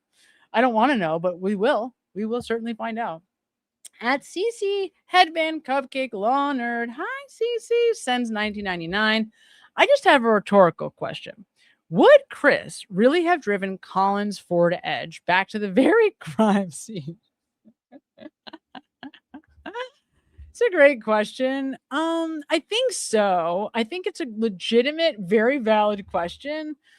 But like, I think, yeah, you know why? Because these people like just don't apparently think they're going to get caught. I mean, think about it. Tim Albert crashed his car into his girlfriend's car, parked at a light, and then drove home to his parents' house, leaving a trail of like fluid from the car he was driving. So I think the answer is probably because they just didn't think they were going to get caught. I mean, that's the only excuse that I could come up with. And I guess what would be the alternative? Like, we know there was a Ford Edge there. We know it wasn't, or I think we pretty much know it wasn't Brian Albert's, right? Because according to Lucky, it wasn't Brian Albert's Ford Edge, which leaves only two options: Colin's or Kevin's. Kevin's is not impossible, but the way that Chris has made himself so much a part, front and center of this whole story, the whole time he's been front and center. It just says to me that he's directly involved. So I could be convinced that it wasn't, but I just don't. I think Chris was there. Maybe it was. Maybe they were both there. Because it would have definitely, probably have taken 3 men to move John's lifeless body. Probably 3. So I assume Brian Higgins went back there. So I assume Brian Higgins, Chris Albert, and Brian Albert. Could it have been Kevin Albert? I mean, sure. Yes. But the only thing about that is he would have had to have found out, because somebody would have had, like, Colin eventually has to go home, right? He would have gone to his house, up the stairs, and woke up mom and dad, and then said, Mom, Dad, this is what happened, right? That's why I think Chris would have gone back. And there's also evidence from their testimony that he tells us he went back. That's a whole nother conversation, but there is evidence that Chris was there. That's actually how I came to believe that, was because there's testimony that made me believe they're lying or being deceptive about Chris not being at the house. If that makes any sense. But so it wasn't like random. At Saucy Meat Sauce sends $5. That's amazing. I love both of you. He just did an analysis on Morrissey's. Oh, I know. He's done it before, and it was a good one. The hostage letter. Absolutely. He's done, I think it was Veriscope that had done Morrissey's hostage letter before, and it was really good. Very helpful. No, he's awesome. Veriscope is great. Absolutely great. Absolutely great. I love him. Absolutely. At Celine the Bean 4. Hi, Celine the Bean. Oh, she sent me a dissertation topic. Amazing. I cannot wait to see it. I will definitely, tomorrow morning, guys, I am doing it. I'm definitely doing the email thing. Okay. Do you see me trying right now? Blessed Mama sends $1.99. What makes a liar double down even when caught? Depends on the liar. Like, the reason why I didn't cover the maternal instinct woman, because obviously I've, analyzed it. I looked into it. I tried to decide, is this worth my time? She's just a liar. There's nothing exciting going on there. I mean, it is exactly what it seems. She is sociopathic. She's a liar. Because it depends on the situation. It depends on how narcissistic. It depends on what's driving lies. But because most people that lie till like the bitter end, or like lie to this just for the sake of lying, they just don't want to get caught. It's like kind of Corey Richins is a good example, right? Like she just thinks like if I keep lying, inevitably people are going to believe me. I mean, it's crazy. It's stupid, especially in the face of like just such obvious evidence. Right. But I mean, it's like the Taylor, whatever woman, she's got someone else's baby. Like, did you really think you were going to go to the hospital with somebody else's baby and be like, yep, I just gave birth, and nobody was going to like check? No one was going to be like, you had a hysterectomy, but they put themselves in this position that, where they keep doubling down at every turn. And eventually, I think a lot of the time they get away with it for a long time. I think that's really, most people that are that lie that much, they get away with it enough, or they get some benefit from it enough that it seems like it's worth it. Like they get their needs met more often than they don't. And so it seems like a good idea. But there is so much that goes into lying. Like we could, spend all day talking about it. And there's just so much huge variance about why people lie and in what situations and what types of personalities lie. It's a really big discussion. Hi, at Michelle Your Bell 17. How are you? Is a member for 5 months. Another fabulous live. Thanks for finding the time for us, Sam. Oh, thanks for finding the time to be with me and be with all of us. You're the best, truly. Really, though. At Nordic Star Seed 2027 sends 10 Canadian dollars. Why is 6 afraid of 7? Because 7, 8, 9. Baba Booey. Okay, that helps. I feel so much better now. Do you know I know Baba Booey? Does everybody know that? Which is really weird because like he was kind of paternal to me. He really was. It's like kind of a father figure. It's like, oh my God, we don't want to talk about my Howard Stern days. It was so traumatizing. Thank you for that. I really appreciate you though. At Daddy Delicious sends $4.99. I barely saw any yard signs for the DA race. Okay. That's not bad though. No signs is better than the wrong signs, right? Visiting my family in Norfolk County over the weekend. I've seen more in Worcester County where I live. I don't know if it's concerning. Like I said, I'd rather see no signs than the wrong signs. Because I do think that there's like a quiet contingent that just like want to not be seen, but want to be heard. I do suspect that. That's who I'm banking on, because that was the same thing. Like when my sister and I went to Canton, my sister's a lot more extroverted than I am.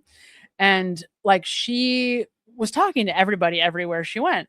And inevitably she'd get people to say like, yeah, we support Karen. Right. But they weren't like necessarily just coming out with it. They had to be asked. So I think you may not see, like, these might be people that don't necessarily want to go to war. They don't want the prominent, lawn sign to be like, yeah, let's fight it out, but want change. And I suspect that could happen. I don't know if it will, but I suspect it could. So I don't know if it's concerning. It might just be that this is a community that would rather just go to the polls quietly, make their vote heard, but not necessarily be flashy on the way there. And I think that's a better way for Adam Deitch to win, because if you start seeing a lot of those lawn signs, just as somebody else was asking earlier, it's very possible that you could have that equal opposite response. Like, oh yeah, well, F you, I'm going to put my guy on the front lawn, So it might not be the worst thing not to see anything. But like I said, better to see nothing than to start seeing a lot of Greg Connor signs, which makes me very nervous because, guys, he can't win. I mean, if he wins, like, it just goes against everything we've spent the last however many years now talking about every single day. Like, he cannot win. He cannot win. Oh my God. All right. There's so much. I love you guys so much. Denise, you're the greatest in the whole world. I thank you. Everybody say thank you to Denise, the best moderator in the world. All of you that have hung in there, you're the best. You really, really are, though. I love you guys so much. Thank you. Thank everybody for all of your support. Welcome to the new members. This is going to be a very exciting couple of weeks coming up. There's so much. It's like this the Karen Reed stuff, the John O'Keefe case. It's like the never-ending story. But, you know, we're just going to keep going, guys. Let's get this guy, Adam Deitch, elected so that we can finally see justice for John O'Keefe, whatever we have to do, because I think that's our way. I think that's the next step. Hi, Kit. Kit sends $4.99. I think Higgins went to the police station to get collapsible stretcher from the parking lot truck. You can move a body from two people with those. Yeah, I've had a lot of people come up with different possible things he could have been picking up. May have been picking up more than one thing. I could believe that. Absolutely, Kit. Absolutely. And there could have been a lot of different reasons to go to the PD. I mean, I think he was very comfortable there. That was like his home, right? Especially now that he didn't have his place in Canton and his apartment anymore. I think that was like his home away from home. So I think that's very possible. Absolutely. Yep. At Melly Girl since $5. Chris said he came home cold and immediately ran upstairs. Probably true because he was outside helping move John's body. They're both true. It was true twice. It's true twice.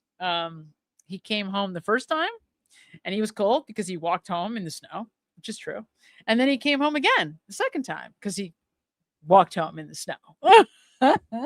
So yeah, I think it was true twice. Absolutely. There's a lot of good stuff in Chris Albert's testimony. In fact, that's a place to go. Check out, if you haven't seen Veriscope's Chris Albert testimony, that was very helpful. I mean, I like it. Just kind of sometimes when you hear somebody else say something, it's like, oh yeah, I wouldn't have looked at it that way. I didn't think of it that way. That happened with Veriscope when I was looking at Chris. So take a look if you haven't seen it before. It does help with some of what you're kind of describing, but you also have to, like, Jen does a lot of, there's a lot. This is like telling you guys, this case is a monster. It never stops. You could spend every day, probably for the next 10 years. Seriously, I'm not even kidding. Just looking at one little piece of this fucking case and these two trials, just these two trials, just the testimony from these two trials. You could probably spend the rest of your life analyzing testimony. It is insane how much there is. It's crazy. It's truly crazy. So, but check out Periscope and see what you think. And I can take a look again, but I think he was there. I don't think there's any doubt about it. That's my personal take. All right, you guys. Wow. If you haven't pressed the like button, press it now. We're almost at 5 hours. Holy crap. What a night. You guys are amazing. So much to do and so much more to do always when it comes to this case. Everybody enjoy the rest of your Thursday night. Have a beautiful summer weekend. I will be back to our normal time next week, Wednesday night, 7 p.m. Be there. I love you guys so much. It is the defense Good night, everybody. I love you guys. duty to protect the rights of the individual, as it is the prosecution's duty to uphold and defend the laws of the state. Justice for all. Only we have a problem here.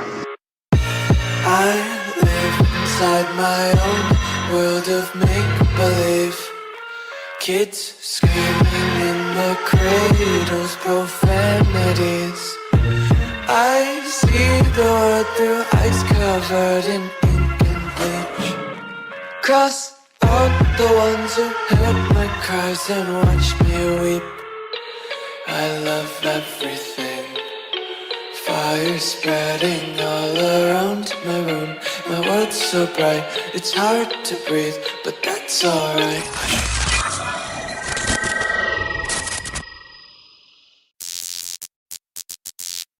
This is me reminding you once again to like the video, like this video, like the video, like this video right now.